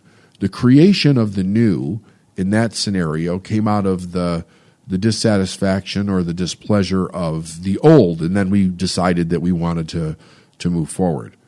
But in either case, the idea is that we have to wake up to the fact that we have the choice. We have the ability to choose, the magnificent power of choice, so that we can start creating a new story and, in effect, create a new reality around us instantaneously.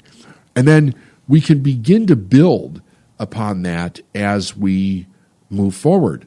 So if you're stuck, if you don't like the situation that you're in, it may seem really ridiculous to you that by telling yourself a new story that anything at all is actually going to change in your life. But consider this and consider this really well.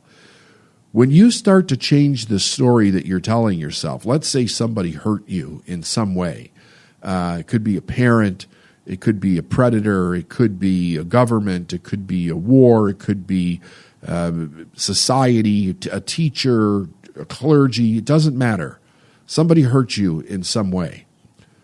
By telling yourself a different story about it, you change your position in the story. So you begin to change the narrative that how the narrative is actually affecting you.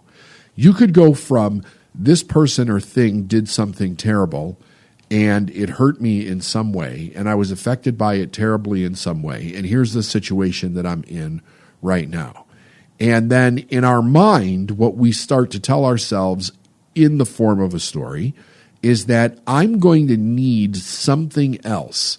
I'm going to need more money. I'm going to need more time. I'm going to need different people. I'm going to need justice. I'm going to need revenge. I'm going to need something that will allow me to move beyond this story and create something completely different in my life. The only thing that we need is the desire not to be living in the story that we're currently telling ourselves. And we have to understand that the decision to change our story is something that has to come first, not the opportunity to move out of it. It's the decision to change the story that moves us into the new opportunity. Until you start making a decision to change the story, effectually using your power to choose, to make a change, to start repeatedly telling yourself something different that is more proactively, even if you're telling yourself a story that is completely not true, like it doesn't have to be based in the reality that you're experiencing right now, but the self-talk, the way that we think on a regular basis. If we start to repeat a new story, a new way of thinking over and over and over again, something fantastic begins to happen in a person's life. And that is that they start to see things differently. Because the story that we're telling ourselves over and over again is literally controlling our perception. So if you tell yourself a doom and gloom story long enough, you will engulf your entire life in that doom and gloom. Before you know it, everywhere that you look will reflect doom and gloom. You'll see what's wrong with everything. You'll see what's wrong with every person. You'll see all different kinds of things not to trust and why people are bad and why the world is going to hell. You'll just see terrible things everywhere. You'll also experience the emotion of that, which is fear, anxiety, depression. It'll express itself in all kinds of dysfunction and neuroses. That's where people start doing things to numb out, whether it's drinking or drugs or overeating or poor behavior, whatever it is that a person's doing as a conclusion based on whatever story that they're telling themselves. Because we tell the story for a certain period of time, and then what we do is we feel like shit about it, but then we start doing some behavior that really isn't the behavior of the character that our higher self wants to be, but because of the story, we now somehow justify that in our mind that it's okay.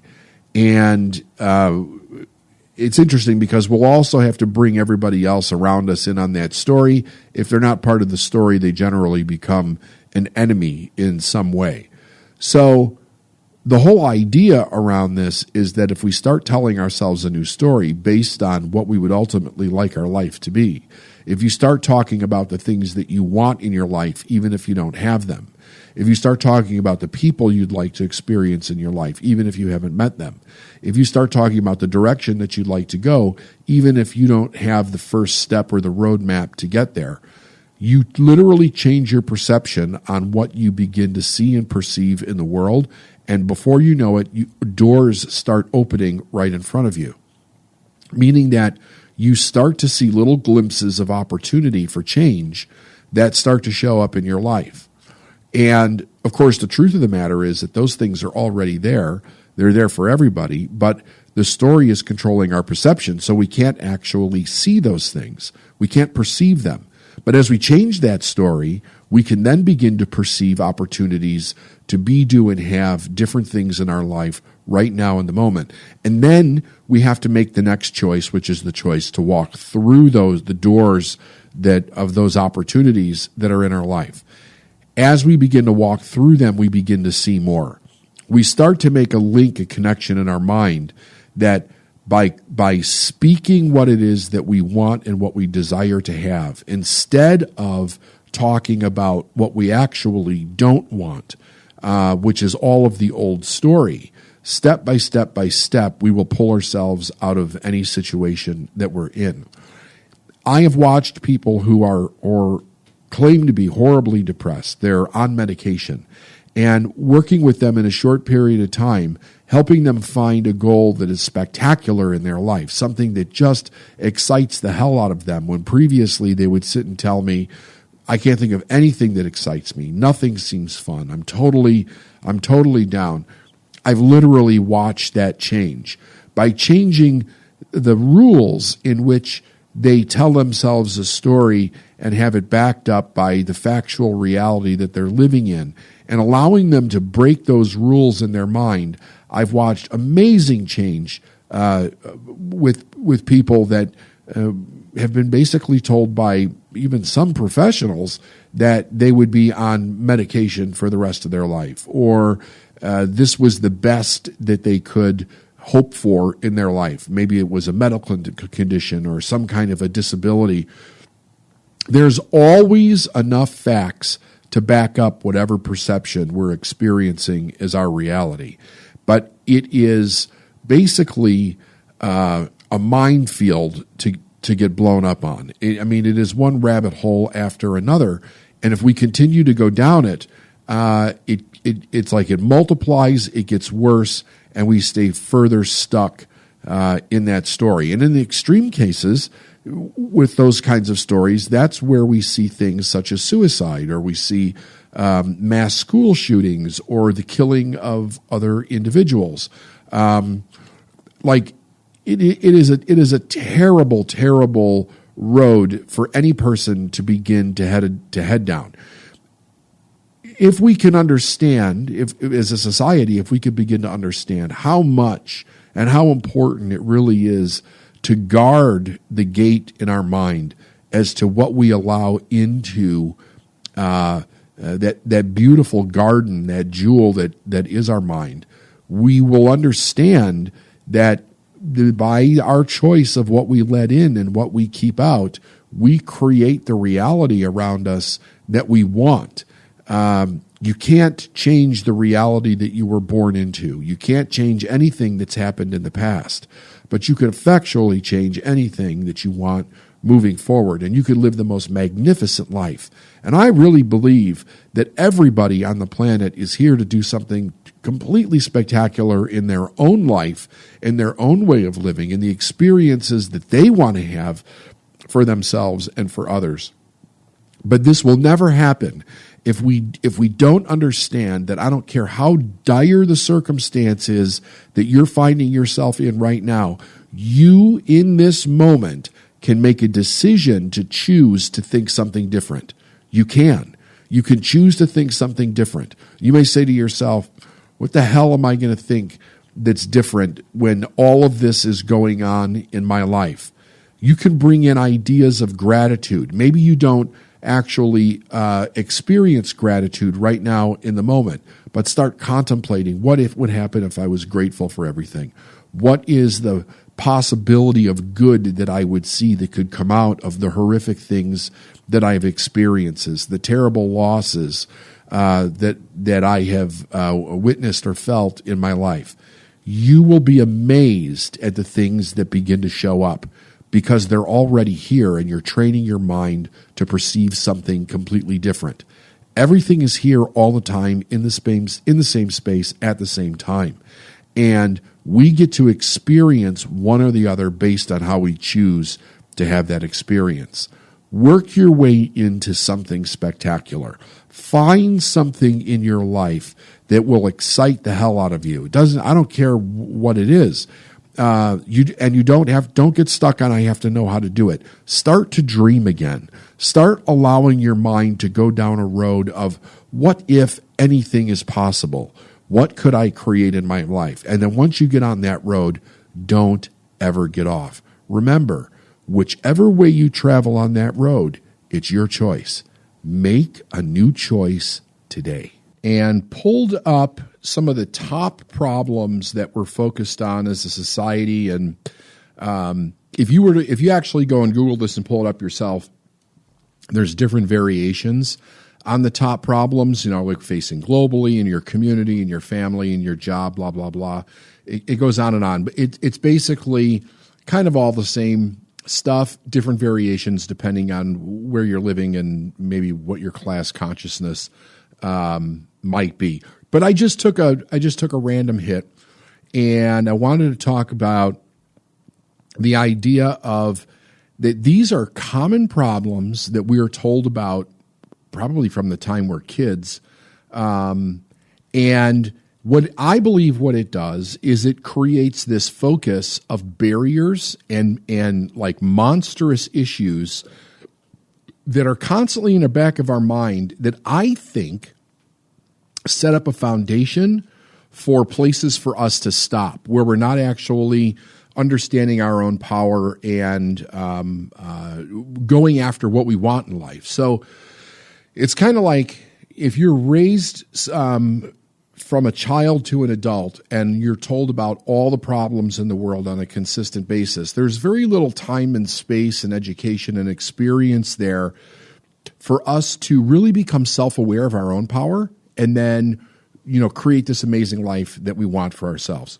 So I'm going to just lay this out there. I want you to remember this, write it down, carry it with you. It works for everything. I mean, everything. It doesn't matter if it's business, work, relationships, education, disease, health, sex, money, rock and roll. It works for everything. And here's what it is. It's not what stops you, but where you stop. So, having said that, let me read off to you some of the problems that society would like to keep us focused on continuously. Incidentally, here was the number one thing. I'm just going to talk to Brandon here as we're doing this, so he may jump in and say, "Yeah, that's cool," or whatever.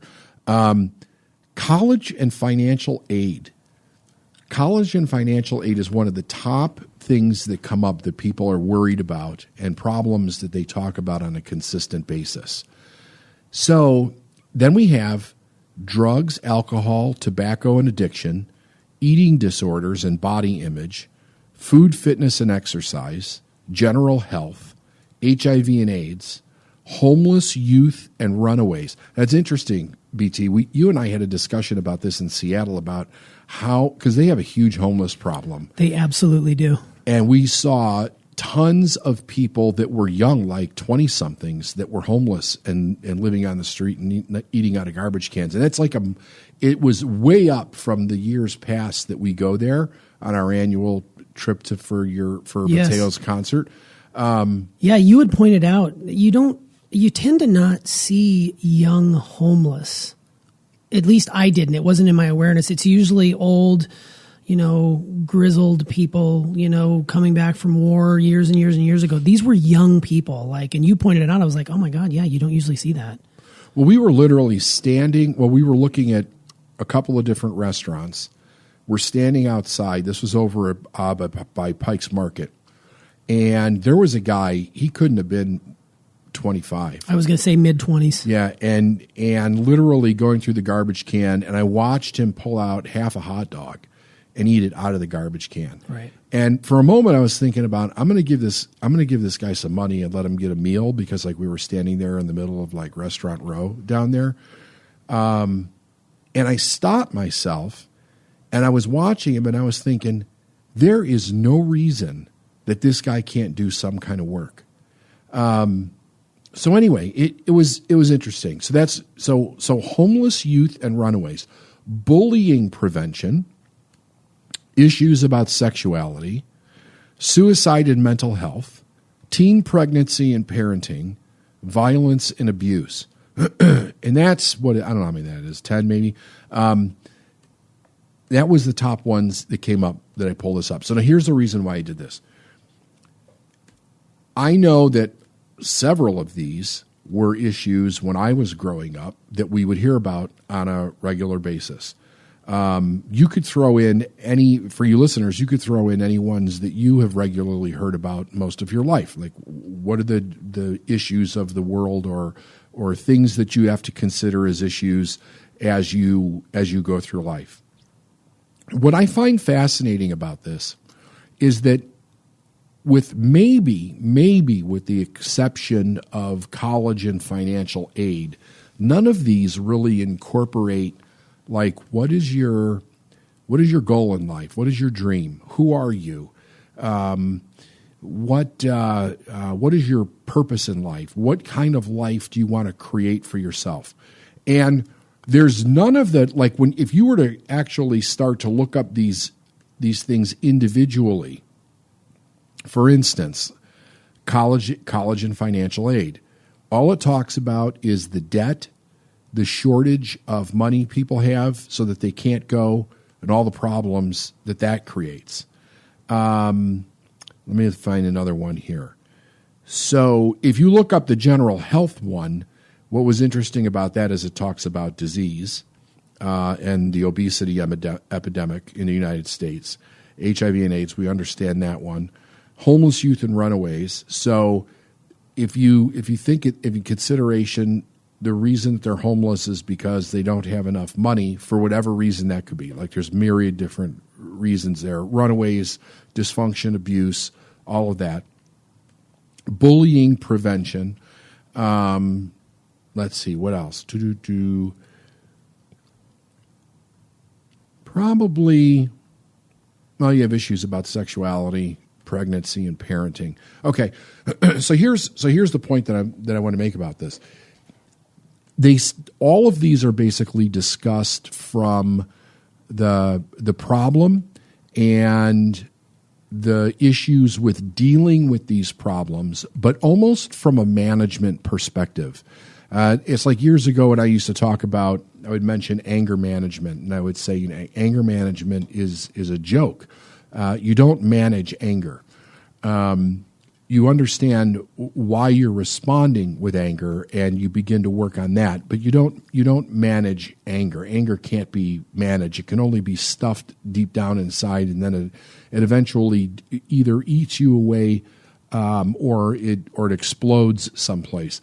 Basically all of these on here, none of them are really talking about the direction that they're going, and they're not talking about the polar opposite of the solution that exists for every single person. So let me just run through the polar opposites of this. So college and financial aid, the polar opposite of that, from when I'm talking about the polar opposite of it being a problem, would be that there's enough money for anybody to go. Alcohol, drugs, tobacco, and addiction, that's about self-awareness. Eating disorders and body image, again, self-awareness. Food, fitness, and exercise, self-awareness. General health, self-awareness. HIV and AIDS, self-awareness. Homeless youth and runaways, self-awareness and boundary setting, I would throw in there. Bullying prevention, boundary setting, self-awareness. Issues about sexuality, guilt and shame. Suicide and mental health, guilt, shame, dysfunction, self-awareness. Teen pregnancy and parenting, self-awareness. And life management skills, violence and abuse, self-awareness, dysfunction, boundaries, addiction. It goes on and on. The idea, though, is that if we look at these things, if we're constantly focused on these things being an issue, the biggest concern that I have is that mostly we come from a place where we only learn how to manage our way through these problems. And I was thinking that it's really fascinating because it almost presets in our mind different obstacles or problems that don't have real truth solutions to them that cause us to stop as we begin to move through the, kind of like the hierarchy of our life, so to speak. I remember in my own life when I started to, so I quit high school and then I did a stint in the Army, came back from that, got married, started having children. And I'm running into problems, work problems, financial problems, want to go to school, couldn't afford it, couldn't get a loan, didn't have the time, all of these types of things. Those issues had absolute places to stop in my mind.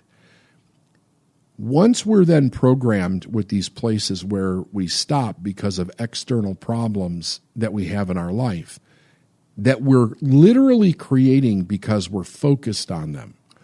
I think it's very, very interesting that as people go through their life, they will manifest problems that they were taught are problems by people who have either imagined them or experienced them, and they're kind of set in our subconscious mind as an expectation that they're going to show up at some point. So in some way, we need to be prepared to deal with those problems when they actually show up. So what do? We go through this system of learning to be able to manage our life. That's really all it does. And then you're taking children, you're indoctrinating them in this process for a period of 20 years or so, give or take.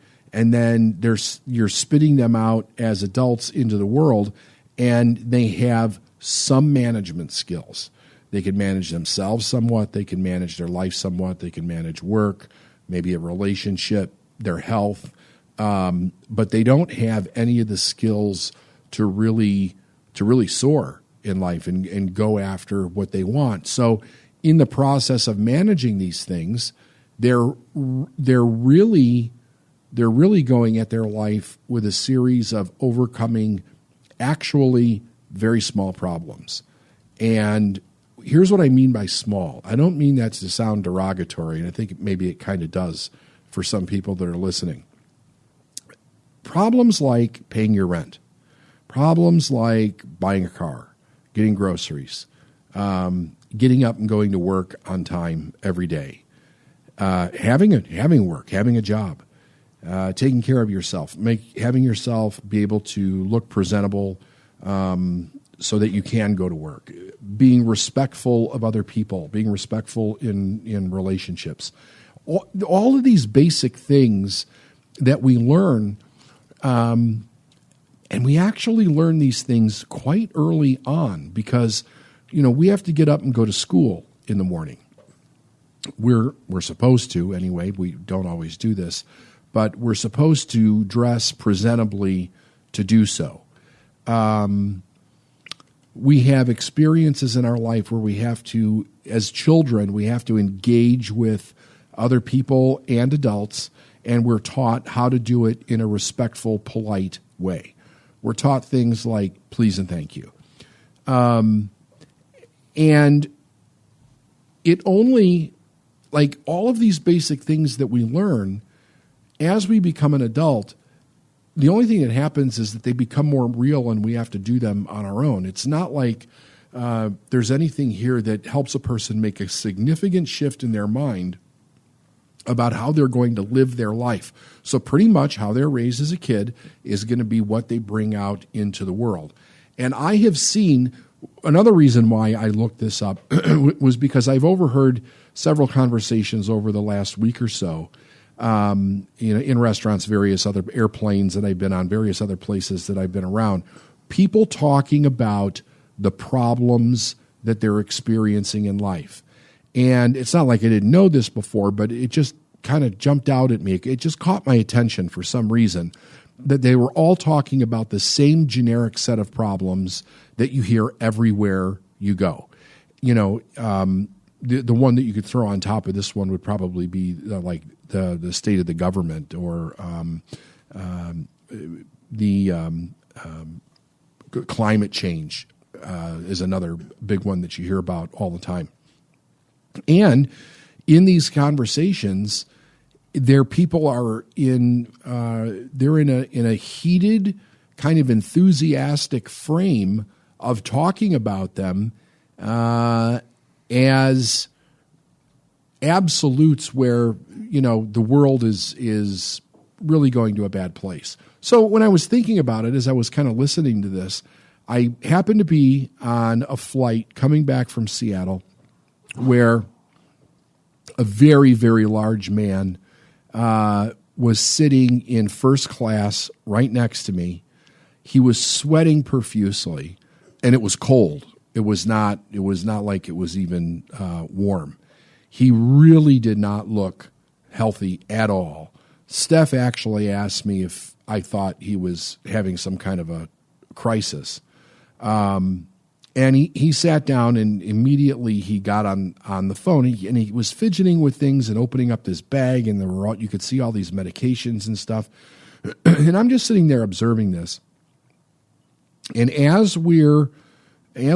just before we were taking off, we're taxiing, he's on this phone, and he's very crankily talking to somebody about how bad his life is, this accident that he was in, and it's what caused him to be in the shape that he's in, and that his friend had got him this first-class ticket to go back to, I think it was Mississippi. So anyway, he gets off the phone. We take the flight. I'm doing what I'm doing. He's doing what he's doing. And then we land. And when we land, before we even touch down, his phone was ringing. And he gets on the phone, and he's talking to this person, and he's complaining about how bad his friend is, that he did not get him a direct flight to his end destination, that he had to switch planes, and that he doesn't have the money to do it himself, and his friend only thinks about himself. And I'm thinking to myself, dude, you're sitting in first class. Like, the guy bought you a bulkhead seat in first class, or whoever your friend is, and you're complaining about that when the person was obviously trying to help you with something, and you're talking about how terrible of a person this is because he didn't get you a direct flight. You actually have to change planes. So I'm observing this and listening to all the different things that they're talking about, and it just kind of dawned on me, and I thought it would just be, an interesting topic, that we have all of these different things in life that seem to be so important from a problem perspective, and they're all very common beliefs. Like any one of the things that I talked about on here are issues that we could probably start with any stranger that we meet anywhere, and we could pick up a conversation and we would all know something about it because the problems are so general.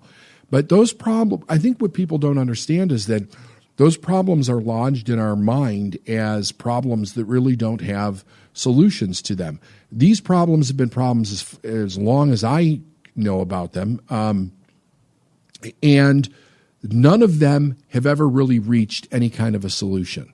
So I think that every several generations or so, there's a subset of issues that the world is dealing with or that society is dealing with that are common problems, and they don't really get resolved. What ends up happening is, in some weird way or another, they become obsolete, and we end up focusing on some different kind of a problem at some point in history or whatever. But it's so fascinating that they become such a target for our attention, and that so much of our time and attention has been taken up by these, and that so much of our life has been taught to manage our way through this. Now, here's what my thought is on this.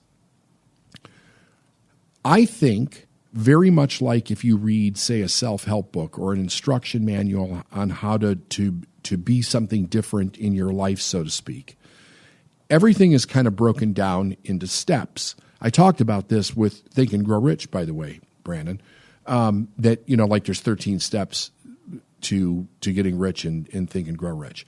And the way most people look at these things is, let me take one at a time and start practicing this. So like, basic ones, getting up early in the morning, setting a goal for yourself, having some self-discipline. Pick one thing you can improve about your health, like all different things. How could you marginally increase your income this year? Or how could you be more satisfied with the money that you're making and learn how to spend less?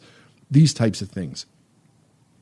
All they do is help us manage more of an issue that has a limitation, a built-in limitation that's already attached to it in our mind. Nowhere do we really see people coming from the place of saying, hey, hold on a second here. Hold on a minute. We are, individually and collectively, we are greater than all of these problems. And the reason that we're not solving these problems is because we're trying to fix them from the bottom up instead of the top down. And when we try to fix them from the bottom up, then we get into the place of the problem is stopping me. We only have so much experience. We're taught that this is a huge problem. We start to go through our life. We run into one of these problems. And it's based on where we are, the reality that we're experiencing, the problem seems completely insurmountable for that individual. And I've experienced that over and over again in my childhood. I watched my parents experience it, and I experienced it as a young adult. It did not change until I changed the way that I was not viewing the problem, but actually viewing my life, viewing myself. Meaning that if you, and I'm not saying this in an egotistical way either, but people have to realize how great they really are. And not from a boastful or an egotistical place, but from an all-powerful place. Like we're created from the ultimate power in the universe. And that power has the ability to eradicate every friggin' problem that shows up through the use of our consciousness, through the use of our intelligence. And if we start to view ourselves from that perspective, then none of these things on this list that I read as common problems have any power to stop us at all. That means that we can become very, very acute at understanding where do we stop, because we're stopping. That means that if we say, where do I stop? I'm accepting responsibility from the idea of where I'm stopping. I'm not putting it on something that's insurmountable about the problem. And now I can change my perception around this idea. So here's what this means. Here I find myself with whatever issue in my life, and anybody can do this. Pick some issue that you're having a problem with in your life. Ask yourself, where am I stopping? Like, what is it about the issue that is being presented to me? What am I seeing in my perception where I'm saying I can't do this, or I can't go forward, or it won't work? Where am I stopping?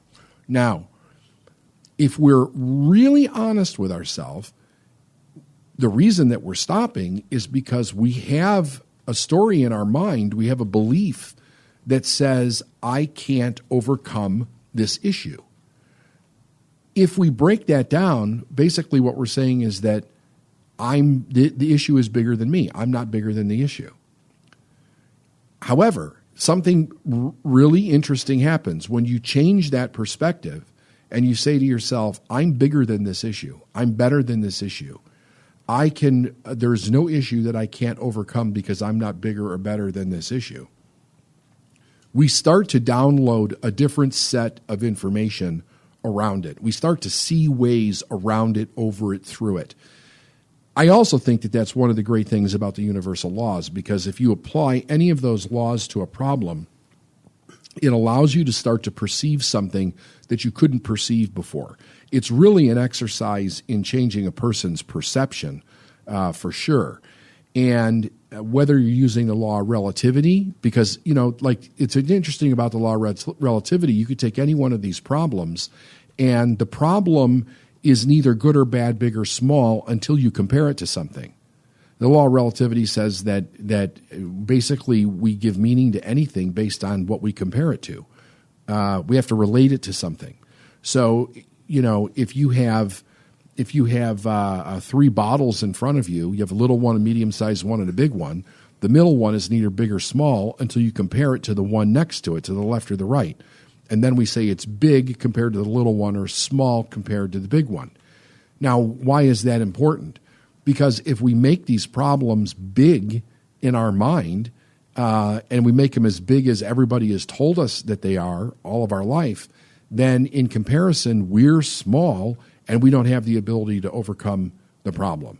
So then we start imagining or making things up as to what we would need to overcome it, and none of it's actually really based in truth. It's just based in some idea from the position that we're taking in comparison to the problem. So I think the message for this episode is that it is right, it is proper, it is most effective for you to see yourself bigger than the problem. Now, when I say that, you also have to be honest with yourself to say, where am I currently in relation to this problem, so that you can understand the belief that's causing you to stop and actually not break through. But then you say, I'm bigger than the problem, and you focus your mind on that idea. As you focus your mind on that idea, your perception will allow you to see something bigger in yourself that has the ability to overcome the problem. Because anything that we experience in our life where you could say, if you believe in the law of attraction, you could say, well, you attracted it. You could say you manifested it. You at least experienced it. I think that would be fair to say to cover everybody that's listening. You experienced it. If you're experiencing something, there's a reason you're experiencing it. And you have by the law of polarity, you have either the choice of playing small against that problem and not becoming paralyzed and not doing anything, or seeing yourself bigger than the problem and then becoming aware of the information that you need to overcome it in your life.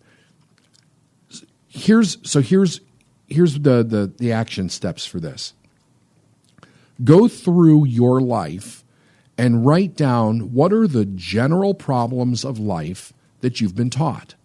And ask yourself, where are you in your own self-esteem in relation to those issues? And if some of them are global issues like climate change, that is totally fine, right?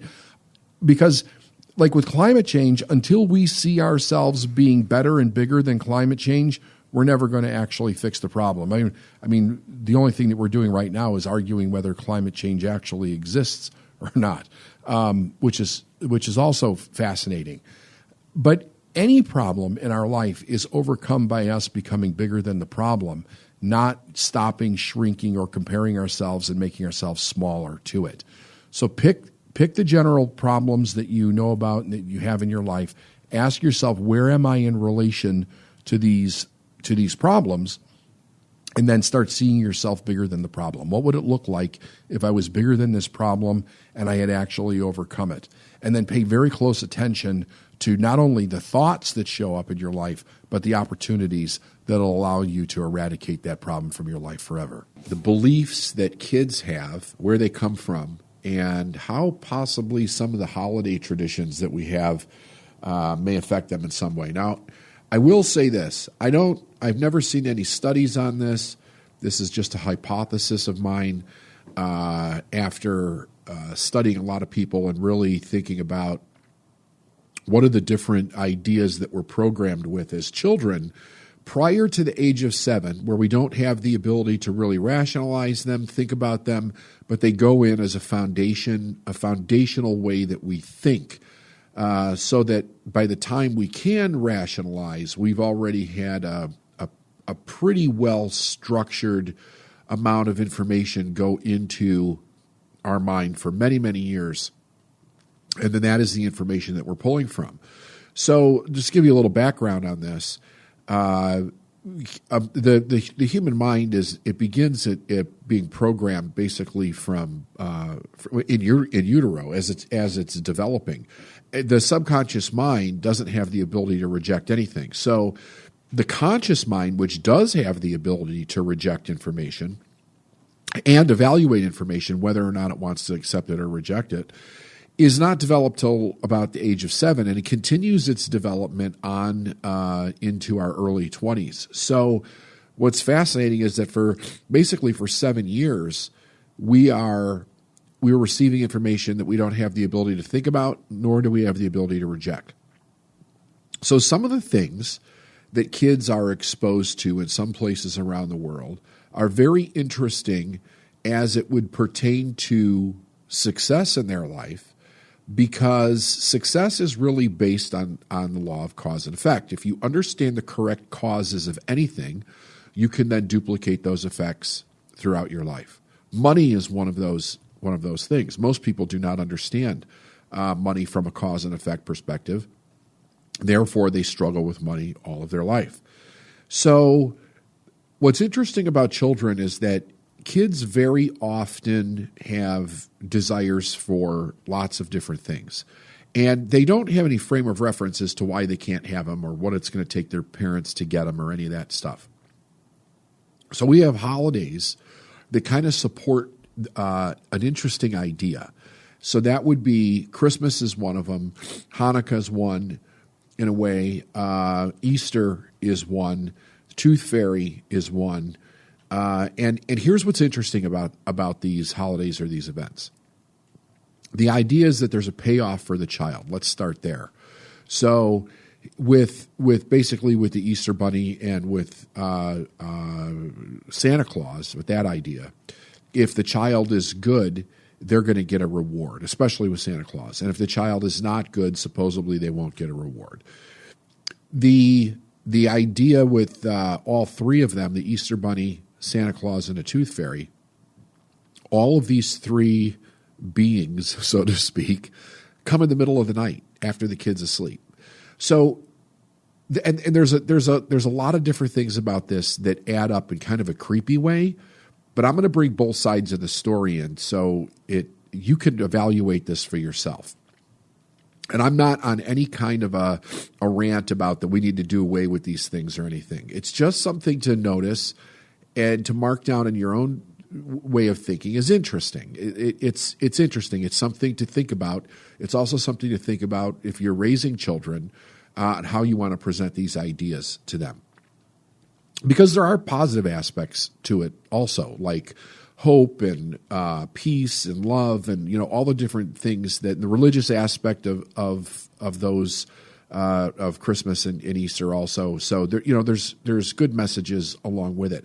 But my concern is this, that the formation of the story, basically, let's just take Christmas. You have Santa Claus. Santa Claus can see everything that you're doing all year long. So that's a very interesting thing to be telling a child. Every single thing that they're doing, Santa Claus can see. He's keeping a list as to whether you're naughty or nice, supposedly. And he comes in the middle of the night. We don't know what he's going to do. He's a very unhealthy, overweight man that comes down a chimney. Although when they created Santa Claus as being overweight was considered jolly, I guess, at the time. It was kind of a fashion thing. It meant wealth at one period of time in history. And he comes at night, and he either brings you toys or he brings you coal, or you get something or you get nothing, that type of thing. But here's the part, like all of that alone is creepy enough, but here's the idea. The idea is that you're magically rewarded for being good, and you're magically punished for not being good. So there is a little semblance of cause and effect in there, but it is still the decision of someone else as to whether you get rewarded or not. So it's not a direct connection of cause and effect. Like here, if you do these specific things, you automatically get these other things in return. It has to come through the approval of this authority figure as Santa Claus. The Easter Bunny has a lot of religious connotations around it. The Easter Bunny comes at night, brings a basket, hides eggs. If you're thinking about it from an adult perspective, again, this is a creepy thing. Stranger in your house, middle of the night, hiding eggs, hiding a basket. Kids are asleep. Nobody knows he's there. So it's an interesting twist on a message that we're giving a child. The Tooth Fairy is even a little more interesting because with the Tooth Fairy, the idea is that we have to give up something of ourselves to get money. So we get rewarded for our teeth falling out, which is fascinating. So I remember when I was a kid, and I've literally asked thousands of people the same thing, and they've all told me the same thing, that when their teeth would get loose when they were a kid, they couldn't wait to get them out so that they could get their quarter or nickel or dollar or whatever it was that supposedly the Easter Bunny was going to give them. And here's the thing with the Easter Bunny. The Easter Bunny leaves it under your pillow while you're sleeping, right? So again, creepy AF if you ask me. But now you have these three stories that you're planning in a child's mind, and they all have this connotation of cause and effect, but from a magical and authoritative perspective. what is the danger around that? So I think that the danger that we have is based on the idea of how excited kids get around these three things: getting money for losing their teeth, Easter, the Easter egg hunt, the getting of the basket, and definitely around Christmas. So why is that dangerous? Well, here's the reason why. If you understand how the subconscious mind is programmed, you understand this. It's programmed through constant spaced repetition. So when it hears or experiences things over a consistent period of time, and there's the repetition of that. So that's one.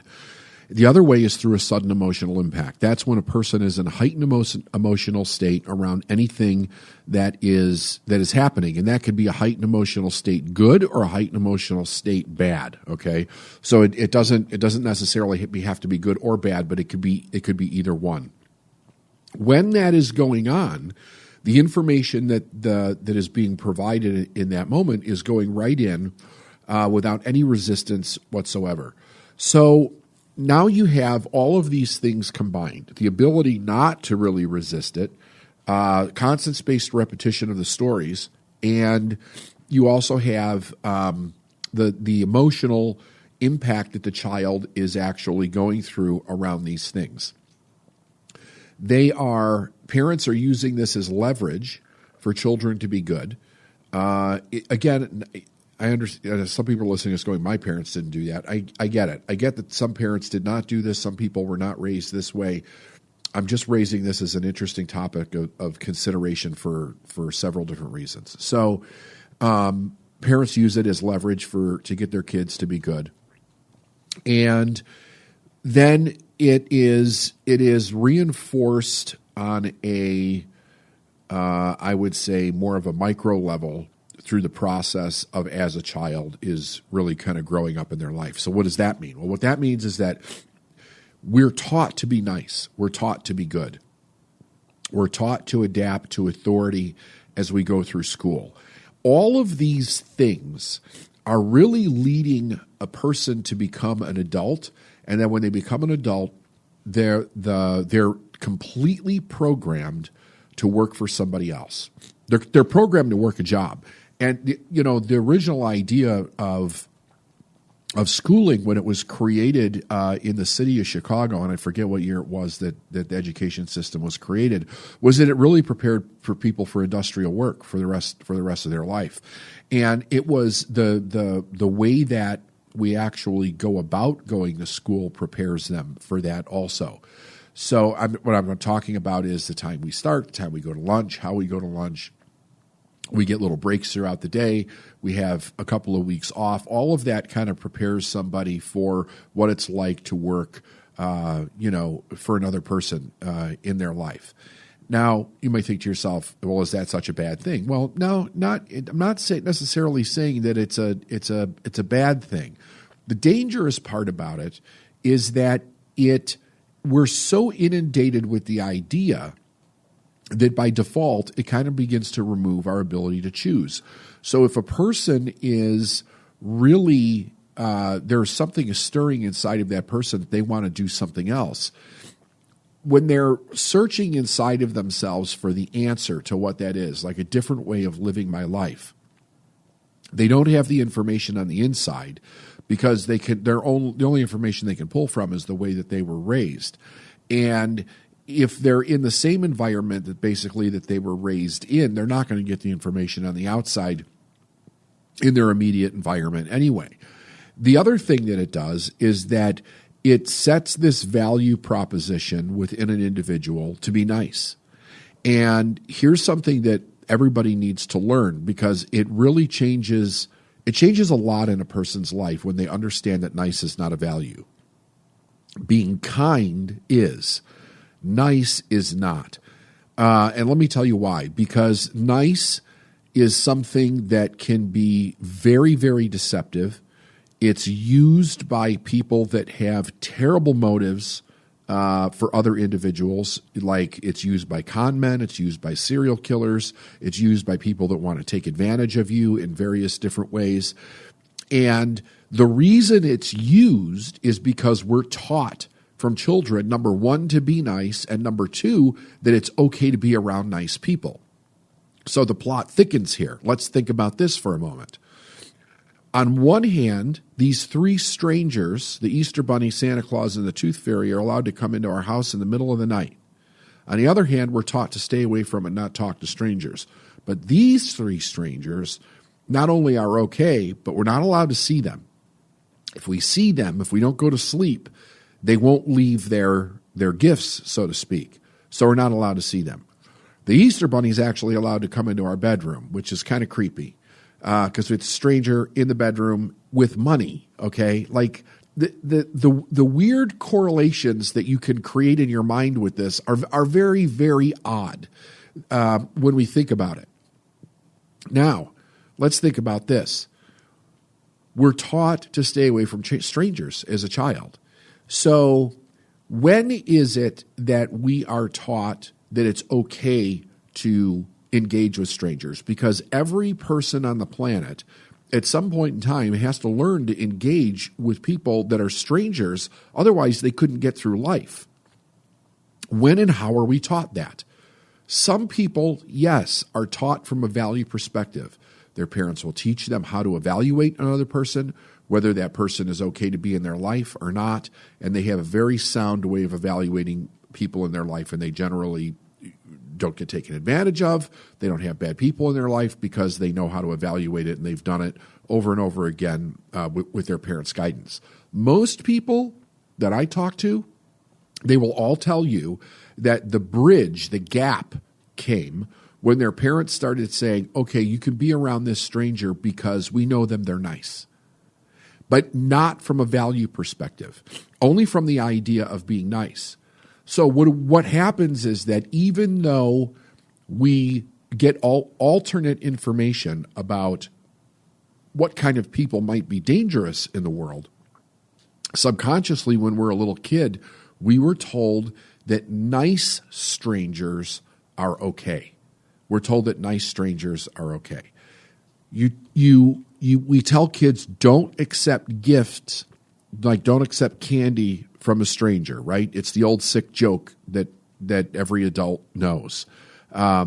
Yet it's okay to do it from the Easter Bunny, it's okay to do it from Santa Claus, and it's okay to do it from the Tooth Fairy.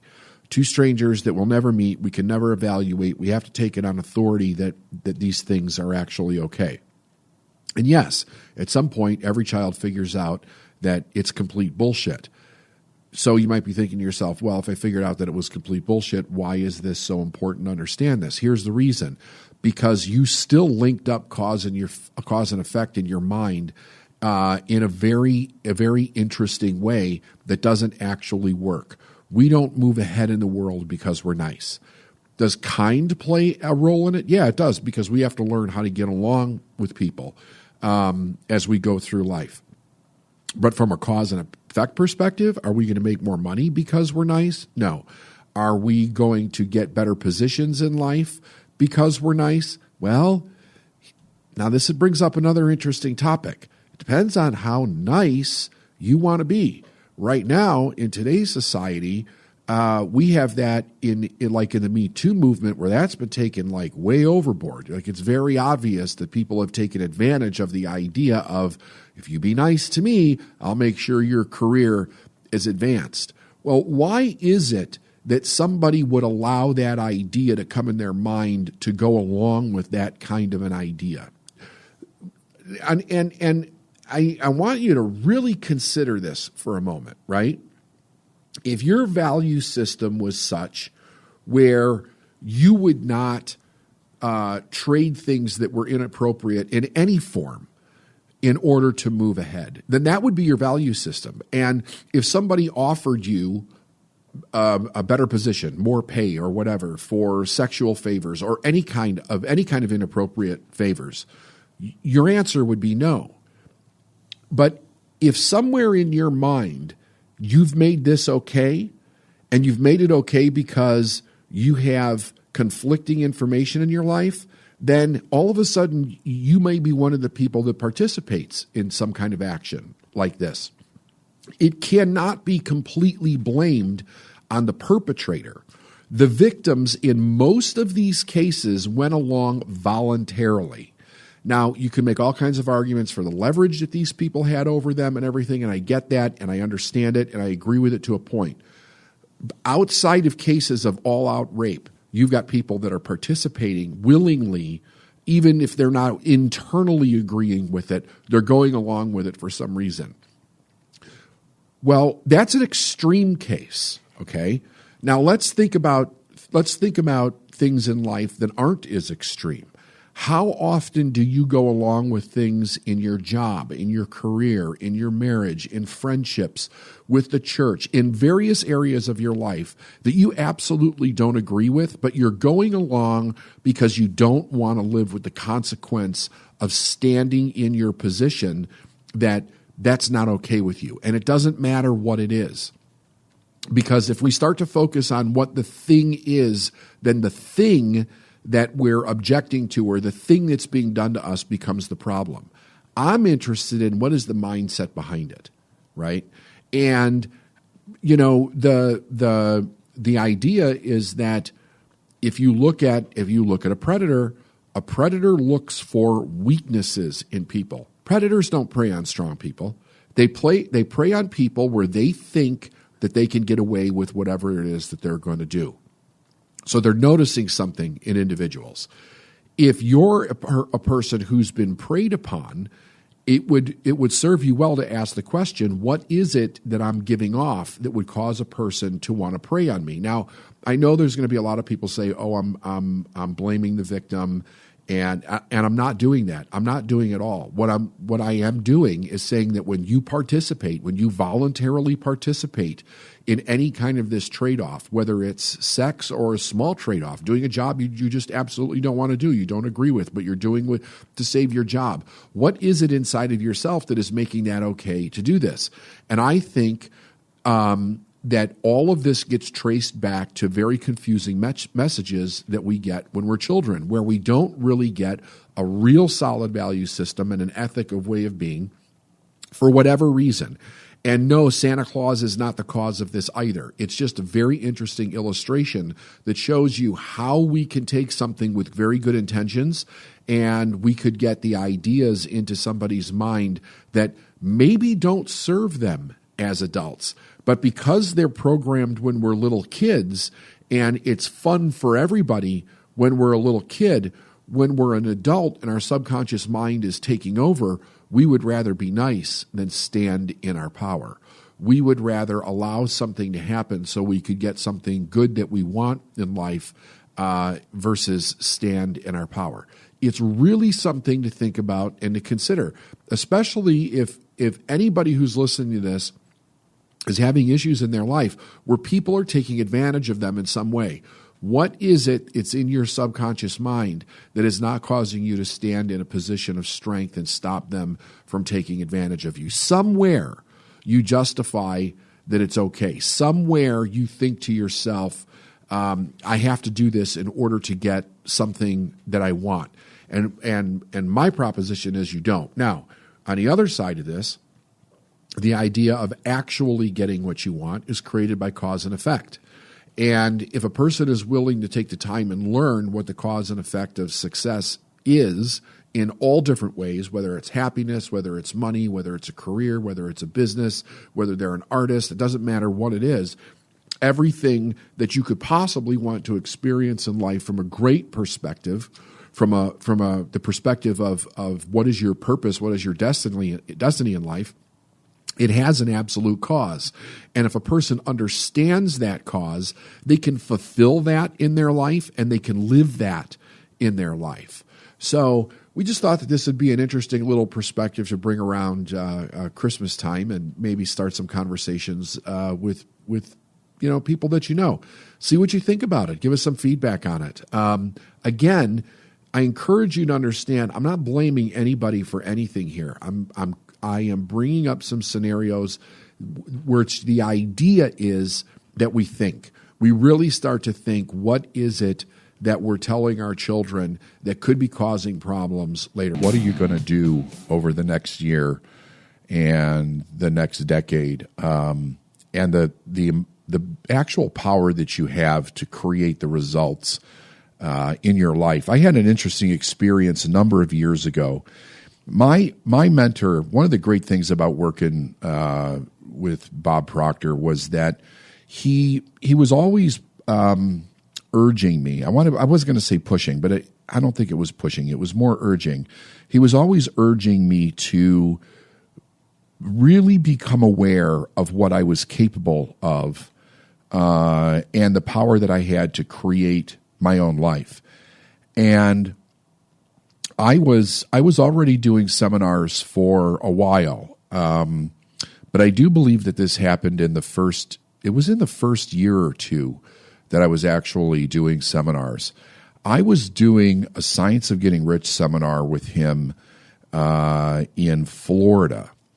And I remember that, this was like back in the days where I don't even know if, I guess I would have had a flip phone or something at that time. I'm really trying to remember exactly when this was. I'm not sure. I may have the date wrong on this. I don't think that matters though. But here, let me just tell you what happened. He was working with me on really stepping into my own power, making things happen in my life and in my business. And towards the end of the event, he said to me, "Where are you going tomorrow?" And I said, "Going back to Chicago." And he was going to Pittsburgh.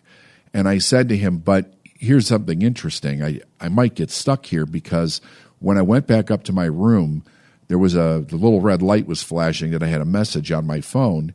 And when I called home, they were talking about a major snowstorm that was coming through the Midwest." I said, "So I might not get home." And he got very, very quiet. He looked me right in the eye, and he said, "When are you going to start practicing what you teach?" And I laughed a little bit, but I could also see he was deadly serious. Like there was no sarcasm in what he was saying to me at all. And I said, "Bob, it's weather. Like we can't control the weather." And he said, "We can't?" And I was like, "Really? This even works for weather? Like where you're directing your attention?" He said, you have a lot to learn." And I thought, okay, this is interesting.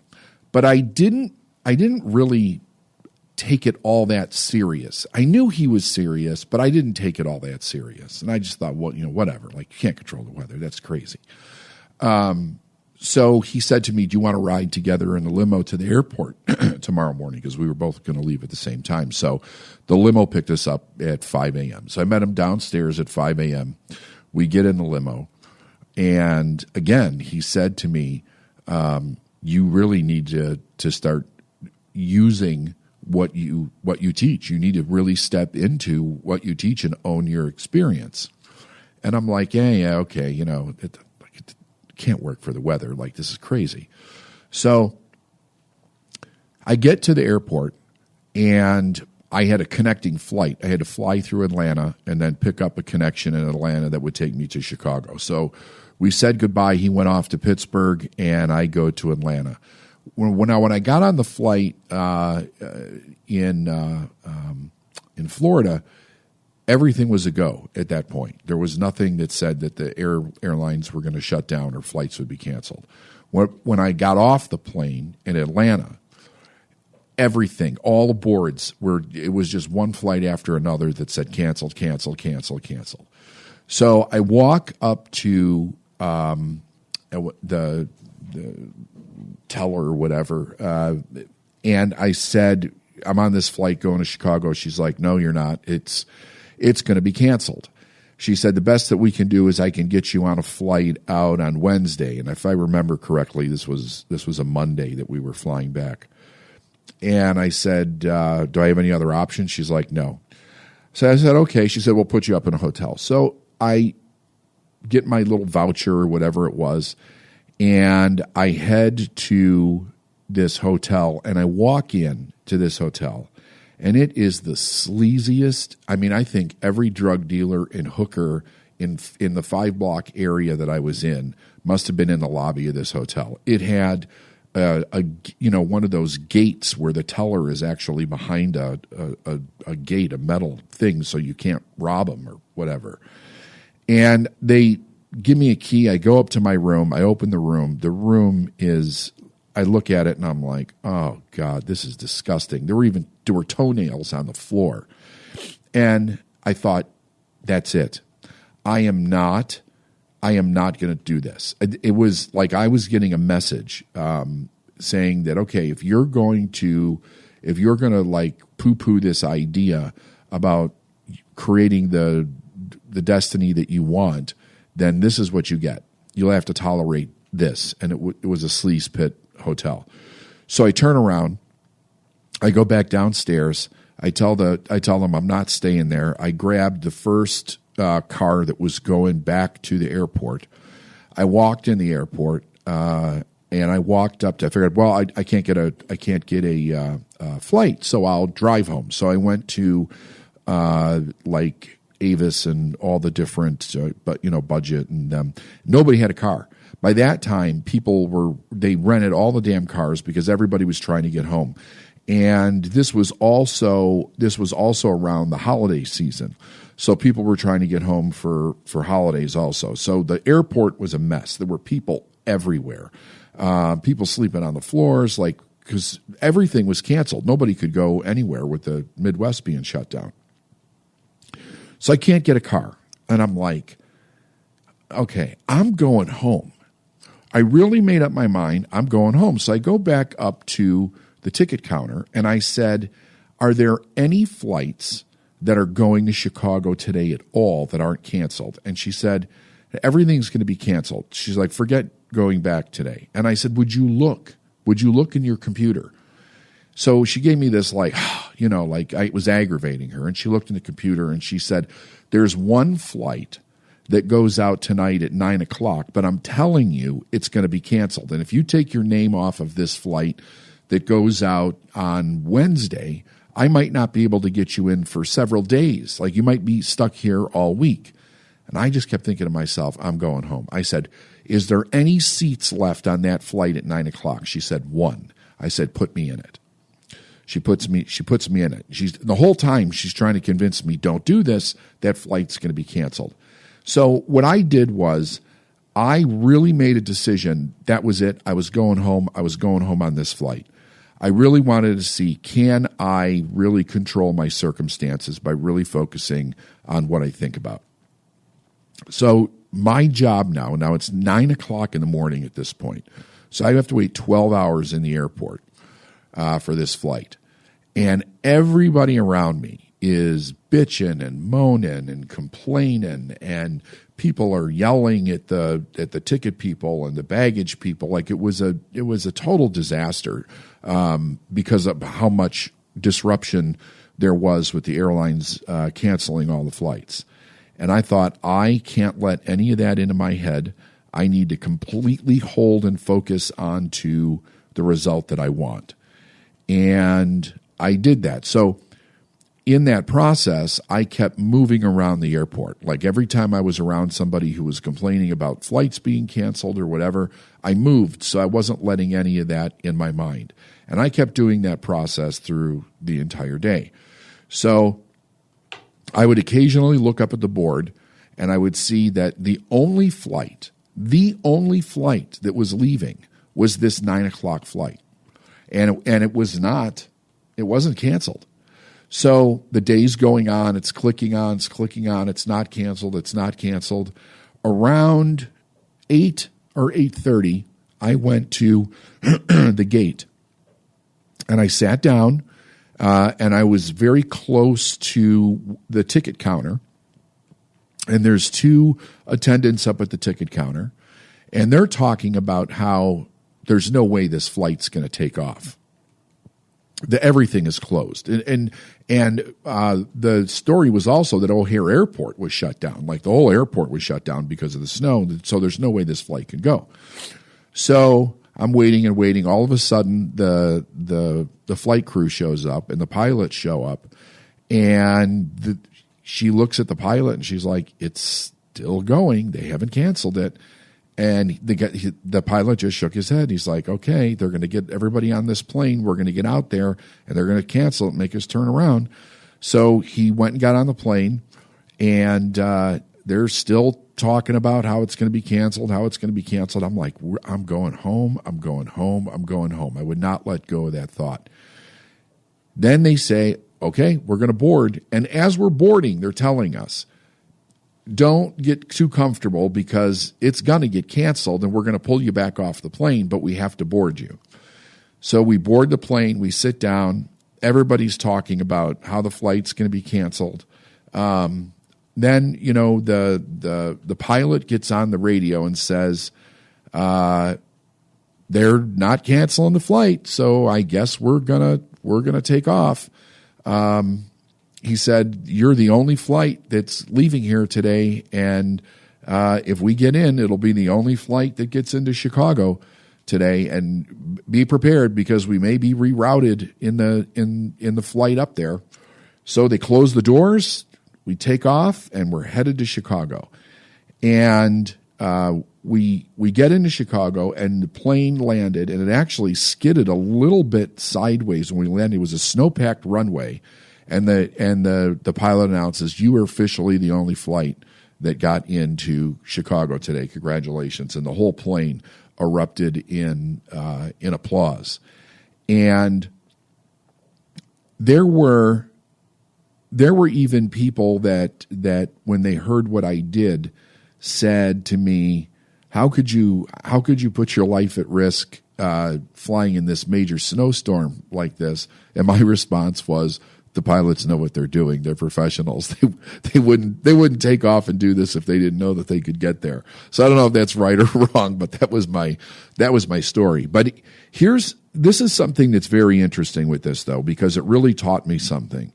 It taught me that we have much more control over our destiny with everything than we think about. Would that happen every time? I don't know. I'm not going to say that it would. I'm not going to say that it wouldn't. But I think that what we experience in life, as far as challenges go, are actually given to us, given to us, I guess, in a way that causes us to learn what our capabilities are. We have challenges, we have obstacles, we have things that go wrong, and we have a choice to look at those things and say, you know what? Every reason why I can't do something is verified in the reality of whatever this obstacle is. We can accept that excuse and not do anything. Totally stop. Or we could say, you know what? Here's the obstacle. I'm holding the image in my mind of where it is that I want to go, the result that I want to create for myself, regardless of this obstacle, and not stop.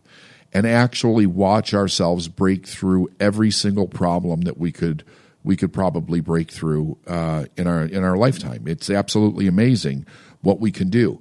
And I'm really glad that I had that experience, because I think that especially for the first several years that I was really applying this and working on controlling my own thinking to the desired result that I wanted in life, for the first several years that I was doing that, every obstacle that I broke through gave me enough belief, enough confidence, enough courage, enough direction, enough visual direction to break through the next one when it would show up. And they would increasingly get bigger.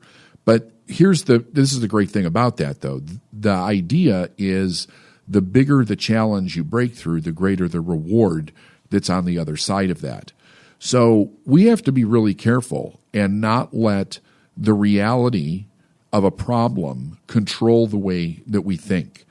I remember Wallace Wattles talked about it a little bit in The Science of Getting Rich when he said that teaching ourselves how to think the way that we want to think in order to have the success that we desire in life is the hardest work in the world. And the universe wants us to have that success more than we do. So I remember when I first read that, and I thought, that's really very interesting. What makes it the hardest work in the world? Well, what makes it the hardest work in the world is that when you're growing, the reality that you're experiencing is consistently suggesting to you that you can't for some reason. And we have to overcome that. So in order to do that, first, we have to understand the truth versus the reality that we're experiencing. If we don't understand the truth, the obstacles literally become so real that we talk ourselves into the idea that we can't actually do it, that it's impossible, or there's no way around this problem. And a lot of the obstacles have to do with money, especially when you're talking about business success or financial success. It has to do with people saying yes versus people saying no. It has to do with creating the right circumstances, the right environment.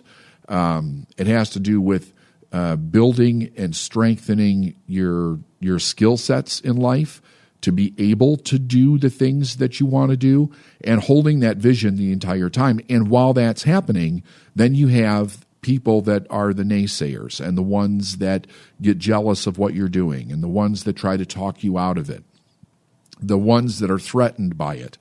And you have to break through that to literally retrain your mind to think the way that you want it to think, to create the results in your life that you want to create.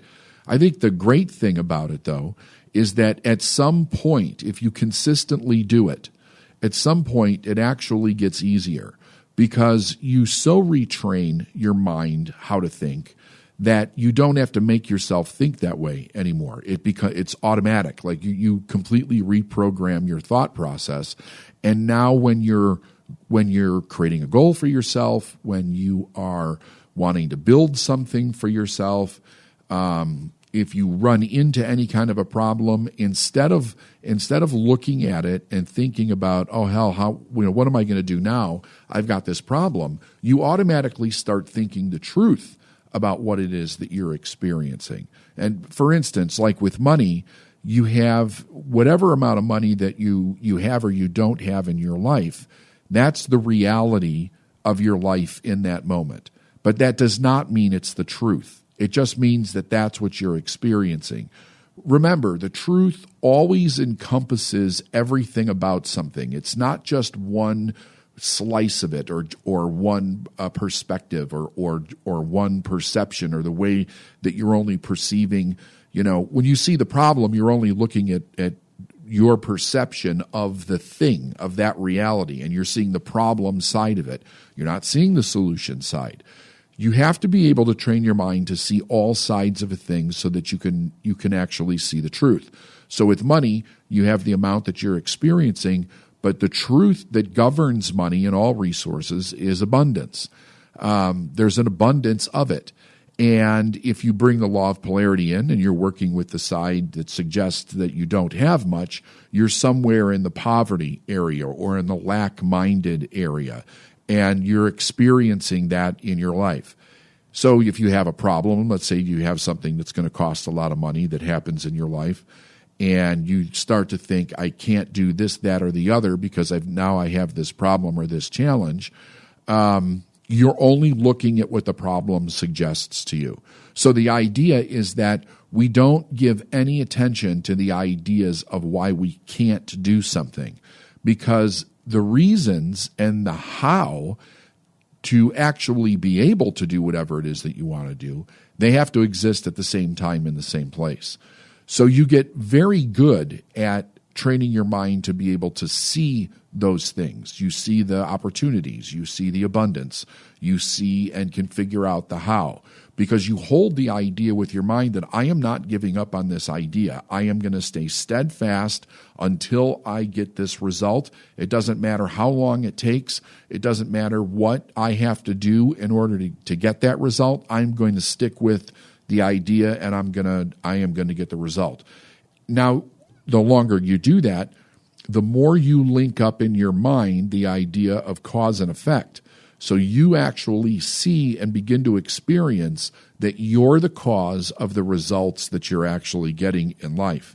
And the more and more that you do that, again, the more confidence you have in doing it, futuristically, and the knowing that there's nothing that can show up other than death that will stop you or take something away or keep you in a place where you can't do it. So I think that it would be really cool if everybody took some time to really think about before the first of the year. Take some time, sit down, and think to yourself, okay, I have this ability to create my life however I want to create it. Look at what you have done and what you have not done up to this point in your life, and realize that we can use, January 1st, the new year, 2020, as a marker for really designing and creating whatever it is that we want to create. But you have to be clear on what it is. So spend some time really thinking about it. Now, the other thing about this that I think is very important is that I always feel that a person should think about this from the perspective of this is your life, and you only get one shot at this. You don't want to go through your life and get to the place where it's too late to change something, and then you end up living in regret. You want to really look at the way your life is, what you have done, what you haven't done. Be willing to walk away from your past. You let your past go.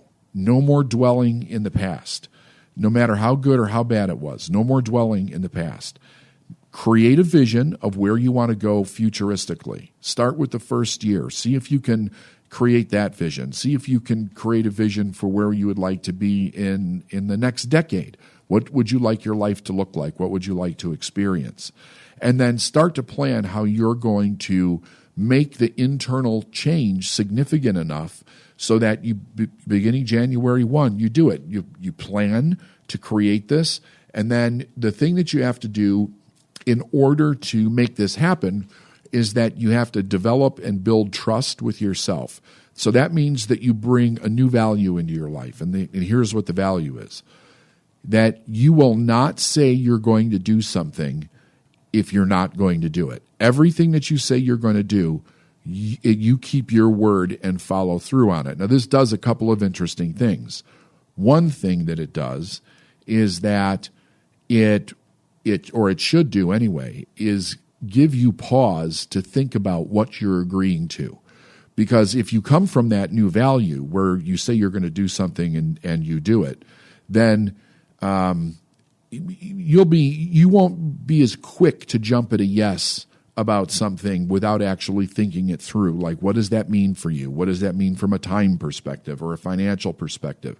So you really think things through about what you want. You're taking things much more seriously in life. And then it rewires your brain so that you will develop a tremendous amount of confidence in yourself when you start being your word with everything and you stick to it. And you'll also find that there's a knowingness of power that comes over you after a short period of time, because you also see that by doing the things that you say you're going to do, you literally create the life that you want. And it really isn't that difficult. You have to create some new habits. You have to let go of the past. You have to build a vision for where you want to go. And then you just repeatedly do it and you don't look back. No matter what it takes, you do what it is that you're going to say, what you're going to do.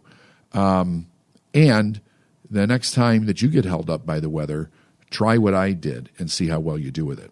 I had an experience a number of years ago, probably mid-90s. Went to family Christmas dinner, and on the way home from the dinner, I was having this conversation with my wife, and I looked at her and I said, is it just me, or did we not just participate in the exact conversation that we had exactly the year before during Christmas, and almost at the exact same time with the same people? And she said, no, it's not you. You're exactly correct.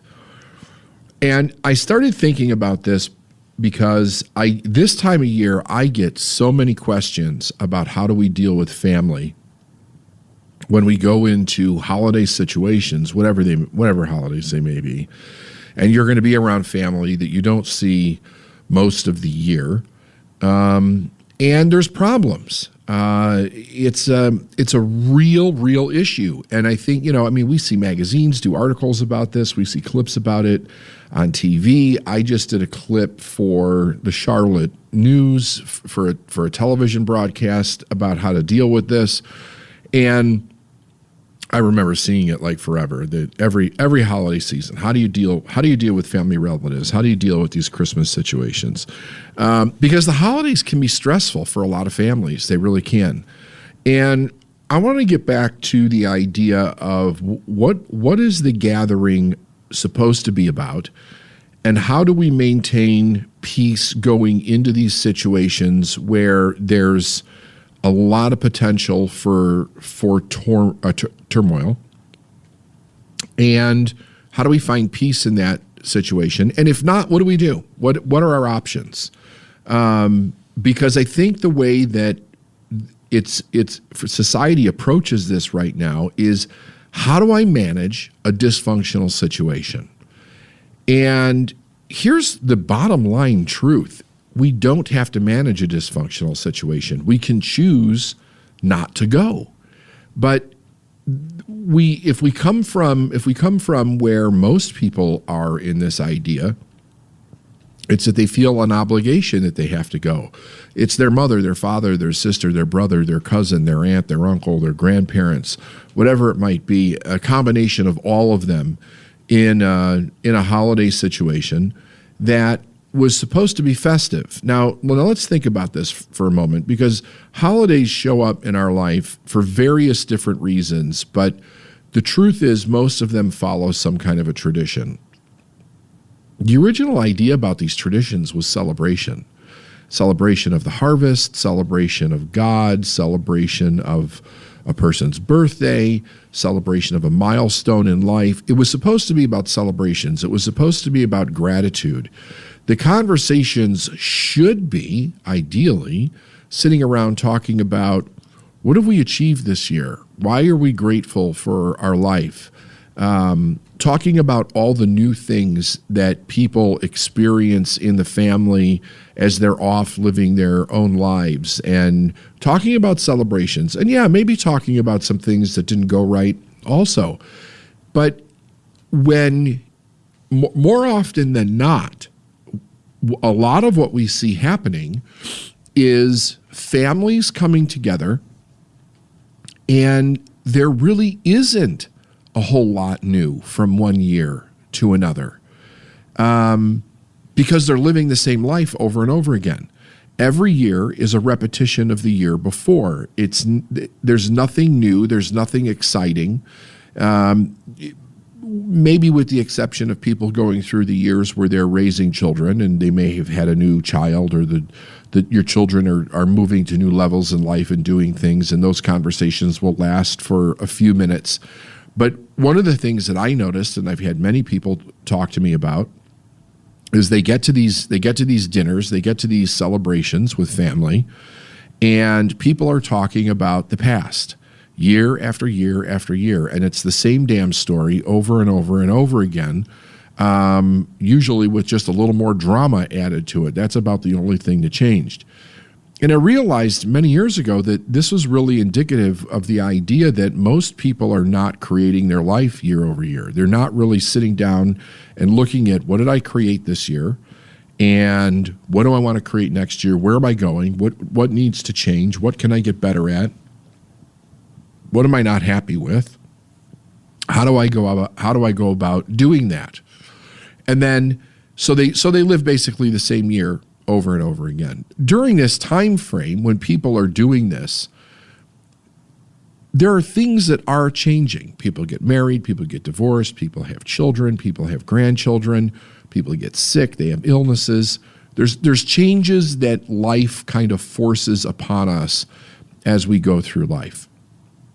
And very often, those changes, for whatever reason, will upset members of the family. The way that we behave, the way that we act, the way that we don't act, the acknowledgments that we make, the jealousies that we have, the slights that we hold on to forever. And we end up going to these festivities out of obligation with a tremendous amount of stress.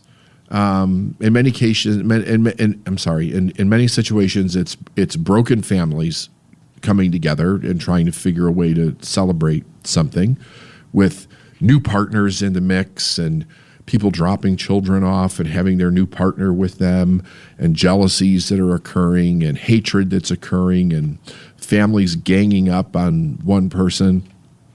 It's no wonder that people enter these situations with a great deal of stress.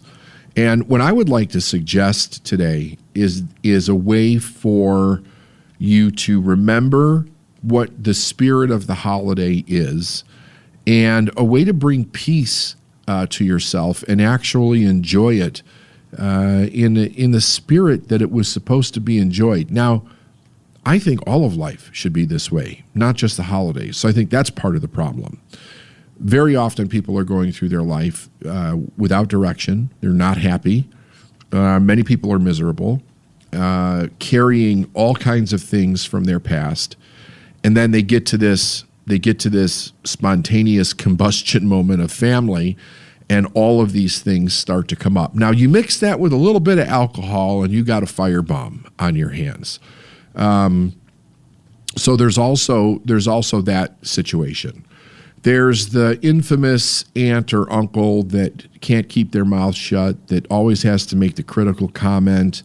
The person that gets drunk and they act like an idiot. It's like the old cliche of the one groomsman or something at a wedding that gets loaded and then starts hitting on all the bridesmaids, and he's married himself, like just makes a complete embarrassment of himself and ruins the festivities for everybody else. So with all these different things that can happen, it's no wonder that there's so much stress going into it. So first of all, I think that in order to not just move through life with peace, but enter into these situations in a way where we have peace, is that we really take a good look at our life first. It's because really all change is about responsibility. So bring it in for yourself and bring it in for your immediate family and sit down and talk about how do we consciously want to experience this season, this event, this holiday, this gathering, this get-together. How do we actually want to experience this? What do we want to get out of it? What do we want to put into it? How do we want to enjoy it? Then you sit down and actually plan that out. You think about it. You talk about it. You let everybody share ideas. Everybody's idea is considered. Everybody gets to contribute to the plan of how it's going to be enjoyed. And I think then you have to ask yourself, is there anybody that you're choosing to bring in from the outside, or are you choosing to go somewhere where there's somebody that is not coming from this spirit of harmony and peace and joy and celebration? Is there anybody going to be there that's not coming from that place? Their place is basically, I'm going to be a shit disturber. I am going to try to make everybody's life miserable because my life is miserable. I'm going to nitpick. I'm going to make fun of. I'm going to ridicule. I'm only going to talk about the negative. I'm going to talk about how terrible my life is and everything that's gone wrong. And then, that person's attempt is to actually bring everybody down. And then you have a choice to make. Do you want to be around this person? Here's the part that I think is completely irrelevant. When the idea pops into your mind and you say to yourself, but they're family. We have got an underlying allegiance to family that is becoming more and more twisted. And here's what I mean by this. I see people tolerate things in the name of family that they would never tolerate anywhere else in their life. If they had a friend, if they had an employee, if they had an employer, if, anybody in their life that behaved in these atrocious ways, if treated them atrociously, without respect, degrading, you wouldn't tolerate it. You would move away from that person. You would not allow that person in your life. But the interesting thing is that when it comes to family, there's something in our mind that switches that button off, and it seems to be okay. We find a way to justify it. Well, it's only a night. It's only a weekend. It's only a day. It's only Uncle Pete. We can figure a way to get around it. Don't talk to him as much. Talk to other people.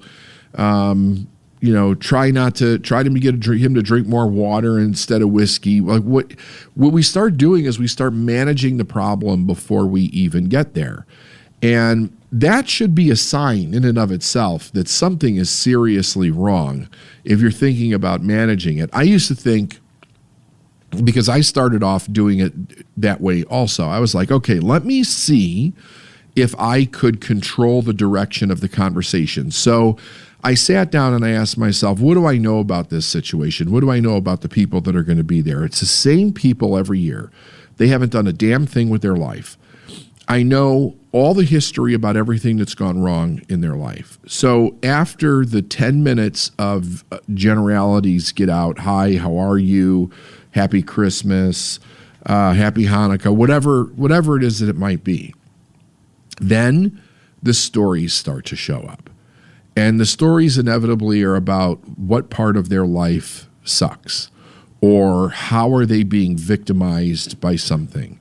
And it opens up a Pandora's box, because then one person jumps in and another person jumps in, and it starts to become, well, if you think that's bad, listen to what happened to me, and listen to what happened to this person, and listen to what happened to your aunt. And the whole conversation starts to go down this rabbit hole. It's emotional. It brings out, in many cases, it brings out intense emotion. It opens the door for bad things to be said, for hurtful things to be said. So I started thinking, all right, so I know who all these people are. How can I redirect conversation as it starts to go down one of these roads? So I started thinking about all the different stories that everybody tells. And the first time I tried this, and this is, Brandon, you'll get a kick out of this. The first time that I tried this, I started to come from the place of what was new in my life, right? And my life was getting exponentially better at that time. That was like somebody dropped a giant turd in the middle of the room, because the comments started coming, oh, good for you. I didn't realize you were such a big shot now. Must be nice to have money. And I was like, oh, shit. I opened up the wrong door, right? So I went back to the drawing board. New strategy, right? Learn from your mistakes, new strategy. So the new strategy was don't talk about myself. Find new things to talk about with other people. So like something simple, like, so Uncle John, what's new in your life? Like tell me something amazing that's happened to your life right now. And I would get a look, like somebody would look me in the eye and they'd be like, nothing. What the hell do you think? Like, I still work for, shit so-and-so, and I still have this physical problem, and I still can't pay this bill, and the government's screwing me on the taxes, and it wasn't working. And the more I would try to redirect conversations, it became an impossibility. And I found out at that point, like, I'm not having any fun with this, because number one, it's almost impossible to you got 15 people sitting around at a table for dinner or having drinks or whatever, and their real intention, even though it's unconscious, is to talk about how terrible everything is. Then it's like herding cats. It's not going to work. Over a period of time, and I will admit that this took me a few years, because I was When I first started learning and starting to be conscious about the direction of my life and how I wanted to create it, I was certain I could bring everybody with me. And it was a painful experience of learning this basic fact. Not everybody wants to have a happy life.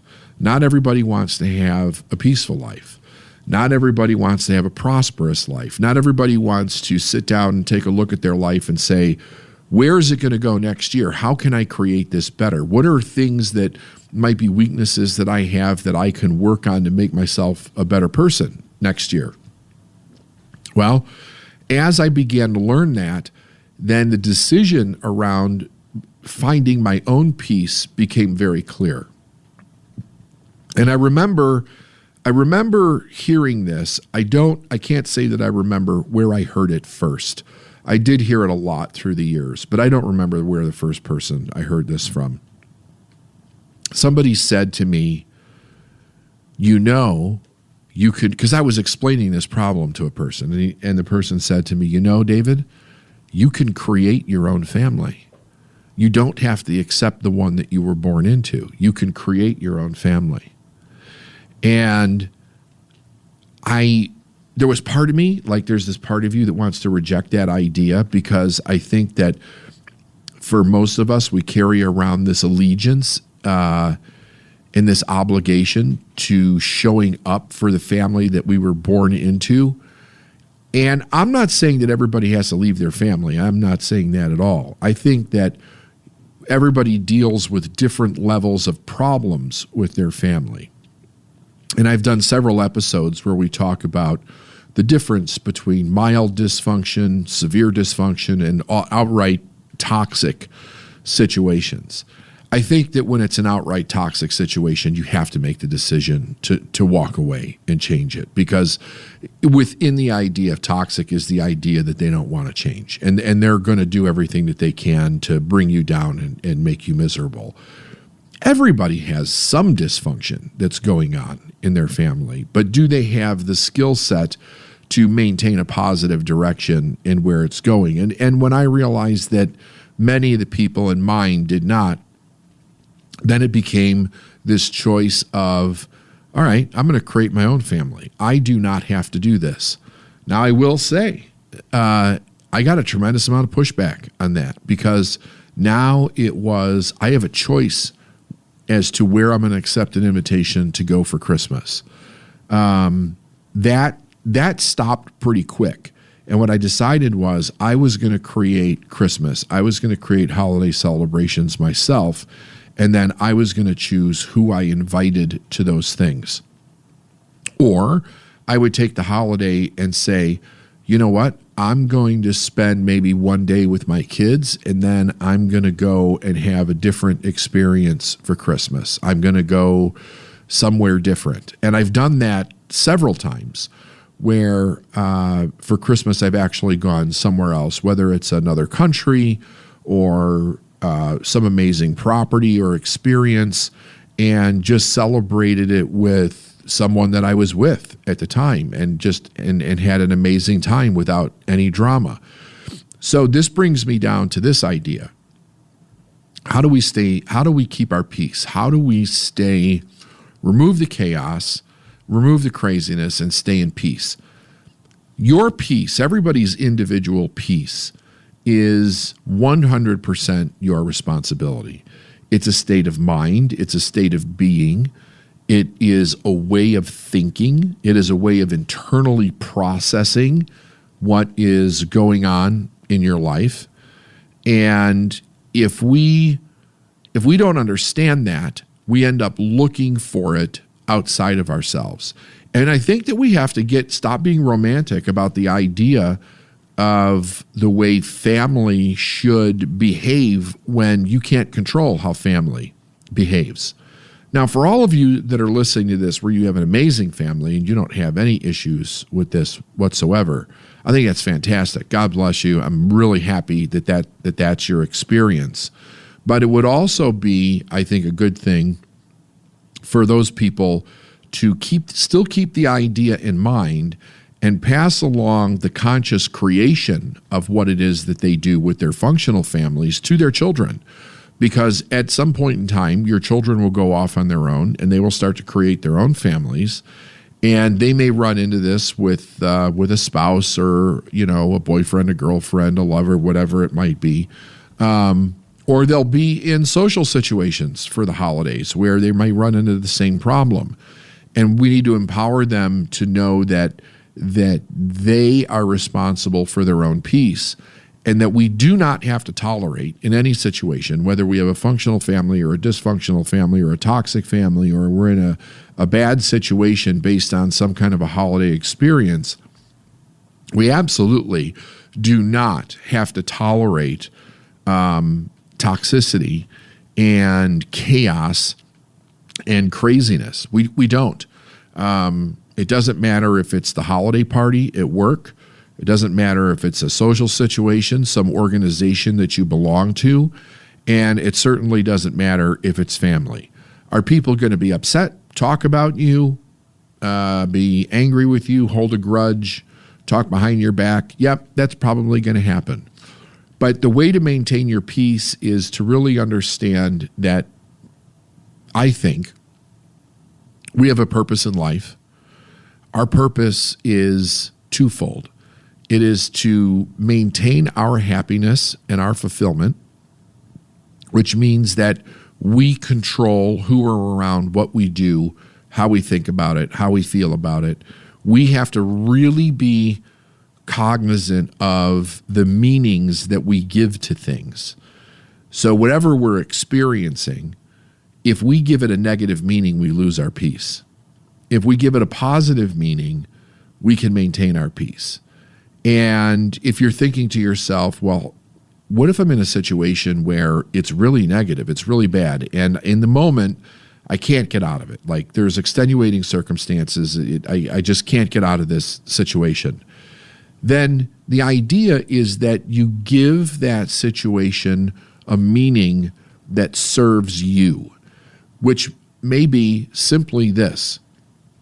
The people that are acting in a rude way, the people that are acting in a stupid or crazy way, the person that's being a drunk idiot, the person that's being mean or jealous or envious, the person that's trying to manipulate you. If you come from the consciousness of they don't understand what they're doing, because in truth, they really don't.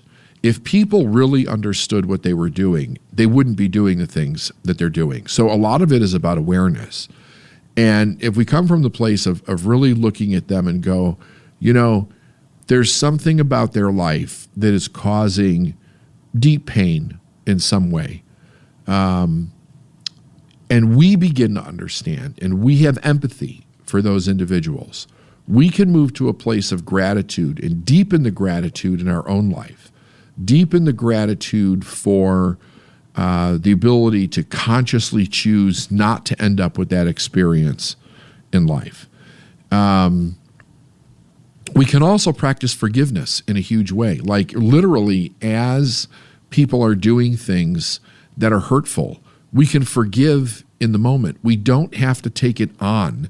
We don't have to take on their behavior, their comments, their attitudes.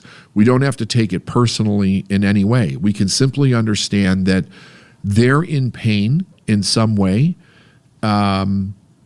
We may or may not understand what that is. We probably should stay away from the idea of whether we think they're entitled to that pain or not, because that's a crazy judgment that can go in a lot of different ways. And just look at the facts. Here's their behavior. Their behavior's not good. There's something in their life and their thought process that causes them to stay in this story. It's the only way that they know how to make a meaning out of life, where they feel some safety or sense of certainty. Forgive them for what it is that they do, and decide that next year you're going to make a better choice for yourself. But internally, say to yourself, I'm really grateful for this experience, because in this moment, when things are not going well, it's enlightening me to the idea that I can create the next one better. I can create it in a way where it absolutely does go well. And you can take charge of the situation. You can take charge of your life. And when you do that, you take charge of your own peace. you're able to stay in peace at that moment. I have found that in a really bad situation, if you can't leave, which I always think, look, everything comes down to a choice. Everybody has a choice. But let's just say you're in a situation, for whatever reason, you feel you can't leave. Walk away from whatever the confrontation is in the moment. Go into the bathroom. Go sit someplace where nobody is going to disturb you. And sit there and think to yourself, what am I grateful for in my life right now? What am I really grateful for in my life? Find something, focus on it, be grateful for it. And then ask yourself, what do I appreciate that's good about myself? And see if you could come up with 3 things that you're grateful for and 3 things that you appreciate. By the way, it's a great conversation at a table when you've got a lot of people at a table and you know that the best way to keep it productive is to control the conversation. Say, let's play a game. Let's go around the table and let's see if we can each name 3 things that were in the spirit of the holiday, right? Use that. That's a good way of bridging this. In the spirit of the holiday, let's take a few minutes and go around and everybody find 3 things that they're grateful for and 3 things that they appreciate about themselves. And you start it yourself, and this way you can lead it with something that's really positive, which then gives other people permission to tap into something, and you never know. You just might change a person's perspective on it. I've seen it happen more than once. So take responsibility. If you're going to be in the situation, consciously try to be a leader and direct it in a positive way. Refuse to argue with people in these situations. If they're belligerent, remove yourself from the scene. Practice your own gratitude and appreciations, and make a better choice next time. But do this. Never let somebody else steal your peace. And if they do, go back and reflect on what is it that you thought you needed from them that allowed you to open a door where they could disturb you that much. Because the only way that somebody can disturb you that much is if you actually think you need something from them and you open a door emotionally to them and then they abuse that opportunity. I sincerely hope everybody has an absolutely magnificent and magical holiday season. Addressing questions from the fans out there. And I get a question a lot. Steph gets a question a lot around the idea, is my subconscious all bad? And it's coming from this tremendous conflict that seems to arise out of our subconscious. And I wanted to address it in a way where hopefully I can give you a little bit of a tool to both understand what's actually happening when you seem to be getting some kind of duality with what's coming out of your subconscious mind, like polar opposites around the same idea. One part of you says, let's do this. Another part of you says, I'm afraid, or I can, or I won't, or I shouldn't, or I feel guilty about it, or I have shame around it, whatever it might be. And how that's kind of created, and what do we do to begin to take back control and use our subconscious mind actually as kind of integrating it into our decision-making and our behavior so that we come out on the side of winning. And it actually becomes easier. So it's not a battle, because it is one of the battles that I see a lot with people that are working really hard at trying to achieve some kind of success in any area of their life, where their mind is getting the better of them, and either them causing them to stop or self-sabotage or go backwards or get depressed or start to move into the mind of, is this worth it? I can't do it. I mean, the first thing is this. We have to understand this right off the bat. Your subconscious mind is insidious as hell, and it's functioning perfectly with every person, even if it's stopping you. We have to understand that the subconscious mind has basically 2 motives. One is to keep you alive. But when I say that, I mean keep you alive in the moment, not keep you alive like 10 years from now. It doesn't have the ability to think. It doesn't have the ability to reason. It doesn't understand time. It doesn't understand life and death as we experience it with other people. It works very much kind of like on absolutes. And the second thing that it's concerned with is procreation, consistently moving the human species forward. So in that sense, it is fight or flight. In other words, is my life in danger? Fight or flight, and keep me alive long enough to procreate, to keep that gene pool moving. So let's think about this for a second. With the fight or flight part of our subconscious mind, it doesn't know for sure what is a life-threatening situation and what isn't. And this is one of the things that's fascinating about this, because even things like rejection from someone, or having an idea turned down, or you go for a business loan or funding and you get nixed. They're like, you're out. We can't give it to you. Sales call rejection from somebody you're attracted to, whatever kind of rejection. We have patterns that are in our subconscious mind that are linked up to very specific emotions based on things that we were taught and experiences that we've had that give us an automatic emotional response to that. So if a person gets rejected, based on however their experience was in life around rejection up to that point, they could have anywhere from a small experience like, it didn't feel good, but I'm okay, to I'm totally devastated by it and I can't pick up the phone again and make another sales call.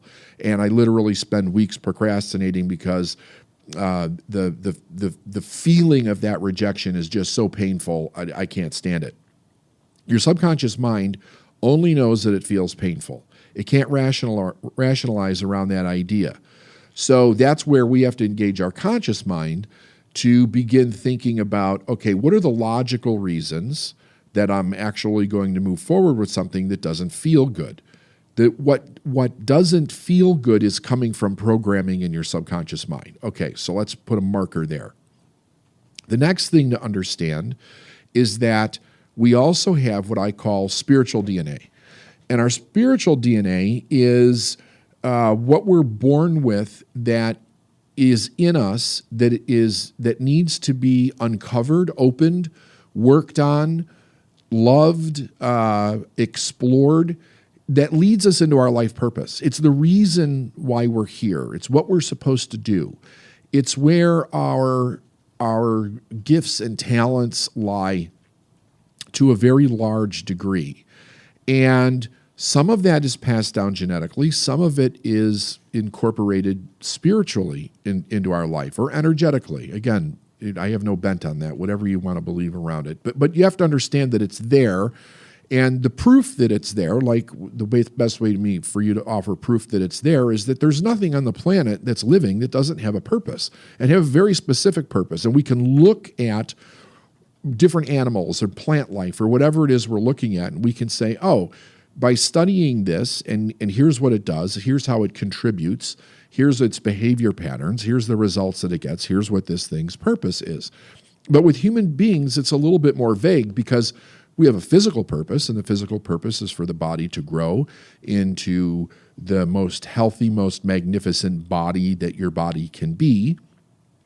And then it has your energetic or spiritual purpose, which is to then bring about what is it that we're going to contribute in our life. Because we have an intellect, and the intellect is what allows us to differentiate between the animal and mankind. The animal has a purpose, and it fulfills that purpose. It doesn't doubt that purpose. It doesn't question that purpose. Mankind, however, has a purpose to do something with its intellect, to bring something forth that would give us great satisfaction, great fulfillment in our life, and also benefit the lives of others. It's all that we also see that in the animal kingdom. Everything that an animal does or a plant does, it does it for itself, but it also does it for some other life also. It benefits some other life. Now, having said that, The problem that we run into is that unless you had very aware parents around this idea, they didn't raise you with the idea of let's do everything that we possibly can to help little Johnny or little Mary figure out what their specific, unique life purpose is, what they're really great at, what they love, and then give them all of the values that they need to incorporate in their life and the discipline to be able to carry that out and be productive with that throughout their lifetime. Most people are raised with the idea of what are the survival skills that I need to learn that will allow me to survive, take care of myself, take care of my family, procreate, create more family, and then remain relatively safe through the rest of our life. And we spend a lot of time teaching very basic educational skill sets to people.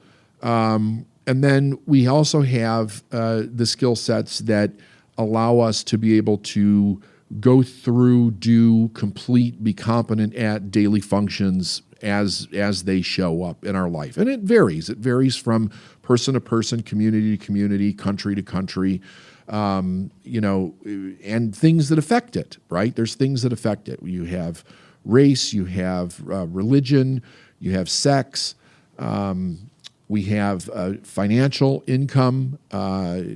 Environment plays an enormous role in how that part of our subconscious mind is shaped. But however it's shaped, know this, it cannot do anything but express whatever it is that it was shaped into your external world unless you consciously decide to change it. And this is where the problem begins. Because when a person consciously decides to change something, one of two very interesting things is happening. They're either experiencing a desire from within to be, do, or have something better in their life, more in their life.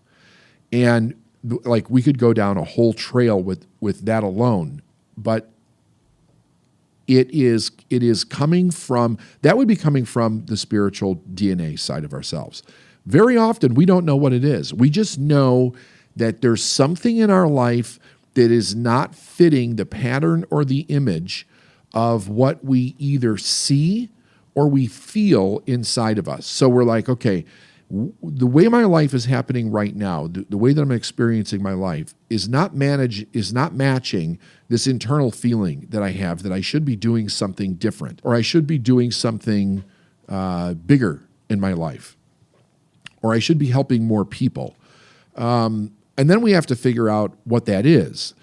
So it's either that, or what's happening is that we're experiencing dissatisfaction, and usually to some degree extreme, with the life that we're experiencing, and we know something's wrong with it. And the way that people communicate this to me very frequently is that they know that the people that they're around are not the right people for them to be around, but they don't know who they should be around. The work that they're doing, they know that it's not right, but they don't know what they should be doing. Maybe the way that they're treating themselves, their body, their family, they know that something about it is not right, but they don't know what they should be doing.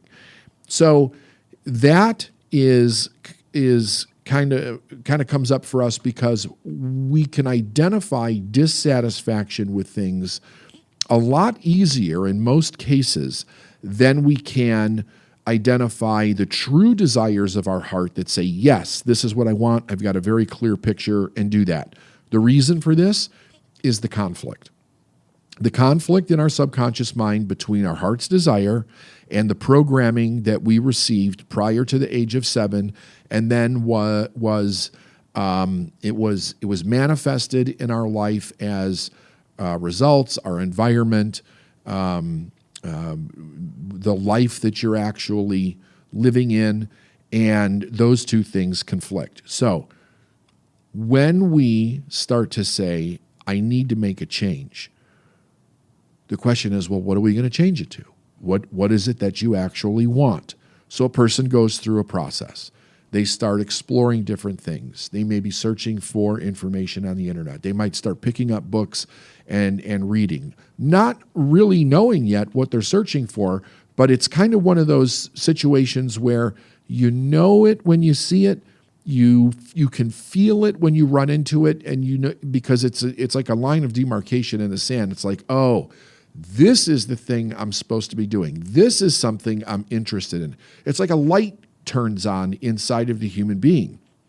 And for a brief moment, they can see that, yes, this feeling that they have is out, there is something out there for them. They should be moving in this direction. Now, the second they start to move in that direction, it fires up like a warning signal in our subconscious mind, because our subconscious mind says, whoa, hold on. We don't know what that is. We don't know if that's safe. That could be dangerous. This comes from our reptilian side of our brain, by the way. It's like, don't go in those woods. There might be a tiger there. There might be a bear there. There might be snakes in there. For millions of years, this part of our brain has evolved, but it still operates on the basis of the unknown equals danger. That's it. The unknown equals danger. So we have to learn to use our conscious mind to override that reptilian fear that we have about the unknown. Another thing that's fascinating about this is that all of the fears that I just mentioned about the unknown, about this danger, we weren't born with that. But I think that we're primed for it in a way, meaning that basically science and psychology have proven that children, babies, are born with two fears, and they're only born with two fears: the fear of falling or being dropped, and the fear of loud noises, which is kind of like a startle response. All other fears that begin to manifest either in a child or in an adult's life are learned. So this fear of the unknown, with just about every person I've ever worked with, I mean, I can't think of anybody that where this isn't true in people that I've worked with, you can trace it back to how they were raised about the unknown and what was safe and what wasn't safe. I do think that some people are a little bit more there's a little bit more genetic ability to take risk in their lives, because we have people that are very much risk takers. There was, and I might have to ask Brandon for a little bit of assistance on this because I'm drawing a blank on the name of the movie. T, do you remember the name of the movie with the guy that was Free Solo? Free Solo, the guy that wanted to climb El Capitan without ropes. Free Solo, right? So in that, I recommend everybody watch that thing. It'll raise the hair on the back of your neck to see what this guy does, free soloing. And there's an interesting statement in there, and somebody makes the statement that all free soloers die. It's just a matter of when. It's not a matter of if they fall. They're all going to make a mistake and fall at some point and die. And that's been 100% accurate. Like, there's nobody who's 98 who was a free soloer all of their life. These people generally die, in a very short matter of time within the career of what they do. So they were examining the brain of free soloers, and what they found out was that the fear. Now this goes back to the fear that we're born with, the fear of falling.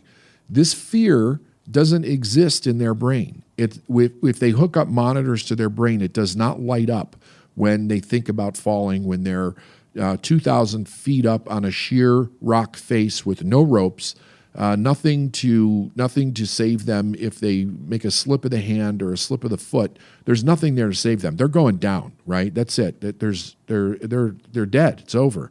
That this part of their brain doesn't light up. So now, what does that mean? I don't know. I can't tell you what it means, because I think we're still just doing research on this. We could say, well, is that a defect of a person's brain? Is that a genetic predisposition for them? What is it that's actually causing this? But here's what I know about people that are successful, is that they have a little bit less of this idea of what scares them, and they're willing to take a little bit more risk in their life. And even saying that, I can tell you a couple of things that I do know for sure, is that I see it in different levels of intensity, which means that some individuals are a little bit more kind of preordained not to have as much of it. And then there's individuals where the thing that they want, the desire that they have, is stronger than the fear. And I think that's probably more the norm for people that become really successful. Because I've never talked to anybody that went through the journey of their life to be a success in anything that did not tell me that they did not battle fear along the way at some point, that they did not battle voices in their head at some point. All I ever hear is different degrees of it, how much of it there was, how much of it there wasn't. Some people said they never had any doubt that there was success, but there were things that they were afraid of or they felt insecure about along the way, and they had to overcome those things. In any case, the question is, well, why would somebody do that? How do we overthrow that part of our mind? And the idea is that we consciously determine that we're going to feed the part of our subconscious mind with the direction that we want to go, the reason that we're doing it, the why that we're doing it, and what is the win? What is the purpose of whatever it is that I'm doing? And allow ourselves to feel the excitement, the enthusiasm, what the end result would be like, the joy, the gratitude. Really start to train ourselves to feel those things about the direction that we're going, so that it's constantly in a stage where it's a little bit stronger and it allows us to overthrow those negative voices. Because if there's one thing about this that is like 100% true, is whatever your journey is going to be, it's not perfect. It's not a straight line. You're going to have ups and downs. You're going to have failures, because failure is how we learn, by making mistakes. There's a big difference between failure and shame around failure. There's a big difference between mistakes and shame around mistakes. There's, like, human beings do some really stupid shit on a regular basis. And how we store that in our memory, if we store it as, hell, that was a mistake. I wish I hadn't done that. However, here's what I learned from it, and I'm better because I learned this. That is a very productive way at looking at it. A non-productive way would be looking at it and then wrapping all kinds of shame around it and feeling completely guilty, and then tearing yourself apart for years or the rest of your life, and then never attempting again, because shame is what took over your mind. We're not born with shame. It doesn't exist when we're born. So again, that has to be something that we learn. So we have things like fear, shame, guilt, worry, doubt, rationalizations, right and wrong, even to an enormous degree. All of that is taught to us, and it becomes a pattern in our mind that is in constant conflict with the desire of our heart to be what it is that we want, unless we change it. So understand this, there's nothing wrong with your mind. Everybody goes through this. One of the best things a person can do is to begin to go through a process to resolve the conflicts. Now, I get questions all the time about, how do I make a quantum leap? How do I do this faster? How do I get there? Legitimate questions. I understand. I understand a person does, they may not want to be in a situation they're in. They want to jump ahead faster. I talk to that with a lot of people, because given the right mindset, the right circumstances, the right plan, anybody can make a quantum leap. But their whole life is not going to be a series of quantum leaps. So what we have to do to clear up this conflict is we have to study. There's no way around this. You have a rationalization around everything that you believe. It doesn't make it true. It doesn't make it right. It doesn't make it wrong. It just means that you have some understanding about what you believe and why you believe it and what you do with it and how that's carried out in your life. If you receive no other intellectual information around the idea, it's almost like we become paralyzed to whatever the limitations of that idea is, good or bad. What is very true about this is the idea of good and bad itself doesn't really exist. There is nothing that is inherently good, and there's nothing that's inherently bad. Those are words and behaviors that we've been given to try to understand the things that we do, the things that happen to us, and the things that we experience in life. So when I say that there's no good and bad, very often when I'm having a conversation with somebody who's never heard this before, their brain kind of goes, like what am I supposed to do with that? There's no good and bad. What directs my life? What guides me from that?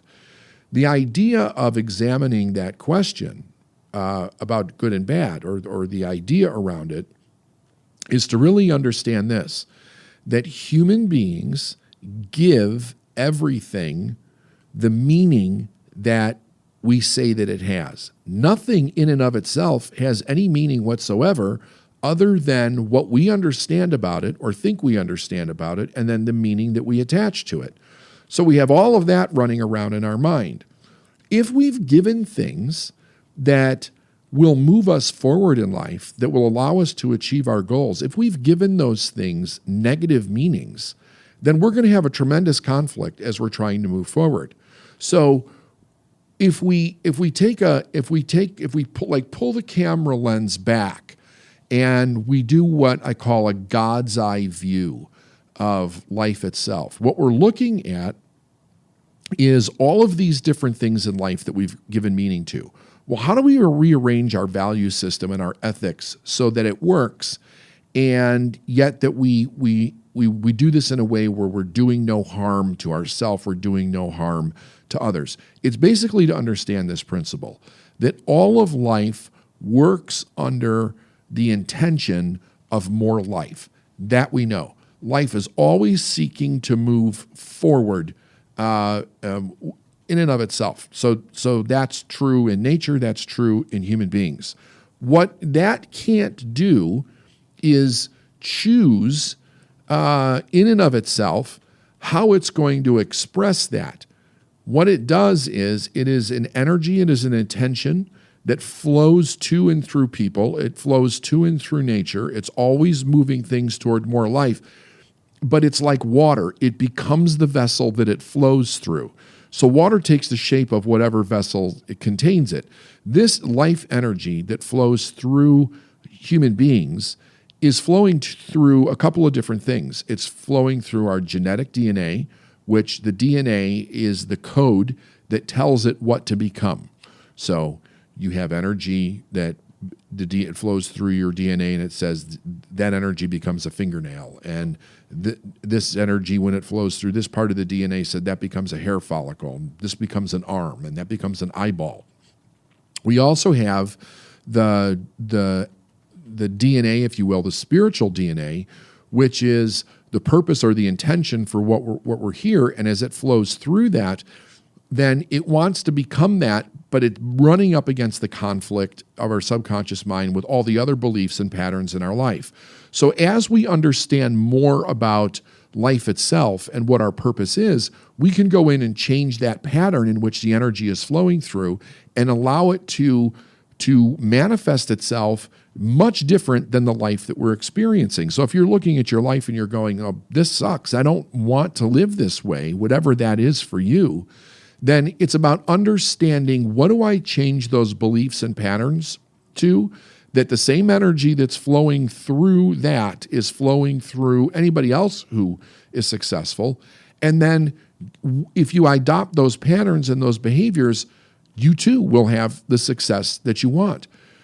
There's nothing that I thought this idea was very liberating when I first heard it many years ago. There's nothing that anybody else has done in the world that you too cannot do if you really want to.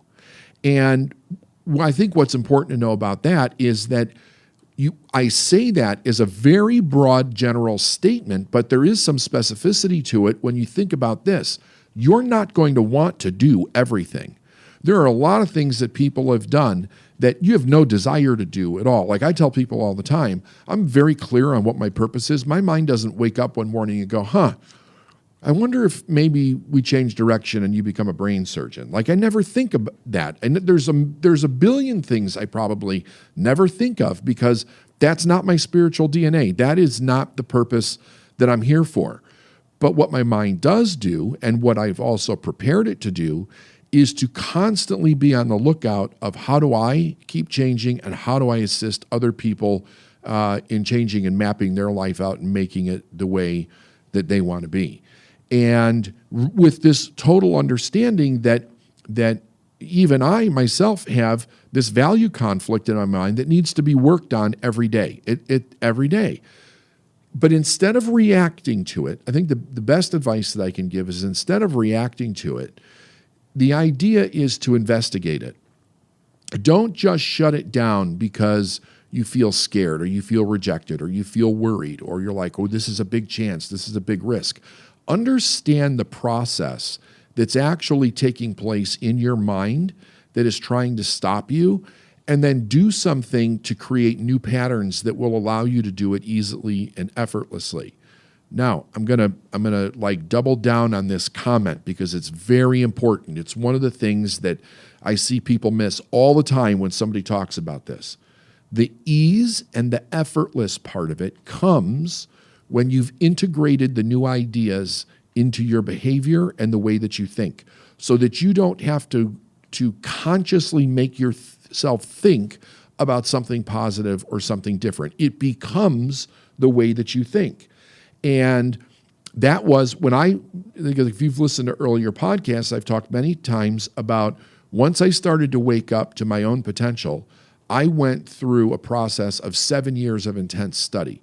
And I've never stopped, but the initial 7 years was what it took for me to reverse all of the thinking that had been programmed in my mind and to do the educational work where I would learn what all of these different things were and what they meant, and then examine my life and reassign new meanings to things that were important to me, where previously I had negative meanings behind it or dysfunctional meanings, and they would hold me back. So that part is a process that nobody gets around, okay? And everybody's different. So you may think to yourself, well, does everybody have to go through this? No. The answer to that is no. If you were raised in a conscious family and you were exposed to the idea that I'm talking to you about today, where you take things in life that have value conflicts around it, and sometimes it's great things about us and about life, and somebody throughout history has made those things wrong. So really quick ones that everybody will recognize is money. Like there's such a duality around money in our world. It's unbelievable. And one minute it's good, the next minute it's bad. If you have too much of it, it'll make you a bad person. Like all kinds of crazy shit we believe around money. Sex is another big one. Sex is an urge. It is the greatest energy in our body. It is a creative energy, both physically, intellectually, and spiritually. And when it's not bottled up and it's understood, and you really understand your own sexual values, what that allows you to do is it allows you to harness that energy and to create in a magnificent way. And it also allows you to enjoy your sex life in an amazing way. But there's a lot of people that don't, because they have a lot of negative views around sex in their mind. And if you have those views in your mind that are negative around sex, it affects your body when you're trying to have sex. So that's where we end up with different kinds of sexual dysfunction. It's the same thing with money. People say to me all the time, show me how to be a millionaire. And it's like, okay, that's great. We can show you how to be a millionaire. But if you don't resolve the conflicts that you have around money and everything that goes along with that, your body is not going to do the work. Your mind is not going to think the thoughts in order to be able to create the opportunities for that new environment. And I see it all the time. I'll do a seminar And I will offer a program or another seminar or something that will allow a person to actually make these changes. And then when they hear the price tag of it, they're like, "Oh no, I don't want to do that." And you can see it in their face. It's like, do they really want what they say that they want? Because it's a lot of work to make these changes. It's a lot of learning, it's a lot of studying, and it's a lot of applying it in your life so that you become proficient at it. It is the best investment you could ever make in your life, is to find somebody to help you make these changes. And here's why: because it gives you complete freedom. As long as you're thinking thoughts that other people have given you for multiple generations, and you're stuck in your own life, and you're not earning the amount of money that you want to earn whenever it is that you want to earn it, you're not able to express yourself in the ways that you think about in your secret thoughts, whether it's verbally or physically or sexually or in the expression of your own unique genius, then you're living in a prison, and it's in your own mind.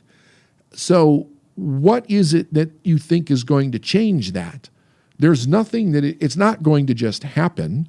It's not like taking a pill or reading a book and it's all changed. You're talking about changing generations of patterns in the way that you think and in your behaviors. So this is where all this conflict lies in a person's mind.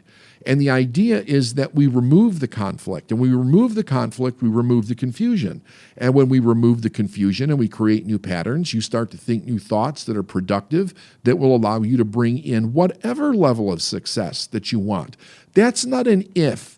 That's not a maybe. That's an absolute. It is an absolute, because here's what I know about you. Even if I don't know you personally, I know you have a purpose, period. You have an amazing purpose, and you have a right to be happy. You have a right to be fulfilled. You have a right to express yourself. You have a right to earn as much money as you desire to live the life that you want to live for yourself and for others. You deserve love. You deserve to share that love. There's no end to the amazing things that you deserve. And is it selfish? You're damn right it's selfish. But you're supposed to be selfish. Not self-centered, but selfish. And even there's an argument for self-centered when you look at it from, I need to have my own self-center in the right place so that I can be a benefit to anybody else in my life. Most people don't focus on themselves enough, and they're not bringing all of themselves or the best of themselves to the table when they're interacting with anybody, whether it's their spouse or their lover or their children or their employer or their employees, or how they show up in the world in a charitable or philanthropic way, because they're in so much need. They don't have enough money, they don't have enough love, they're not getting enough attention, they're not getting their needs met. Why? Because they're not being selfish enough to straighten out their own thinking so that they can show up 100%. And this is one of the places where, like, here's where a huge block would come in. This would be like a huge value conflict. We're taught that it's not okay to be selfish. So when we start to think about doing something, we're not even thinking, like, it's not a conscious thought at the moment. I don't know if I want to do that because it would be selfish. It's an underlying program that just makes you feel bad. So, but selfishness would actually be the problem. You think you're being selfish by spending this money or doing this thing or exploring the dream that you have in life. And then we just stop. We just stop. We don't even know. We haven't uncovered what the belief is that caused it. And there's a ton of beliefs in there that could cause it. Selfishness is just one of them. But it's not like your mind kicks up the belief and goes, bing, bing, bing, you're being a selfish ass by doing this, right? No, it's probably not doing that. It's just making you feel bad, but you don't understand what the bad feeling is because you have felt it so many times. You only need a twinge of that bad feeling, and then it pulls you away from what you want to do. So again, there's the conflict. So just to kind of bring this in for a landing so that it makes sense to everybody, the idea is that we learn to follow our heart's desire. over everything. That takes time. It takes study. It takes wanting to do that. It takes you wanting to have something different in your life. Then you need to go in and work through the conflicts. You need to reassign meaning, intention, purpose, your why to all of the different areas of your life so that you can take back control of your own thinking and live the life that you want. Overcomes the conflict in their mind of wanting too much. How do we stay grateful and also maintain a healthy dissatisfaction so that we can continue to move forward? That's a question for today.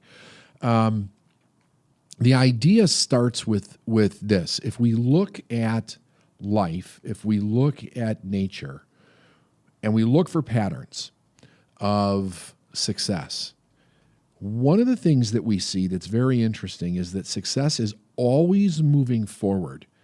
And what's interesting about that is many, many people are raised under the idea of not to want too much. We're actually discouraged from asking for too much, wanting for too much, being too much. And then it causes a major conflict in our mind when we get to the place of, is it okay to want more? Is it okay to want what I want?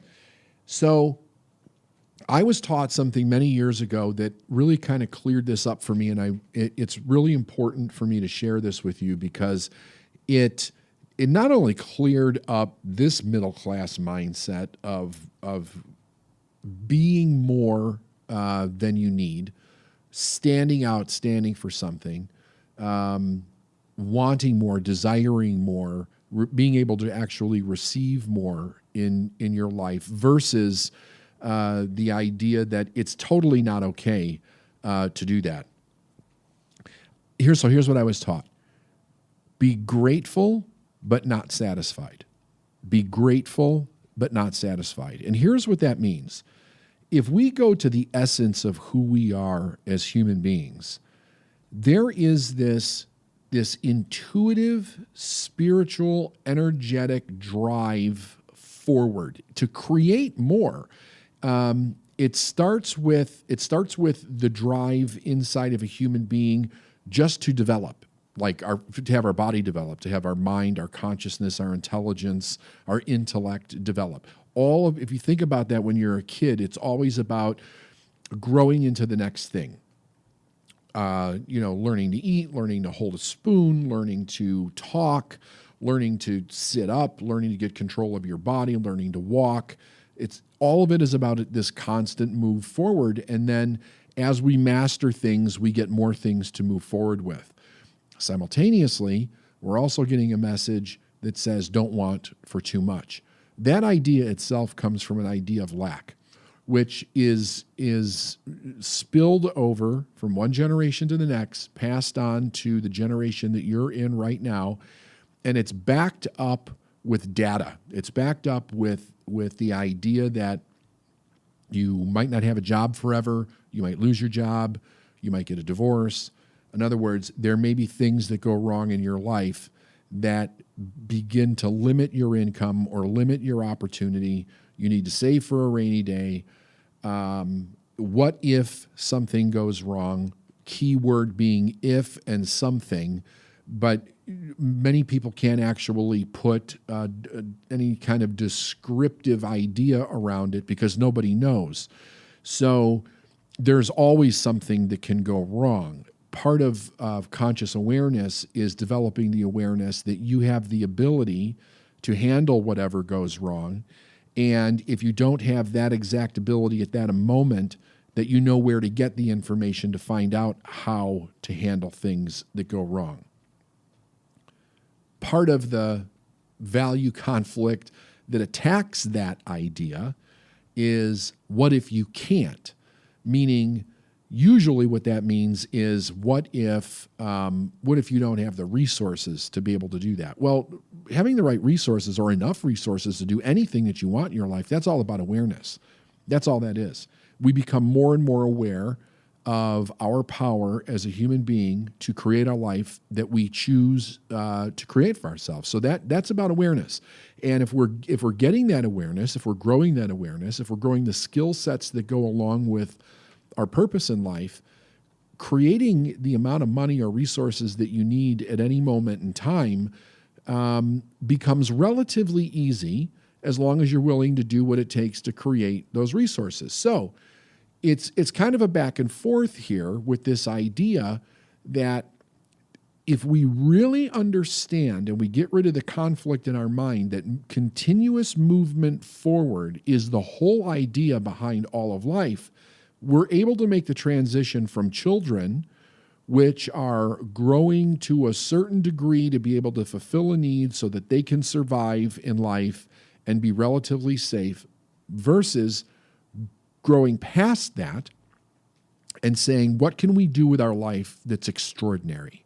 What can we create in our life that's actually extraordinary? What's inside of me that's extraordinary? So we start to delve into the idea behind the universe, the idea behind spirituality, and see that there's an intention that's in that's always causing life to expand. And in order for it to expand, there needs to be an element of more awareness of itself and the opportunities that fall into our life or that we attract into our life, and then taking advantage of those opportunities and moving into them. Everything that we do, and this is, again, here's another consciousness piece that I think is so very important. If we look at being more, doing more, so we create something, we call it successful, and then we start creating something else. Very often I'll see interviews with people who have created something, or maybe you're looking at people who are older in nature and they're still out there doing it. They're creating new businesses, they're creating new music, they're creating new movies, whatever it might be. And they'll be in an interview and somebody will say something like, "Why do you still do it? You obviously don't need the money." And I hear this, I can't tell you how many times I hear it. I hear it over and over and over again in interviews with successful people where, true, they're at the point where they don't need the money to survive. They have enough money to where they can maintain the status of their life. But the idea of that question in and of itself is where it's incorrect, because it assumes that we're supposed to hit this point where we have enough, and then what are we supposed to do at that point? Are we supposed to just sit on a couch for the rest of our life? Are we supposed to play golf? Are we supposed to turn into a tree? I mean, what are we supposed to do? The idea is not that we get enough money that we're absolutely certain that for the rest of our life, we're okay no matter what happens. If the sky's falling, we can cover it. I don't think that's what the idea is at all, nor has it ever been. But in human consciousness, from the misunderstanding and the complete untruth that there's not enough, comes that paradigm of don't take more, because in order for me to have more, you have to have less. And we have that running, it runs rampant in the world. It has been a problem for a long time, where we hear this idea that all the people at the top have the money, all the people at the top have the opportunities, and then you have all these people at the bottom that don't have any money and they don't have any opportunities. And we associate that, having or not having, to the money itself. And money has no conscience. Like, money doesn't make choices. It doesn't make decisions. It goes where, now this is ethically, of course, it goes where it can grow. That's where money goes. It's like any other energy. It goes to where it can grow. So if money is going to where it can grow, then the idea behind it is that if I'm growing, in the tangible aspect of my system of growth, whatever it is, I contribute to the all in that place. Let me explain what I mean by that, because this is what kind of erases the idea that that if I grow or I get a lot of money or I'm very wealthy and I've got the house and the cars and, blah, blah, all that stuff, that you don't get the same amount for yourself. Here's what it is. When I grow, I become more of myself. I start to become self-aware. I start to become self-confident. I start to use my brain as a tool to think with, to not only better my own life, but to better other people's lives through whatever vehicle I'm growing with. So if we take it with the idea of business provides products and services that hopefully make lives better. It doesn't have to make everybody's life better, but every business has a niche group of individuals that need the products or services that business offers. So whatever finances it takes for me to create that business, I'm spending that money on different things. I might be spending it on employees. I might be spending it on a building, computer equipment, cameras, marketing, copywriters, product development, research, fulfillment on that, customer acquisition, like all different kinds of things I'm spending money on. That money is going to people who then provide those services, whether it's the equipment or the personnel, whatever that it might be. That money enriches those people's lives. It is the money that they're earning to take care of themselves and their families and their businesses. The product or the service that gets developed out of that and the ability for that product or service to be delivered to the consumer not only helps all the people involved in it, but that product then benefits somebody else's life, which allows them in one way or another to be able to do more for their own life.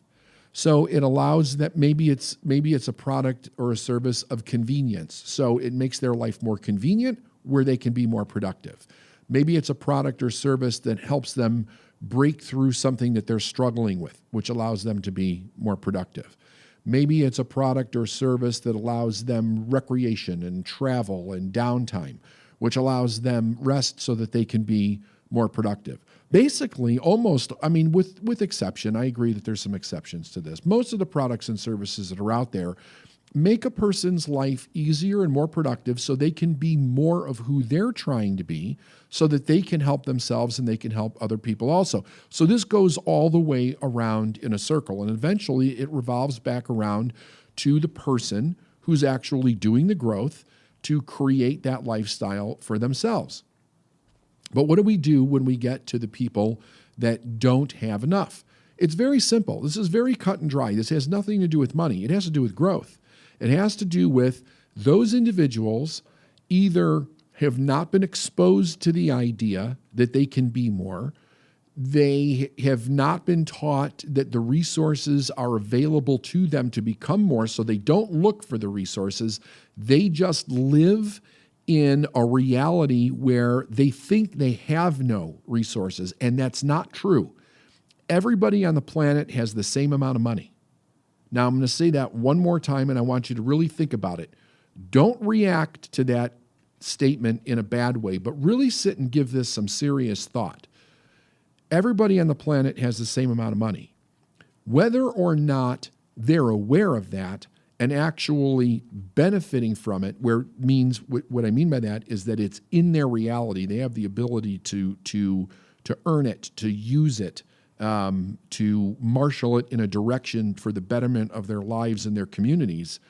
That's a different topic altogether. And the reason that it's different is because the bringing in of money into one person's life is consciousness.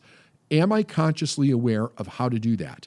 Am I consciously aware that I have to build myself up to a certain level of benefit so that I can bring that in? Do I know the skill sets of how to bring that in and what to do with it once it's actually in my life? That's about awareness. And what I completely agree with is that there's people that are oppressed by governments where they really believe that they can't do this. In many cases, in the reality that they're living, they can't. It doesn't mean that the situation can't change, but how that changes is a different topic. It's not that they overall can't. Many, many countries were once under the regime of an oppressive government or tyranny or monarchy where they could not expand forward, and they overthrew that so that they could rebuild a system that would allow them to be free and to earn the amount of money that they want to earn and create the social environment in which they could live in, and everybody live a better life. So it raises water at all levels. And then there's people that live in ignorance, where because everybody is in this belief of lack of resources, or there's some kind of tyrannical person of authority keeping them from it, they don't actually know that there's resources out there for them, so they don't go looking for them. They've accepted their fate as it is. And that is unconsciousness. That is where ignorance paralyzes people and they become a victim of their own ignorance. Now, I'm not saying that's their fault. I'm not here to start judging that in any way, because I know that can go down a lot of crazy roads. So I think the productive thing is that we have to look at it from the aspect of it is what it is. Those people are in that situation regardless of how they got there. The key is, how do we help them get out by a change in consciousness? And then by helping them see the opportunities so that they can take conscious responsibility for their lives and begin to change. And how do we be part of helping them do that? Because again, that is an expansion into helping everybody in the world lift up to a completely different level.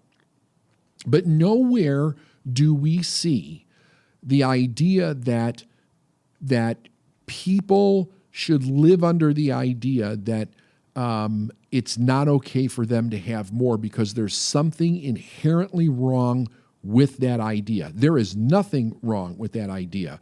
That desire that we have internally that causes us to want to be more, do more, have more, express more, this is a great thing. We need to stop telling people that this is a bad thing. It's not a bad thing. It is what keeps life moving forward. It's what creates innovation. It's what creates jobs. It is what creates art. It creates movies. It creates theater. It creates and creates and creates, and it starts to hit this wall of like, what else can be created, and then we bust through that with knowledge, because there is no end to it. There's no end. It's constant expansion. And our brains kind of get in this finite mode where we start to look at things and say, wow, look at this. We have iPhones and we can talk to people on the other side of the world and we can send pictures, and we have this bizarre ability to communicate with anybody, anywhere, at any time, instantaneously. We've got all these amazing products and gadgets that make our life better. Can it actually get any better? And the answer is yes. They thought the same thing in the 1800s. They thought it in the 1700s, the 1600s. You can go back and look through historical records where people thought everything that can be invented has been invented, and there will be nothing else. If we've learned anything, we've learned that is just simply not true. As long as we can still receive information in our mind, we can expand forward, and we will receive that information in our mind, those downloads of ideas and desires, if we pay attention to the desire in our heart. We don't shut it off. So it's horrible, horrible teaching for somebody to come in and say, just be satisfied with what you have. That is an incorrect teaching. The teaching is learn to be happy, because happiness is a skill set to learn. It's an internal skill set. We could be happy with anything, and we can be happy with nothing, and we can be happy with everything. We have to learn how to be happy. How do we be happy? One of the best ways to learn how to be happy is to learn how to be grateful. And in order for us to learn how to be grateful, we have to learn how to stop judging in a negative way, where we literally kind of pull the dark into our life in a way where we can't see the light. Everything starts to become dark. Everything starts to become gloom and doom. Everything starts to become, I'm being victimized. and then we become resentful, and I mean, we're already unhappy at that point. But the danger around that is that we develop the beliefs that we can't get out, that's an absolute, that's the way that the world is. My life sucks. Other people have a great life. That's great for them. I'll never be able to get there because there's some thing going on in celestial navigation that allows them to have a great life that I'm not part of, and they've got something different. Absolutely false. Totally not true. You take anybody who's created anything in the world, that information came from them from the universe. That means that anybody that is walking around with a consciousness can tap into the universe and get the same information. All the knowledge that ever was or ever will be is 100% present in all places at the same time. So the idea of tuning our mind in so we can receive that knowledge comes from gratitude. Gratitude keeps us connected. Now let me just draw a line of truth here. We're always connected. You could be the most rotten person in the world, you're still connected. But are you consciously aware of the connection? That's what gratitude does. When we stay grateful, what it allows us to do is to look on the positive side of everything and determine, how does this make me better? How does it make my life better? How can it make others better? And when we do that, we're happy. We're happy by default because we see how glorious life actually is, even when we get stuck in the problems or the traumas or the tribulations that we have in life, because those are going to happen. It's part of life. We live in a polarizing reality. There's the good, there's the bad, there's the wonderful things that happen in life, and then there's the things that are tragic that happen in life. As we raise our consciousness around those things, though, we see the truth in them and not just a slice of reality that we're experiencing where all we see is pain and hurt and victimization and envy and jealousy and all the things that make us unhappy. So, I mean, if you go back to the Christian teaching on this, Christ said, by their fruits you'll know them, meaning all you have to do is look at a person's results, and it'll give you an idea of what their consciousness is, maybe not totally, but at least around that thing. So when you see someone having problems, you know what their consciousness is around that. If you see somebody who's thriving and they're happy and they're excited about life, you'll know what their consciousness is around that. And that's not to judge them. That's to understand that the common denominator that either keeps us down or moves us ahead is the consciousness itself. It is the conscious awareness of who we are and this wonderful universe that we live in. So what we want to do is we want to be grateful, because the gratitude keeps us in the awareness of that consciousness, and it always keeps us looking at the idea of more life as it comes to us, as we become aware of it. It's all here, and it's all here right now. The day that we get to the place where we're satisfied is the day that we start dying. Because once you're satisfied, you're no longer moving forward. You instantly begin to move backward. There's nothing that stays just as it is, where it doesn't grow in one direction or another. Everything is either in a state of growth or in a state of death.